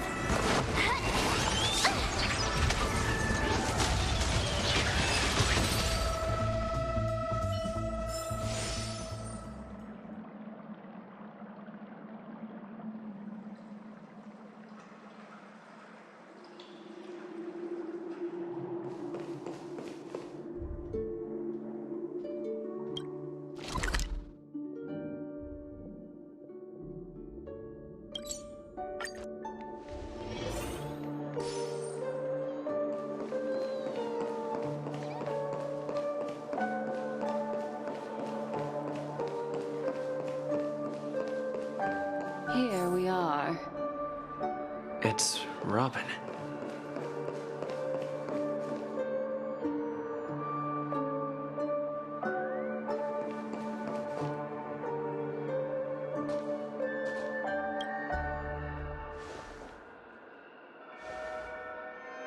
Finally, you've arrived. Let me introduce you to Robin. She woke up from Anna's dream by her own will, and it's this tough lady who led us here with her song. I woke up for the same reason as all of you. In the dream, I experienced something that could never occur in reality. Are we going to lock it up in a cage? I want to see it fly freely in the sky. Without us, this bird would be too fragile to survive on its own. Do you want it to die? No, but... Then let's take care of it together until it can return to the sky. Huh? Birds have wings because they're meant to fly. Even if they may crash on the ground one day, they shouldn't be trapped in a cage. Birds belong to the sky, so we should help them return there, right? The illusion was so impossibly blissful that I realized it was just a dream. And this is our final hope. Anna's dream is founded upon the harmonious choir, namely everyone's shared wishes. It will only materialize once the aspirations of all beings in Penacony merge as one. At present, it has become impervious due to people's desire to remain slumbering within the dream. And in order to destroy it, We must make everyone in Penacony want to wake up. Now comes the tricky part. How do we do it?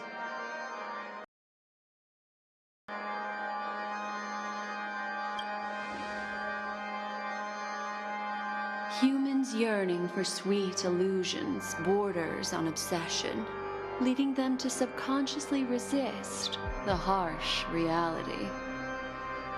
Therefore, I carefully selected a moment where he was completely unguarded, guiding him to uncover the truth himself to make him regain his consciousness. However, to wake up everyone in Penacony and get them to share the same determination, that would be nearly impossible. Indeed. I'm afraid it's almost as difficult as resurrecting an Eon. But we can't just stay here and do nothing. This is a critical moment for the whole universe. Who cares about some dumb number?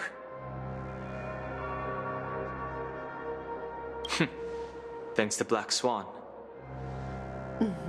You're welcome. And thanks to the memo keepers in Penacony, too. I believe your partners have also awakened from their dreams. This is the first step of our plan. With the assistance from the Garden of Recollection, those who possess a strong will, like you, will gradually awaken from the dream. These free wills are the discord that will sway Anna's dream. However, awakening a mere handful of individuals is insignificant compared to the vast number of people immersed in the dream. We must find other ways to awaken the free will of millions of people within a short period of time. If breaking through from the inside proves challenging, we can seek assistance from the outside. We've long been aware of a potential solution. Asdana is a galaxy known for its abundant memoria and the remarkable phenomenon known as synesthesia dreamscape. When people first enter this place, they often find themselves and others sharing a collective dream. At this very moment, there is only one dream encompassing the entire Asdana system. So, you mean, if we can attract a large number of outsiders to this system, their free will would intertwine with this dream and shake it to its core? However, those outsiders might also succumb to the dream and become the foundation of the Order instead. The real challenge is, how can we gather a huge number of people as determined as you within a short period of time? Looks like the Jade Kiss of Allying Oath will be the only solution. No need for that. Keep your once-in-a-lifetime treasure. We don't need to bother the Cienjo Alliance for such a tiny request. You want thousands of people with unwavering free will? That's easy. Just leave it to us Galaxy Rangers. You can gather Galaxy Rangers? Outsiders may see Galaxy Rangers as elusive and disconnected individuals, and actually, they're right. And that's why we have a tacit understanding among us. Do you know what it is, Acheron? It's the relic I returned to you. Exactly. Its owner must have told you that it's meaningless to anyone other than a Galaxy Ranger, and that it can only fulfill its purpose when returned to its rightful owner. Because it's a burial artifact, worthy only of a hero who has served the Galaxy Rangers with honor. When its light illuminates the universe, it means the fall of a hero. And in the direction it falls, countless meteors will streak across the sky. Those meteors are Galaxy Rangers, coming from all corners of the cosmos, driven by a shared purpose. without questioning the cause or counting the cost. Because we abide by a bottom line. The shooting stars of the hunt only descend on the longest night, and with them comes the dawn. We've stayed silent for far too long. Now, it's time to remind all the cowards, oppressors, and villains of the universe of our presence. I'll be the one to ignite the first spark. Once the dreamscape is swayed, I'll complete the second step. I'll fine-tune the slumbering souls with the Song of the Harmony, interrupting them with the discord of Trailblaze, and guiding them towards reality. It's true that some people are born strong, and others are born weak. If the Trailblaze is the target of heroes, then the Harmony will guarantee that the strong help the weak. Only the people of Penacony themselves can be the saviors of their homeland. Their path of happiness should be forged by themselves. While I may not be a nameless, I'm willing to instill courage in all those who need it. This includes my brother as well. Anna's dream is too cruel for him and everyone else.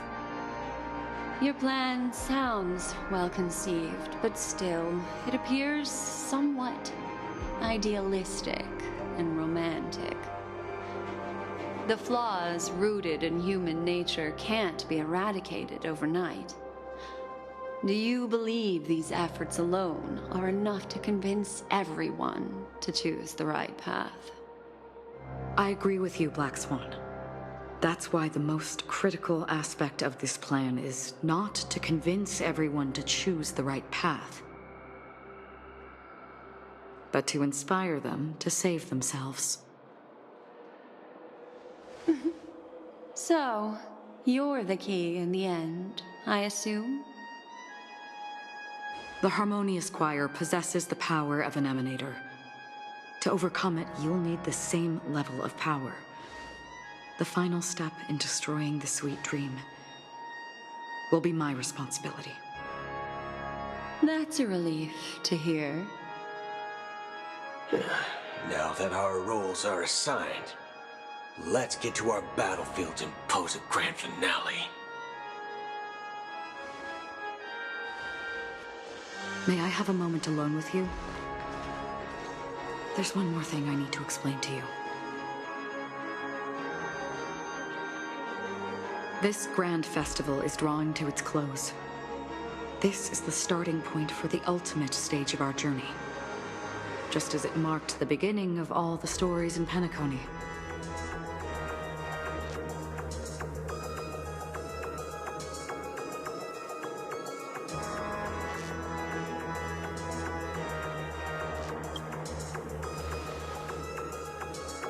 Indeed. She was the first to discover the world beyond the shores of death, and shared this truth with all of us. There's something you should know. We were able to locate you within this boundless dream, and find the key to breaking free from the dream. All because of one person's unwavering dedication. Firefly. She awakened from the dream ahead of others, discovered the Express amidst the stars, and brought us valuable information about the remnants of the Order. She may have been aided by the script, and it came at a cost. As you know, Firefly is a stowaway who entered the dreamscape in a different way from ours. Without the dream pool in the hotel or assistance from the family, she can only awaken from this dream in one way. A real death. We mustn't fail her determination. I'm not implying that we must win this fight no matter what, but our resolve should match that of that courageous lady. Are you ready?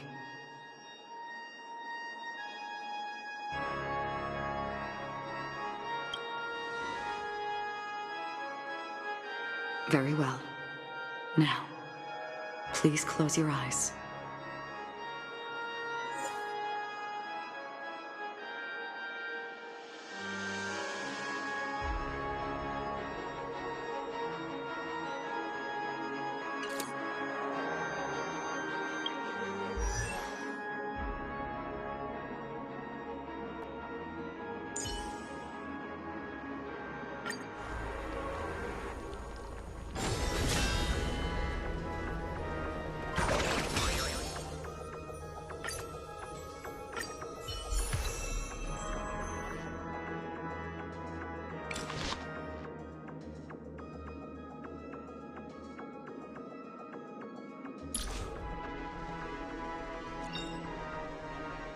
Unknown to each other, yet united in purpose, we make the same choices.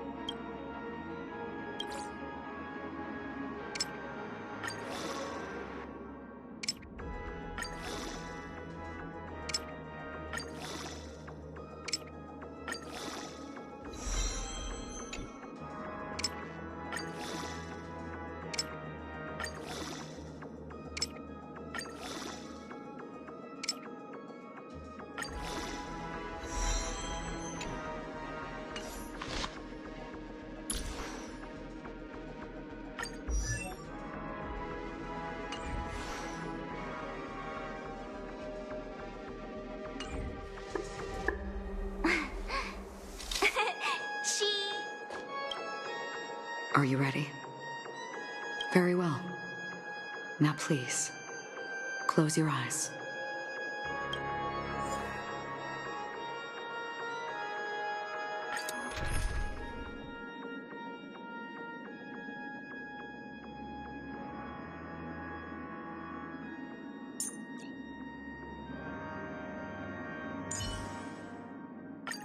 Make sure to keep yourself safe this time, March. And remember, we're all in this together.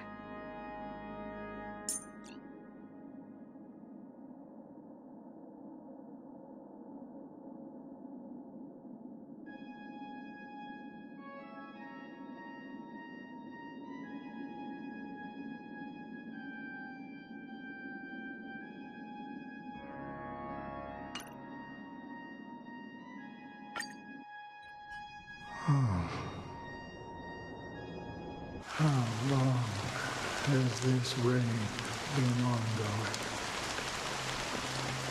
If I remember correctly, it has lasted for decades, or even centuries. The unwavering determination of the Hunt followers persists even in death. But thankfully, we've guided those lost souls to their lives beyond. They were heroes in their time. And they won't be reduced to puppets of the nihility in their death. You see, the shadows on the sea have vanished. Do you remember? He once said that the sky would clear when the regrets of the departed had faded away. But it's still raining. I know. So, why is all this? Why did this rain choose me? Because someone's regrets haven't been fulfilled, perhaps. Mortals who walk the paths are like sailors on a vast ocean, leaving behind a trail that creates countless ripples of possibilities. These ripples last longer than the fleeting lifetimes of humans. And for some, their presence leaves such a strong mark that it's reflected in the waves. Sin-thirsters, the obsessions of the Pathstriders. They emerge from the depths of Ix, seeing themselves as masters of their own destiny, unknowingly repeating the actions of their past lives. They emerge from the nihility and head toward it, leading purposeless lives. However, these hollow phantoms, they have journeyed with me for such a long time. Oh. So this is how it ends.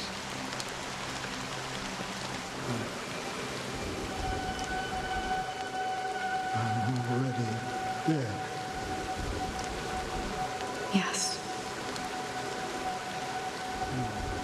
Are you watching over me? This is my duty as the Watcher of the Acheron. I'm guarding the path to the abyss of the nihility, guiding every soul reluctant to become one with it. Back to this side. But if this is what the departed ones expected, should you try to change it? I don't know. But someone once told me that when the inevitable moment came, he hoped that someone would stand at his grave and place a bouquet of flowers. Even if it doesn't make sense at all? Some tasks have to be done, even if they are pointless. I have experienced that much already. Please extend your hand and then close your eyes. I'll carry your wish with me and fulfill it. Only then will I be able to put an end to the final regret by the Dead Sea. Will I ever see them again? Yes, that is certain. Because it was you who told me about the Express, your 2 former companions. The expedition cut short by the swarm, your narrow escape from death, and your encounter with the Galaxy Rangers. And Penacony, the hometown to which you could never return. Yeah. For countless times, I got rejected by the family and had to pass it by. But I knew that my companion was still there. Alone. Mikhail, are you still there? Take my hand and come with me. We will leave this place. You'll embark on a long, long journey, shrouded in darkness. But fear not, as a touch of red will be awaiting you at the end of the path. That's the color of existence. Follow it, and it'll guide you and illuminate the way out. By doing so, you'll eventually reunite in the warmth of the sunlight. Thank you. May death be the end of your boundless dream, guiding you back to the waking world. Welcome to the horizon of existence. This place is one of the thousands of manifestations belonging to the sleeping and shapeless. And it's also an exit out of the nihility for the awake ones. Let's bid our final farewells here.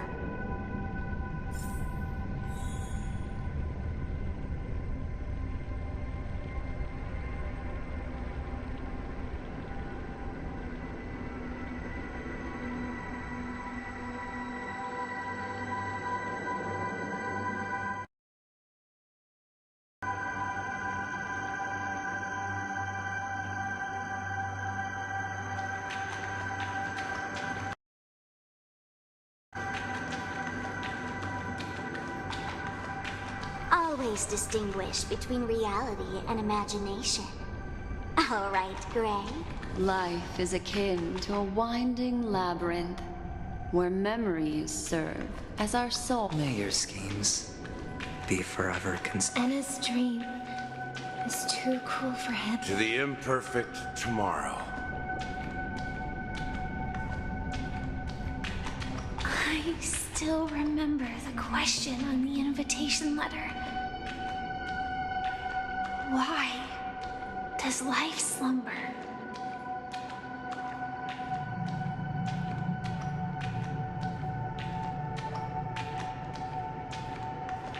Why does life slumber?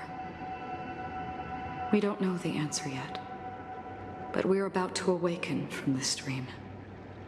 Or perhaps such is the answer itself. Leave this place, return to where you belong, and awaken Penacony from this dream.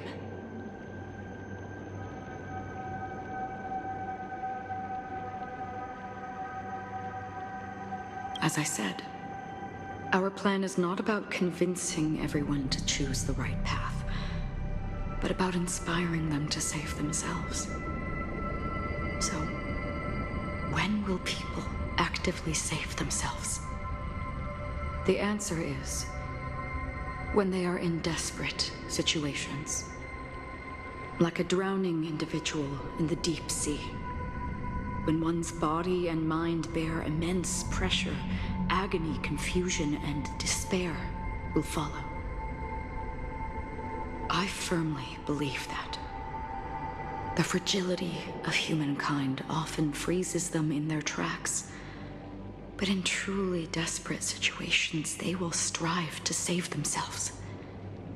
And now, Penacony has enough heroes to lead them forward. It's through this inherent, self-centered instinct that people exert their utmost effort, even when they know their struggle is fruitless. As absurd as it may seem, it's their resistance. As for now, it is time to guide them, not as a savior, but as a nameless among those mortals. In this way, you will reunite in the warmth of the sunlight. The rain is intensifying. Before we part ways, please allow me to ask a few final questions. So far, you have forged unbreakable bonds with numerous individuals and entities in the Sweet Dream. Might I ask if you fear severing these bonds with your own hands?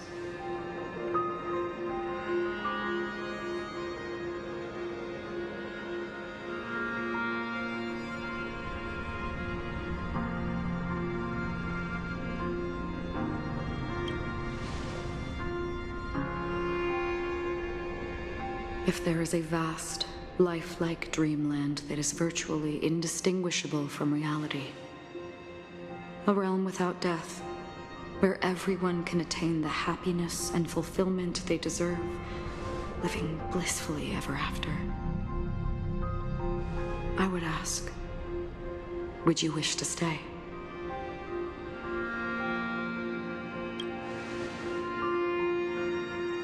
Imagine if this splendid dream were fated to fall apart.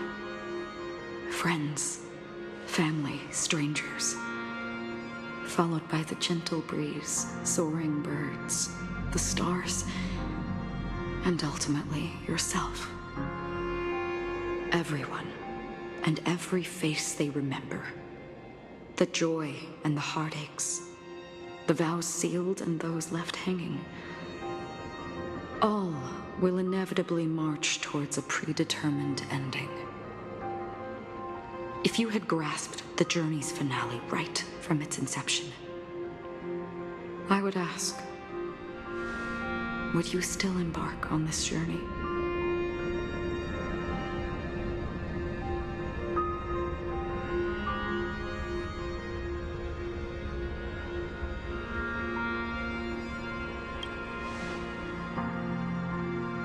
I'm glad.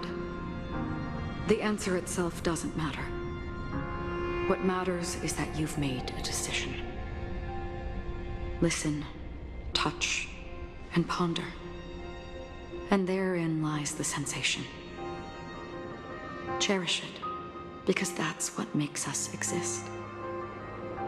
Such is the only answer humans can offer when facing the nihility. If the nihility represents the primal fear of life, rendering any lofty convictions insignificant under their imposing shadow, then behind this shadow, there must exist the most fervent source of light in the world.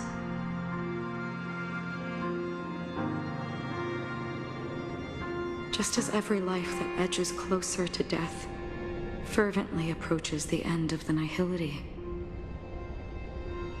we must pursue that primordial light. Now come to think that you exist in the nihility, and you watch over others to depart it. Such a task is absurd and meaningless. Nevertheless, someone had to do it. As for the meaning you mentioned, even if it's a meaningless task, I've come this far, haven't I? Even if the future you forge may not even belong to you. It may not belong to me, but it definitely belongs to someone.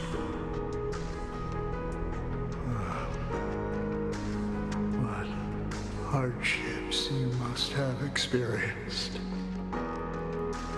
In that case, allow me to do something meaningless too.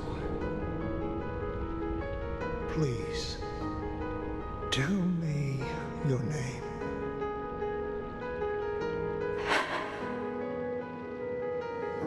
Perhaps my existence will vanish in the next moment, and nobody will remember this conversation or your answer.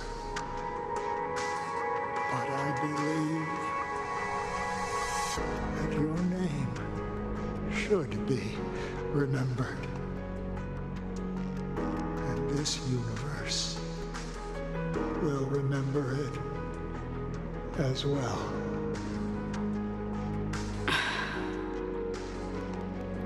For me, some things are difficult to recall. Yet there are others that I find challenging to forget. Such is memory, a creation of the past that blossoms into significance in the distant future. I remember that marks the start of my journey. The origin of the vibrant red hue in my life, and the most fervent element amidst every tempest. That's my name. Raiden Ozenmori May.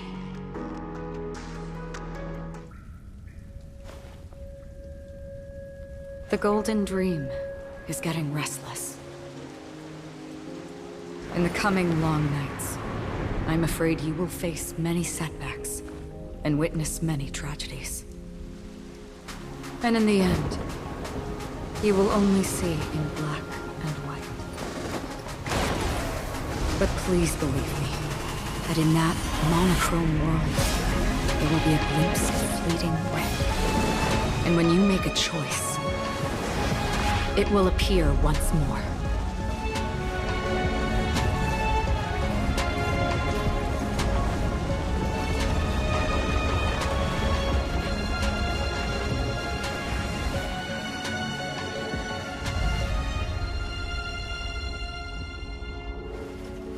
What you must do is ponder its significance, then return to the waking world.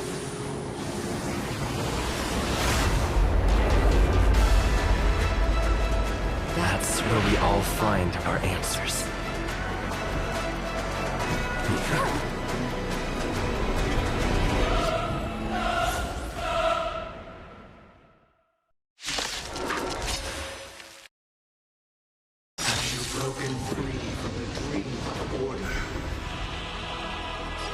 We've done enough sleeping already.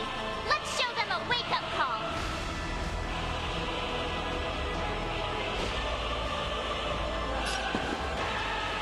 Awaken from your dream! My turn. With me out here, how can we lose? Naughty children, don't listen. You're in bad shape. Time for a detailed overhaul.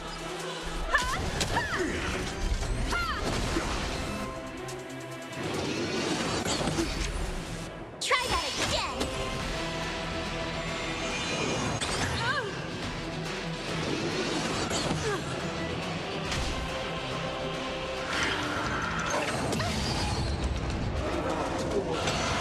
How can the weak be righteous?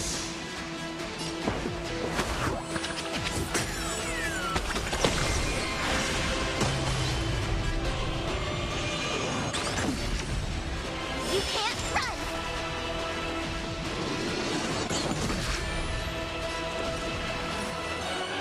Stay right there while I give you a present!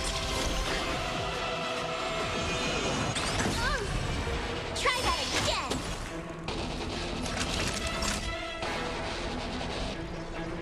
Savor the vigor. Disorderly noise! Rejection. Feel free.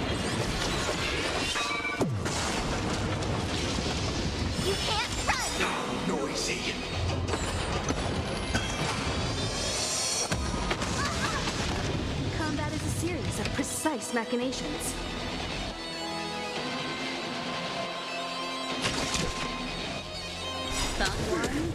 Noisy. Gotta try hard sometimes.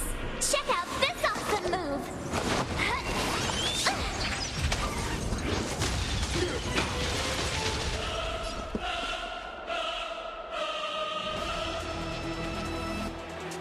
It's my turn.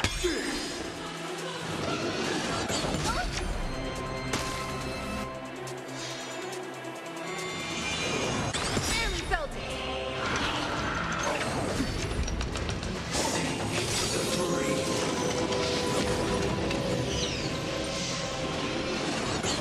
I'm okay. You have the worst luck running into me.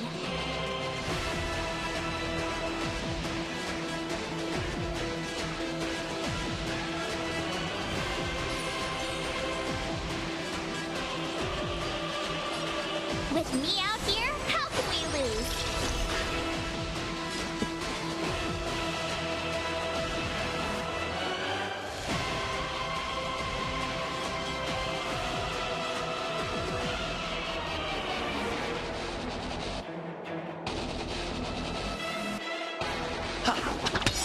Noisy.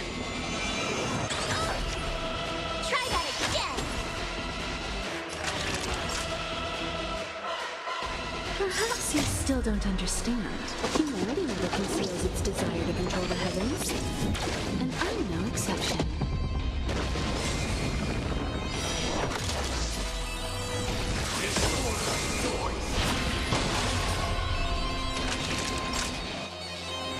Let's play our own melody. Show begin.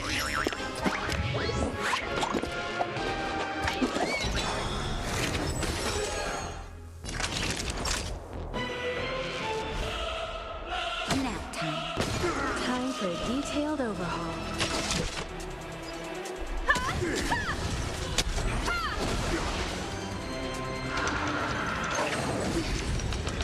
You can't run!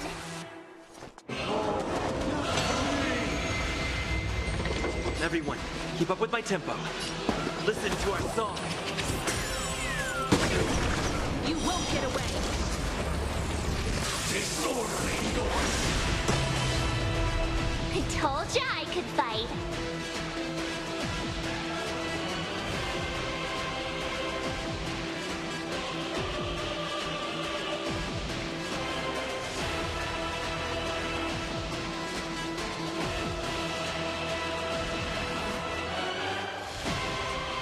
Watch this! Disorderly noise.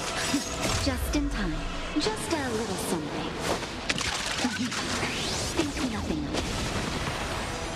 Great teamwork.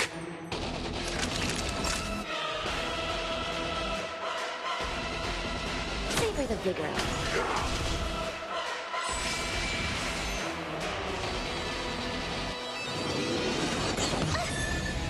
Try that again!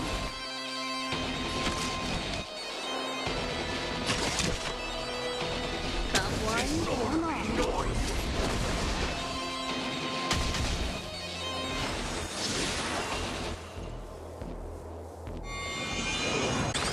I'm okay.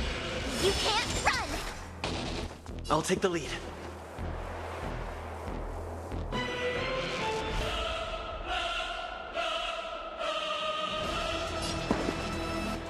Awaken from your dream! Disorderly noise.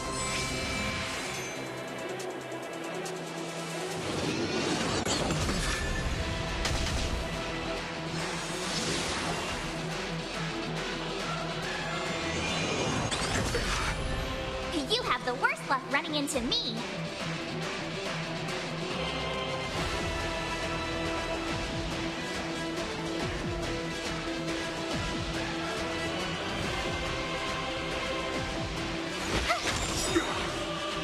Gotta try hard sometimes. Check out this awesome move.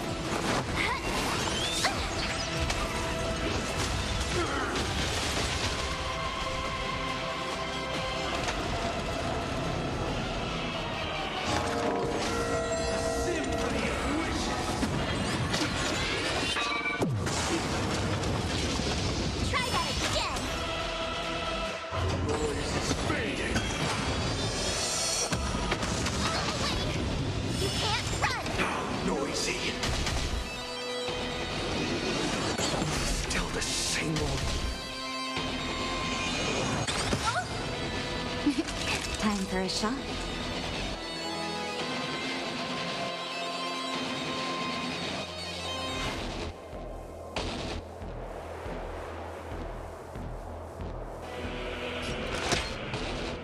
All better now? Much obliged.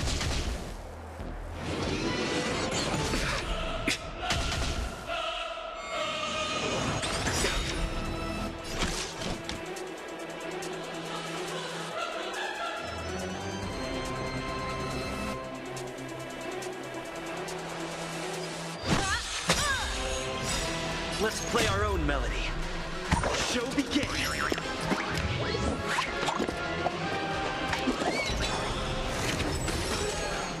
Everyone, keep up with my tempo.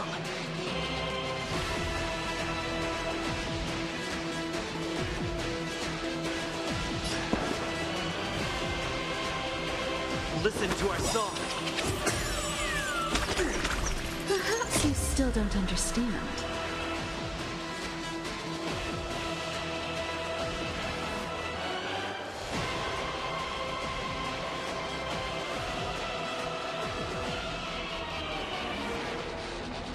Humanity never conceals its desire to control the heavens, and I'm no exception.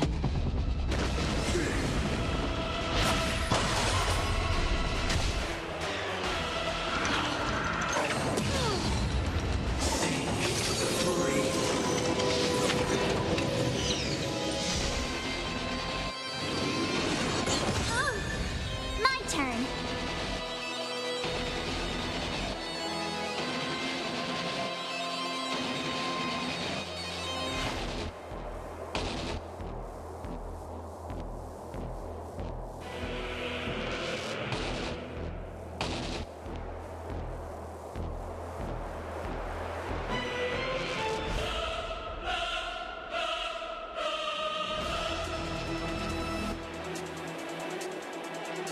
What's wrong?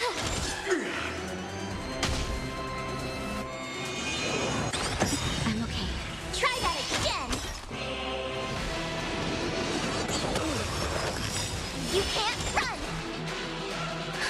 Just in time.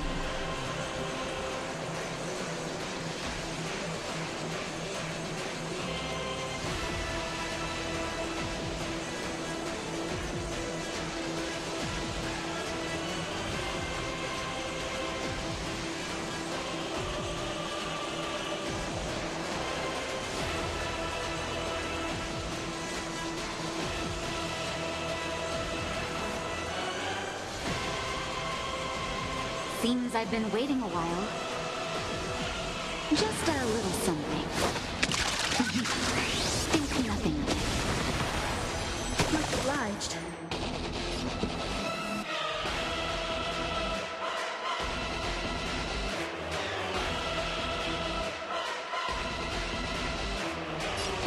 Awaken from your dream. Naughty children, don't listen. Savor the vigor. Disorderly noise.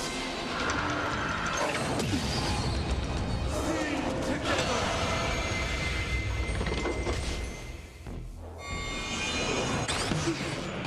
Combat is a series of precise machinations.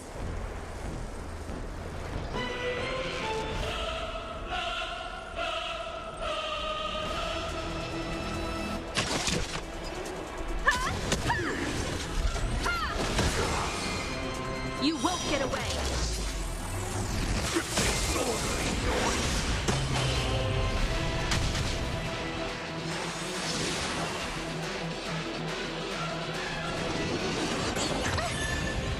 You have the worst luck running into me.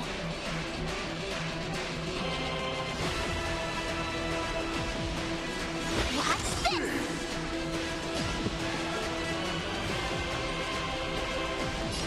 Listen to our song.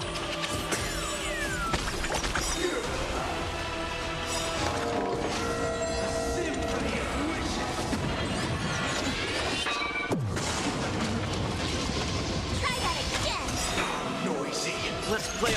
melody. Show begin!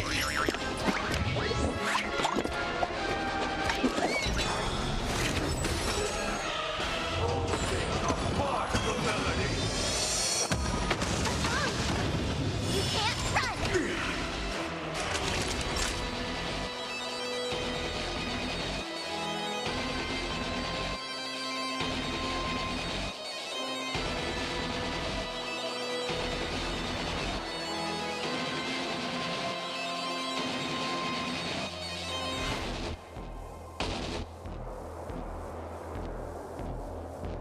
Nap time. Try hard sometimes.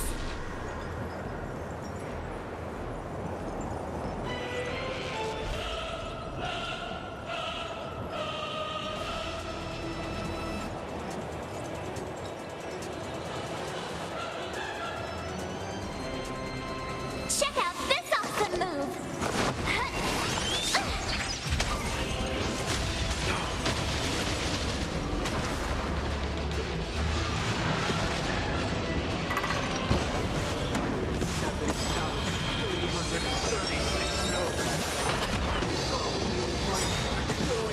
Glorious chorus and ascend into the heavens!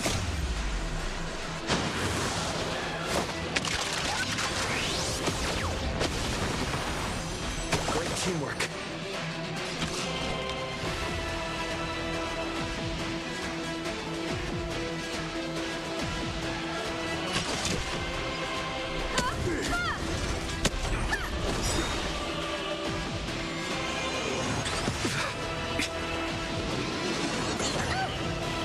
Perhaps you still don't understand.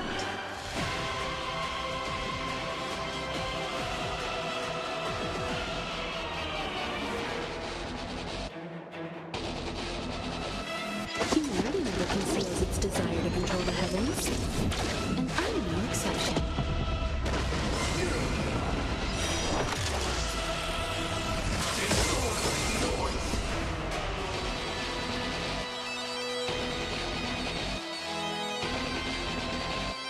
It's my turn. Noisy. My turn.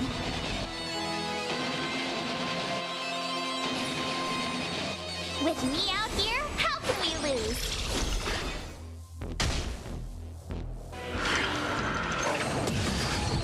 Try that again.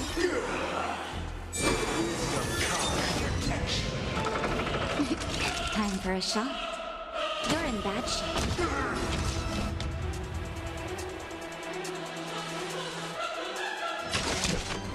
Come one, come all.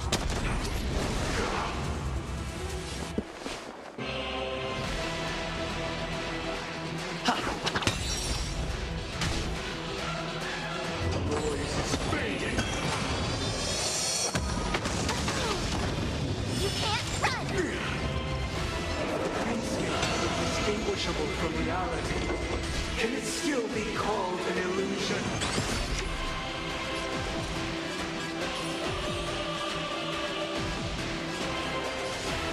Stay right there while I give you a present! Gotta try hard sometimes. Check out this awesome move!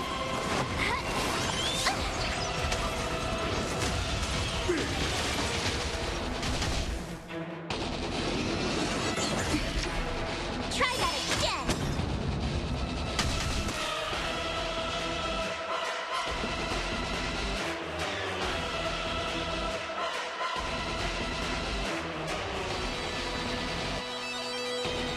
It's my turn. Naughty children, don't listen.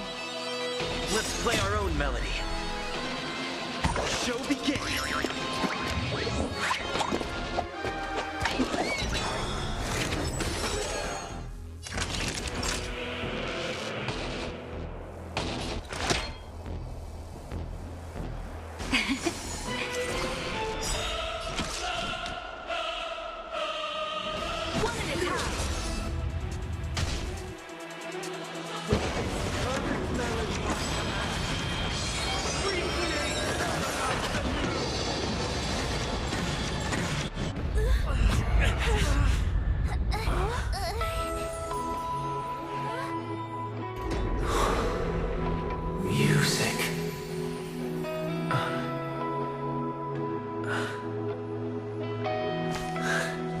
seems to be another kind of sound coming into the Order's symphony.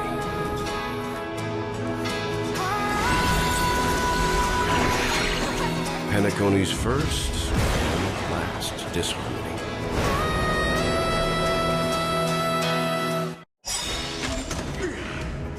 I'll take the lead.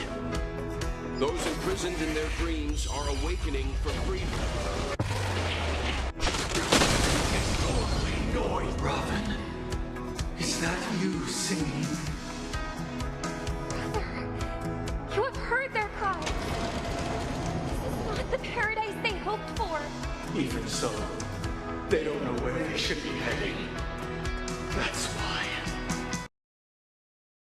I had to become the lone star in the sky to guide them. Even if that star must hang in a perpetual night of solitude. You will.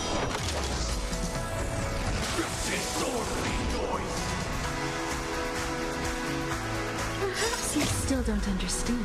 You already know that conceals its desire to control the heavens. And I'm no exception.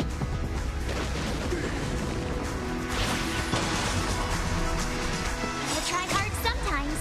Check out this awesome move.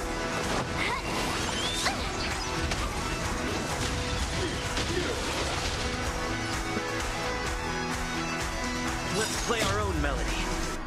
Show begin.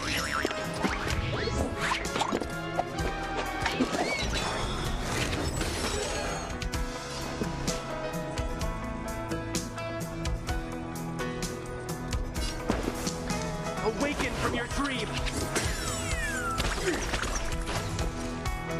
What's this? Noisy.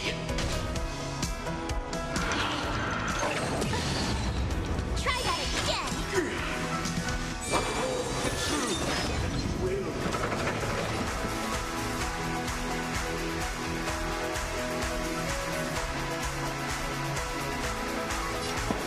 Listen to our song.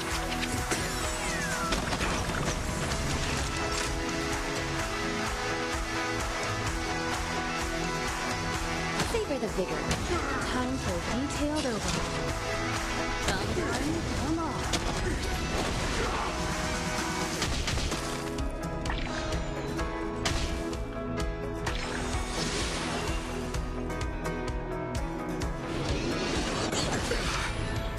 You can't run.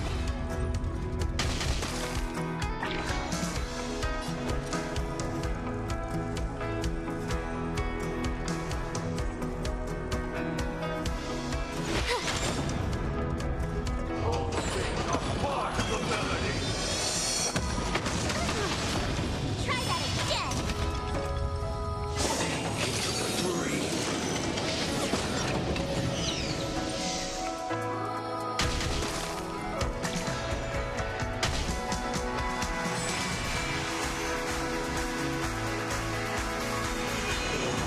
You're annoying.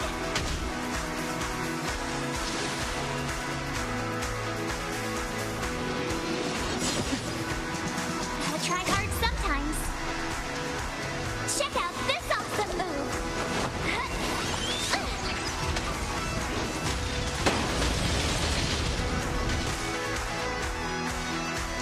Combat is a series of precise machinations.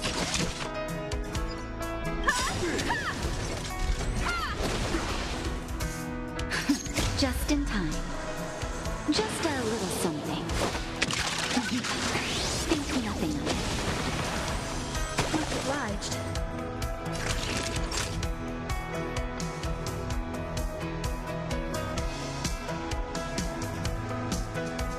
You're in that Disorderly noise. Have a noble soul. Don't be shackled by the past. You won't get away. Disorderly noise.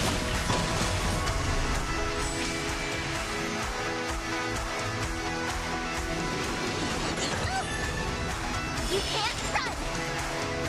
We will never choose to run.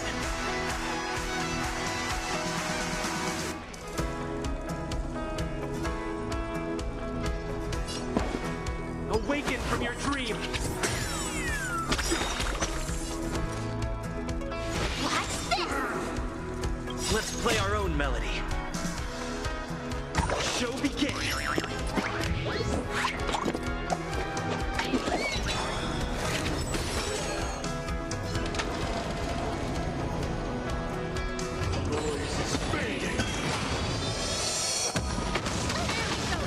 Try that again.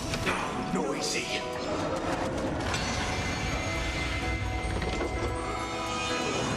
You're annoying.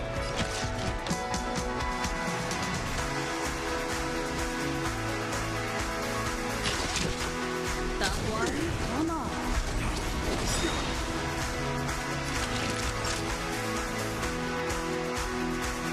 Perhaps you still don't understand. Humanity never conceals its desire to control the heavens, and I'm no exception.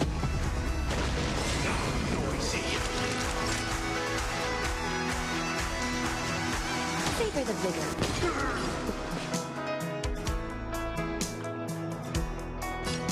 Listen to our song. You won't get away.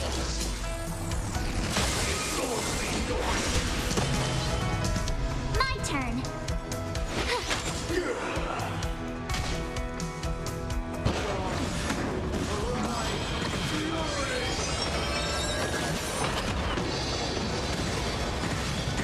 You can't run. Noisy. Gotta try hard sometimes. Check out this awesome move.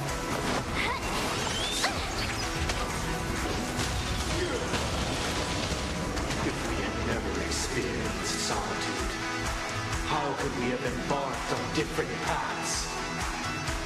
Now, our final talk has concluded. All the work of creation has been completed. The inevitable day has arrived. The embryo of philosophy will reshape for us all of reality. If your paradise can save more people, sever my path with your hands.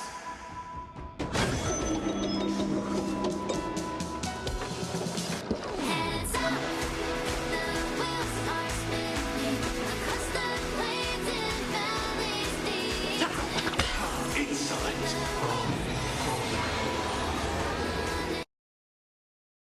I honor you.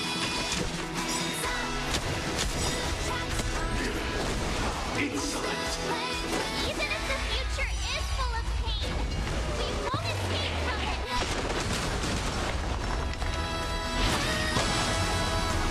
I swear.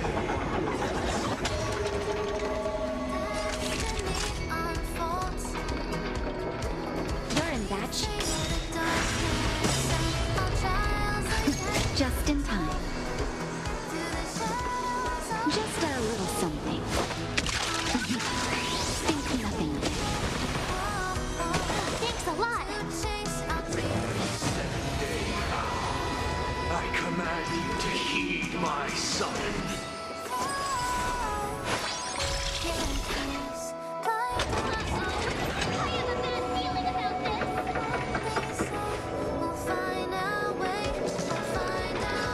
Awaken from your dream.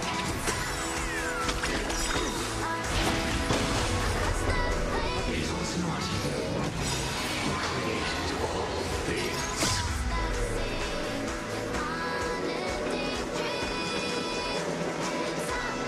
Show begins.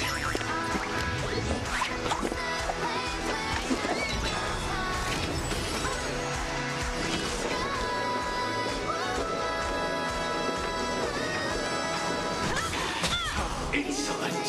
It was humanity that created you!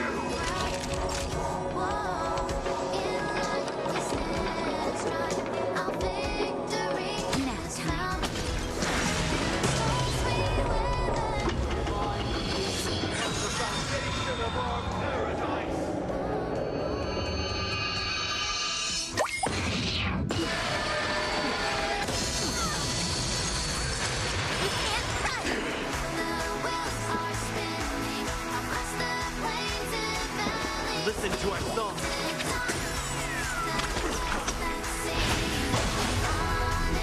You have the worst luck running into into me.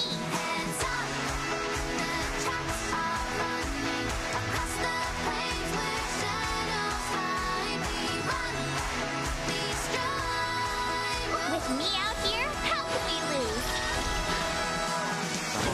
Solemn desire for order. Stop it! You want to achieve the paradise we promised. But the order is not the only choice.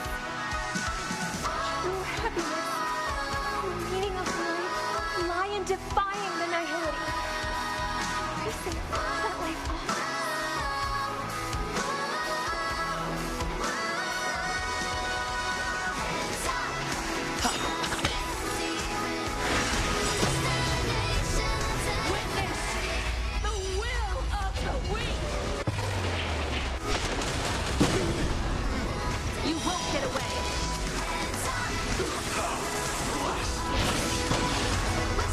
I have something for you.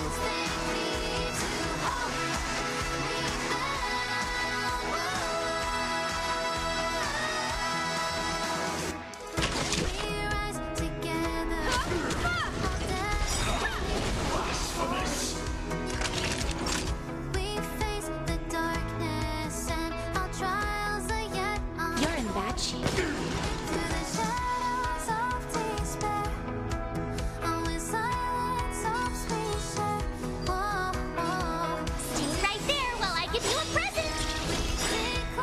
Perhaps you still don't understand.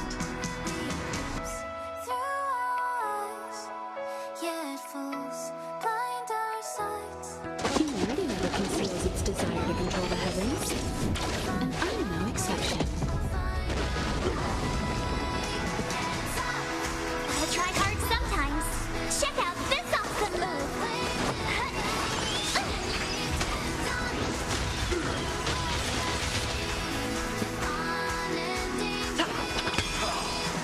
Combat is a series of precise machinations.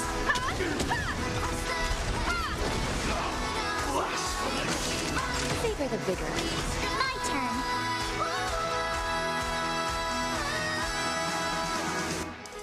In the face of fear and plight, and yeah, we hold our ground. Whoa. With me out here, how can we lose? Our victory is found in the storms we weather through. In the light of truth. Whoa, chains come heads up. The weakness of humanity cannot be redeemed by others. Time for a detailed overhaul. Come one, come all.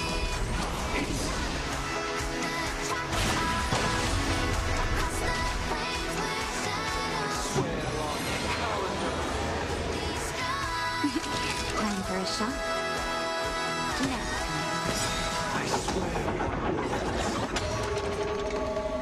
I'll take the lead. Listen to our song.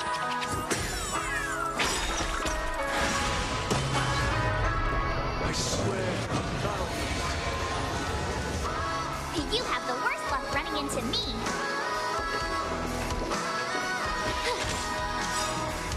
Let's play our own melody. The show begins.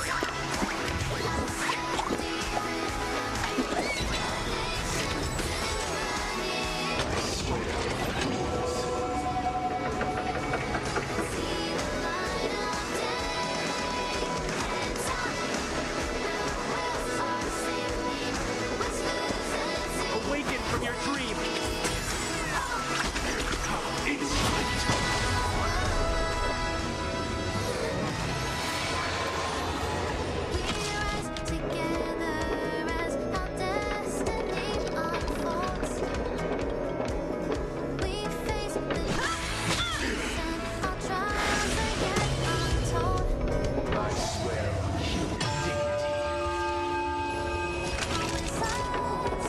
Savor the vigor.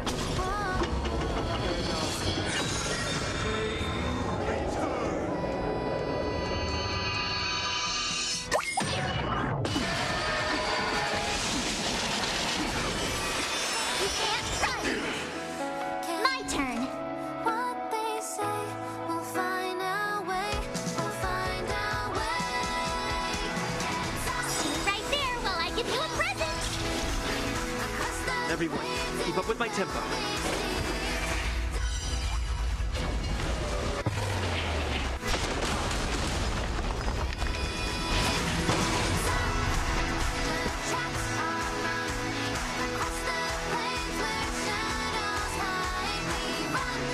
Listen to our song. You won't get away.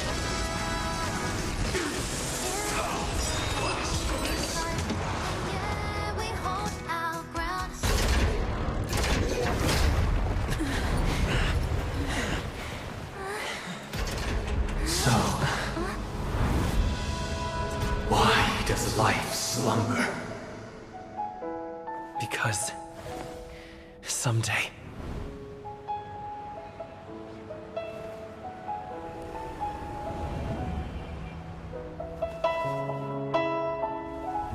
we will wake from our dreams.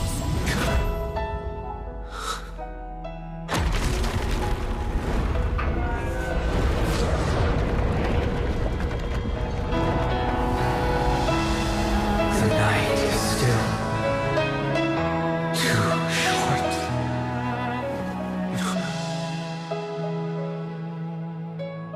Brother, the dream is over.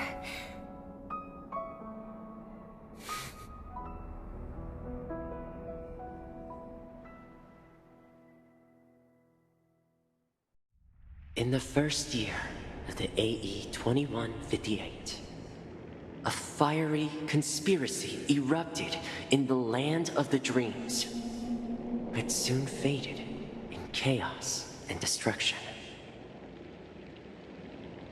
Whispers carried the tale of those fateful 48 system hours, when a sun teetered on the precipice of collapse. A paradise stood on the brink of destruction, and a world was poised to surrender to its new master. Amidst it all, a body decayed, a pack of vultures gathered, and a brother and sister doomed for long separation. And so, an eon succumbed to slumber once more. Some celebrated this fall, while others mourned.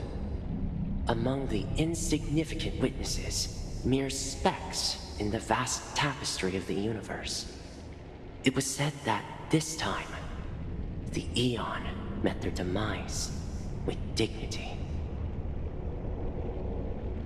As the cosmos bathed in the radiance of a pure dawn, a tempestuous storm brewed on the horizon. The chant of "All for the Amber Lord" grew ever louder. Yet, no matter how one contemplates it, time inexorably swings Klapot's colossal hammer in eternal cycles. The tale of the Astral Express reaches both its conclusion and a new beginning. Time marches forward, heralding the arrival of a new chapter in the history of trailblazing expeditions. Brother, do you think the stars will fade away? Where did that come all of a sudden? Because the constellation that looks like a bird, the torrent eagles, looks a bit dim lately. It's the Torment Eagles. Don't worry, it's still there. It's just it's located in the inner ring of Penacony and can only be seen when spring and summer overlap. As for the question you asked, I think stars do die, just like people. But do you know, sister? No star actually belongs to the present. The light we see from them is from a long time ago.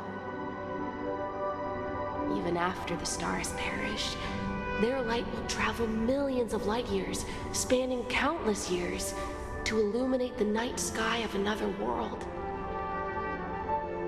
In our paradise, I believe there will be a star like that, shining with the same light. Its radiance will last forever, and its name will be happiness. No, not just one star.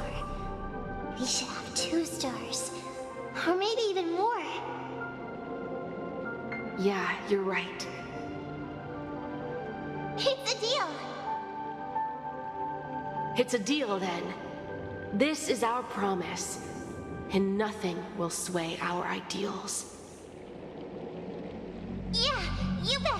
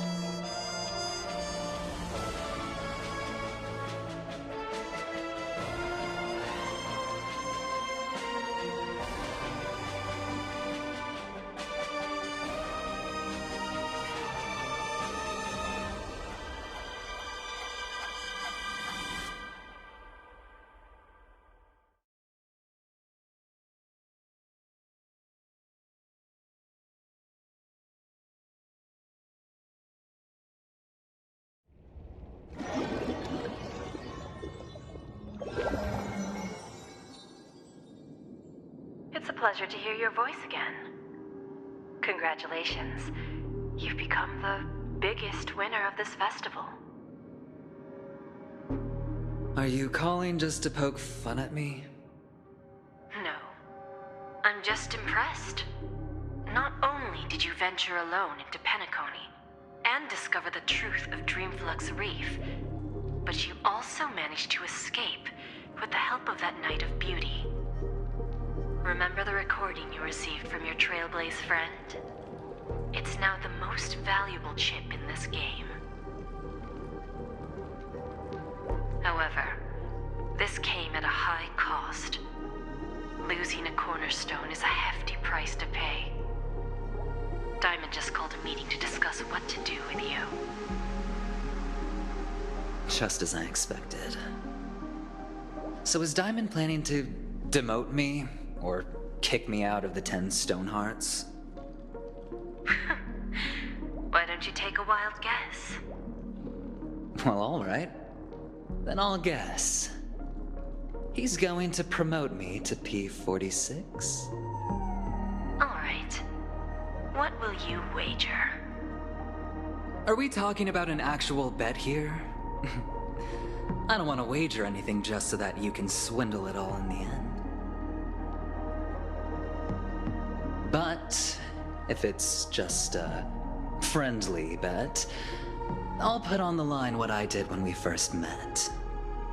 I'll bet my life, ma'am. Interesting.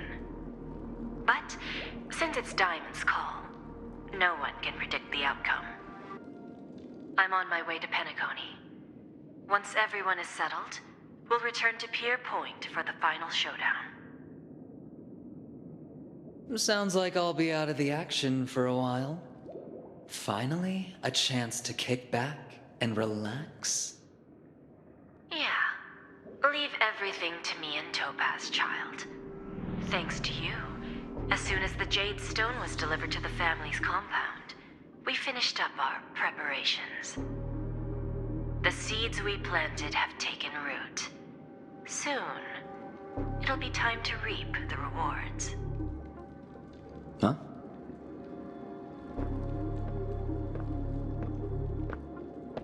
Let's wrap it up for now. Looks like I've got a visitor here.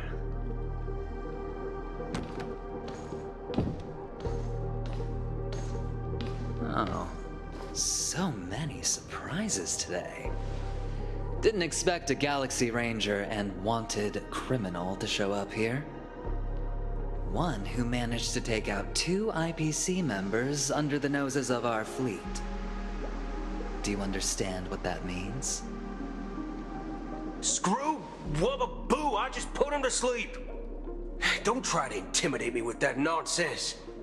Besides, I've taken down more IPC lackeys than the residual value you squeezed.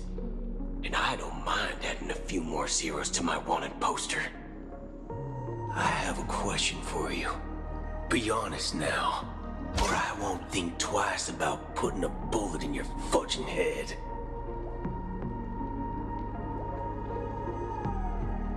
Tell me, where is Oswaldo Snyder? Wake up! Wake up! Hey, wake up!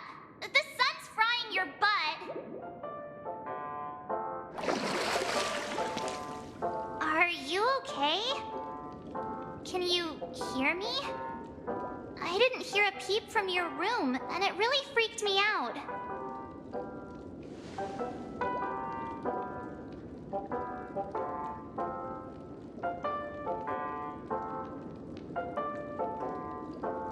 What are you talking about? Are you still half asleep or something? The Order's dream is over. Even though it's been a day, I still break into a sweat when I think about it. Our trailblazing expedition almost ended in Penacony. I'm so jealous that you got a good night's sleep. I was traumatized and too scared to even close my eyes. I thought if I fell asleep, I'd never wake up again.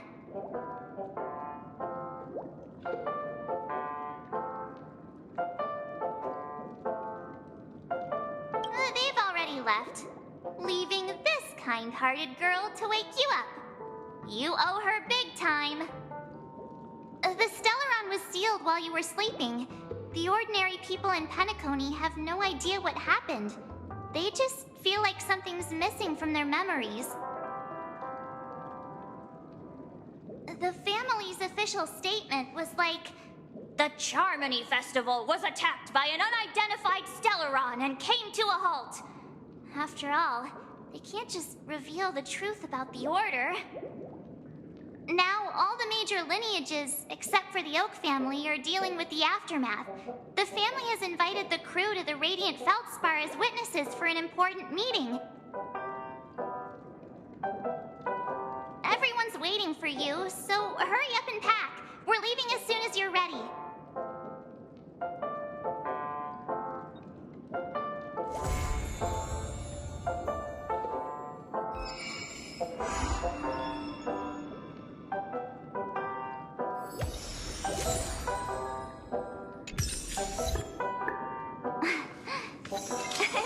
Cheese!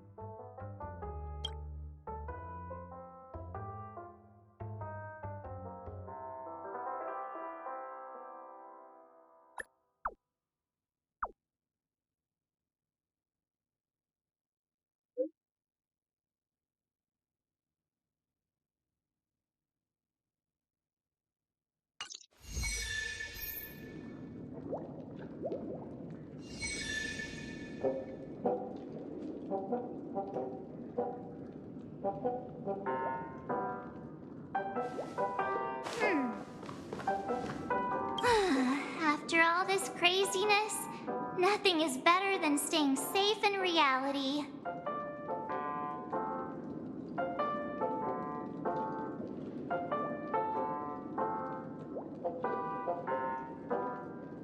It's a massive airship, and it's awesome! I heard it's never shown to the public. Only VIP guests of the family get to board it and enjoy the breathtaking views of Penacony. The Iris family sent us a bunch of souvenirs. Fruit baskets, plus this fancy button model. After you're back on your feet, you can enjoy them all. We are pretty much celebrities on the planet of festivities now, aren't we?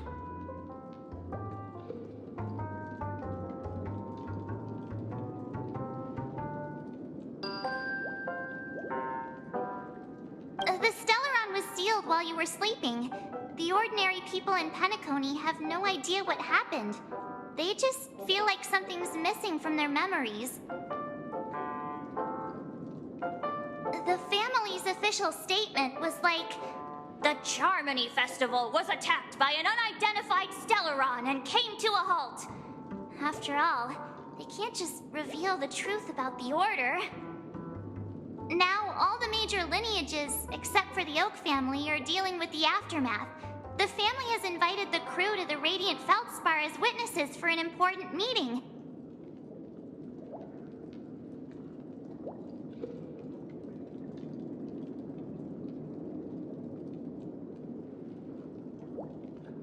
Why the sudden interest in that?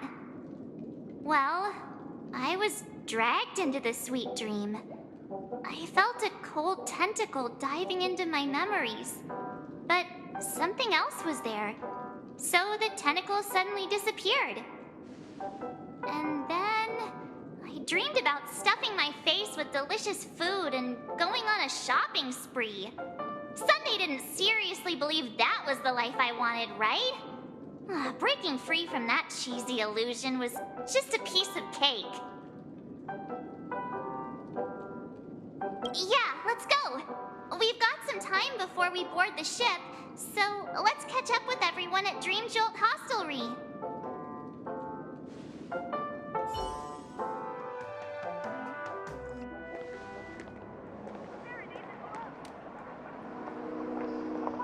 How extravagant. Just like Epsilon. How was it? Did it live up to your dreamscape expectations?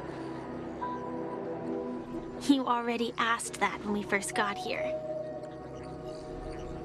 Yeah, and you said no back then. But after all this madness, I'd say you've grown fond of it.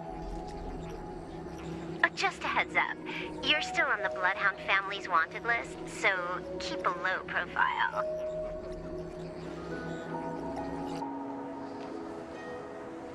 And this time, it's Firefly in the picture, not Sam. That's gotta be a whole new experience for you, right? Indeed. In Kafka's words, that's also a missing part of my life. Still, it'd be quite inconvenient if I can't move freely. Could you help me out, Silverwolf? I knew you'd say that. Don't worry. I've hacked all the systems and left no trace. Don't do anything that may draw attention, and don't talk with guards. They might recognize you. Keep these 2 points in mind, and you can go wherever you want, unbothered. Thank you. No problem, Miss Samuel. I love this fake name. Now that we're done here in Penacony, what will you do in your free time? I hear the Genius Society is here. How about we go stir up some excitement? Well, you know, my script isn't over yet. I didn't bring you back to hear an answer like that. Don't worry. The script says that I'll experience 3 deaths, but also receive an unforgettable reward on the planet of festivities. How will I know if I don't try? All possibilities exist until the outcome actually happens, right? You may not realize it, but you have a bad habit. Whenever you seem to be asking a question, you've already made up your mind, and no words will dissuade you. Anyway, Kafka asked me to pass on this message. If you see anything fabulous in Penacony, get one from me too. Just swipe my card, you know the pin. She didn't specify anything, but I guess she means a dress, coat, sunglasses, or something else.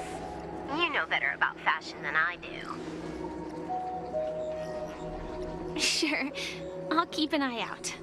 There's tons of options at OT Mall. Do you think she'll like trinkets, like hair accessories or brooches?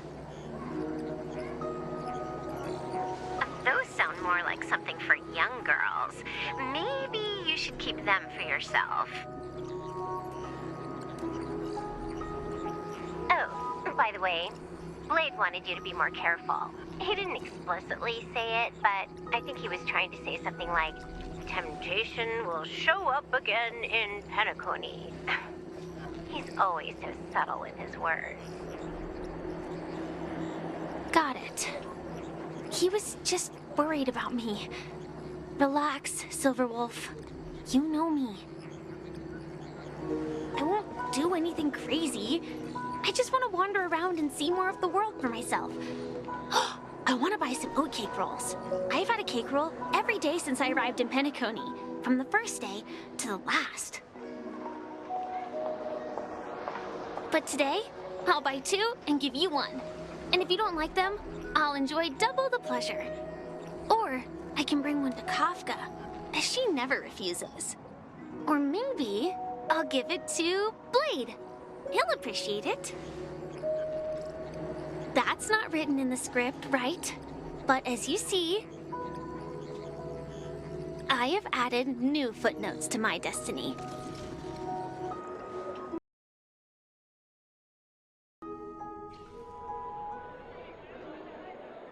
Welcome, Director Topaz.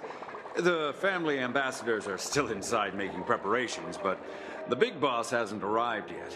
It'll be a while before the conference starts, I'm afraid. Huh. Quite a spectacle. The family really knows how to make things look impressive. I thought they would choose a more formal and low-key location for the conference. I didn't expect them to go with a luxury airship. About this, Director. I've asked around. This airship, named the Radiant Feldspar, belongs to the Alfalfa family. This conference between the IPC and the family will have a direct impact on Penacony's future. Such an important event should have been held at well, somewhere secretive in the moment of morning dew. The atmosphere here, it doesn't feel serious enough.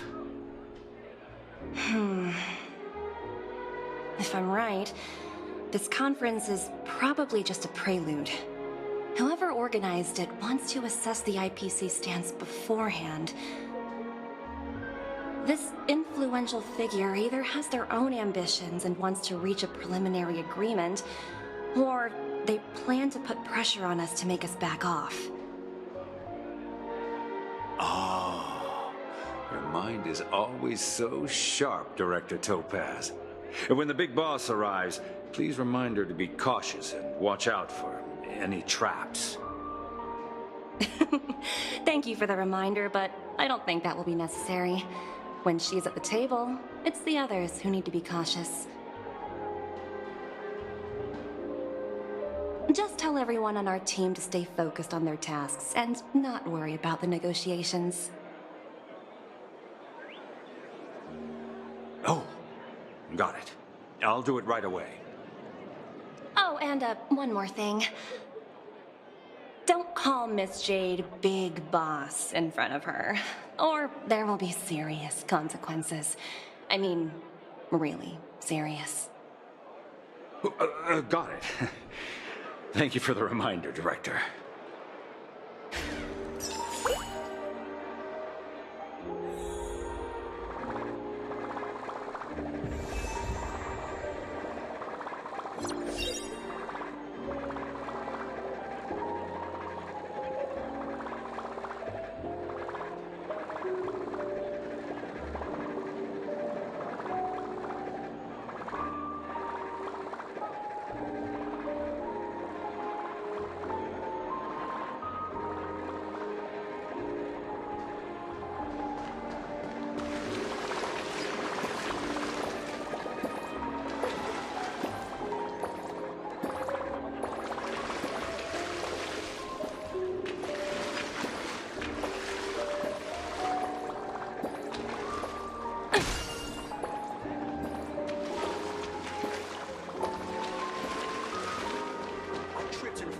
Right here. Just completely face planted.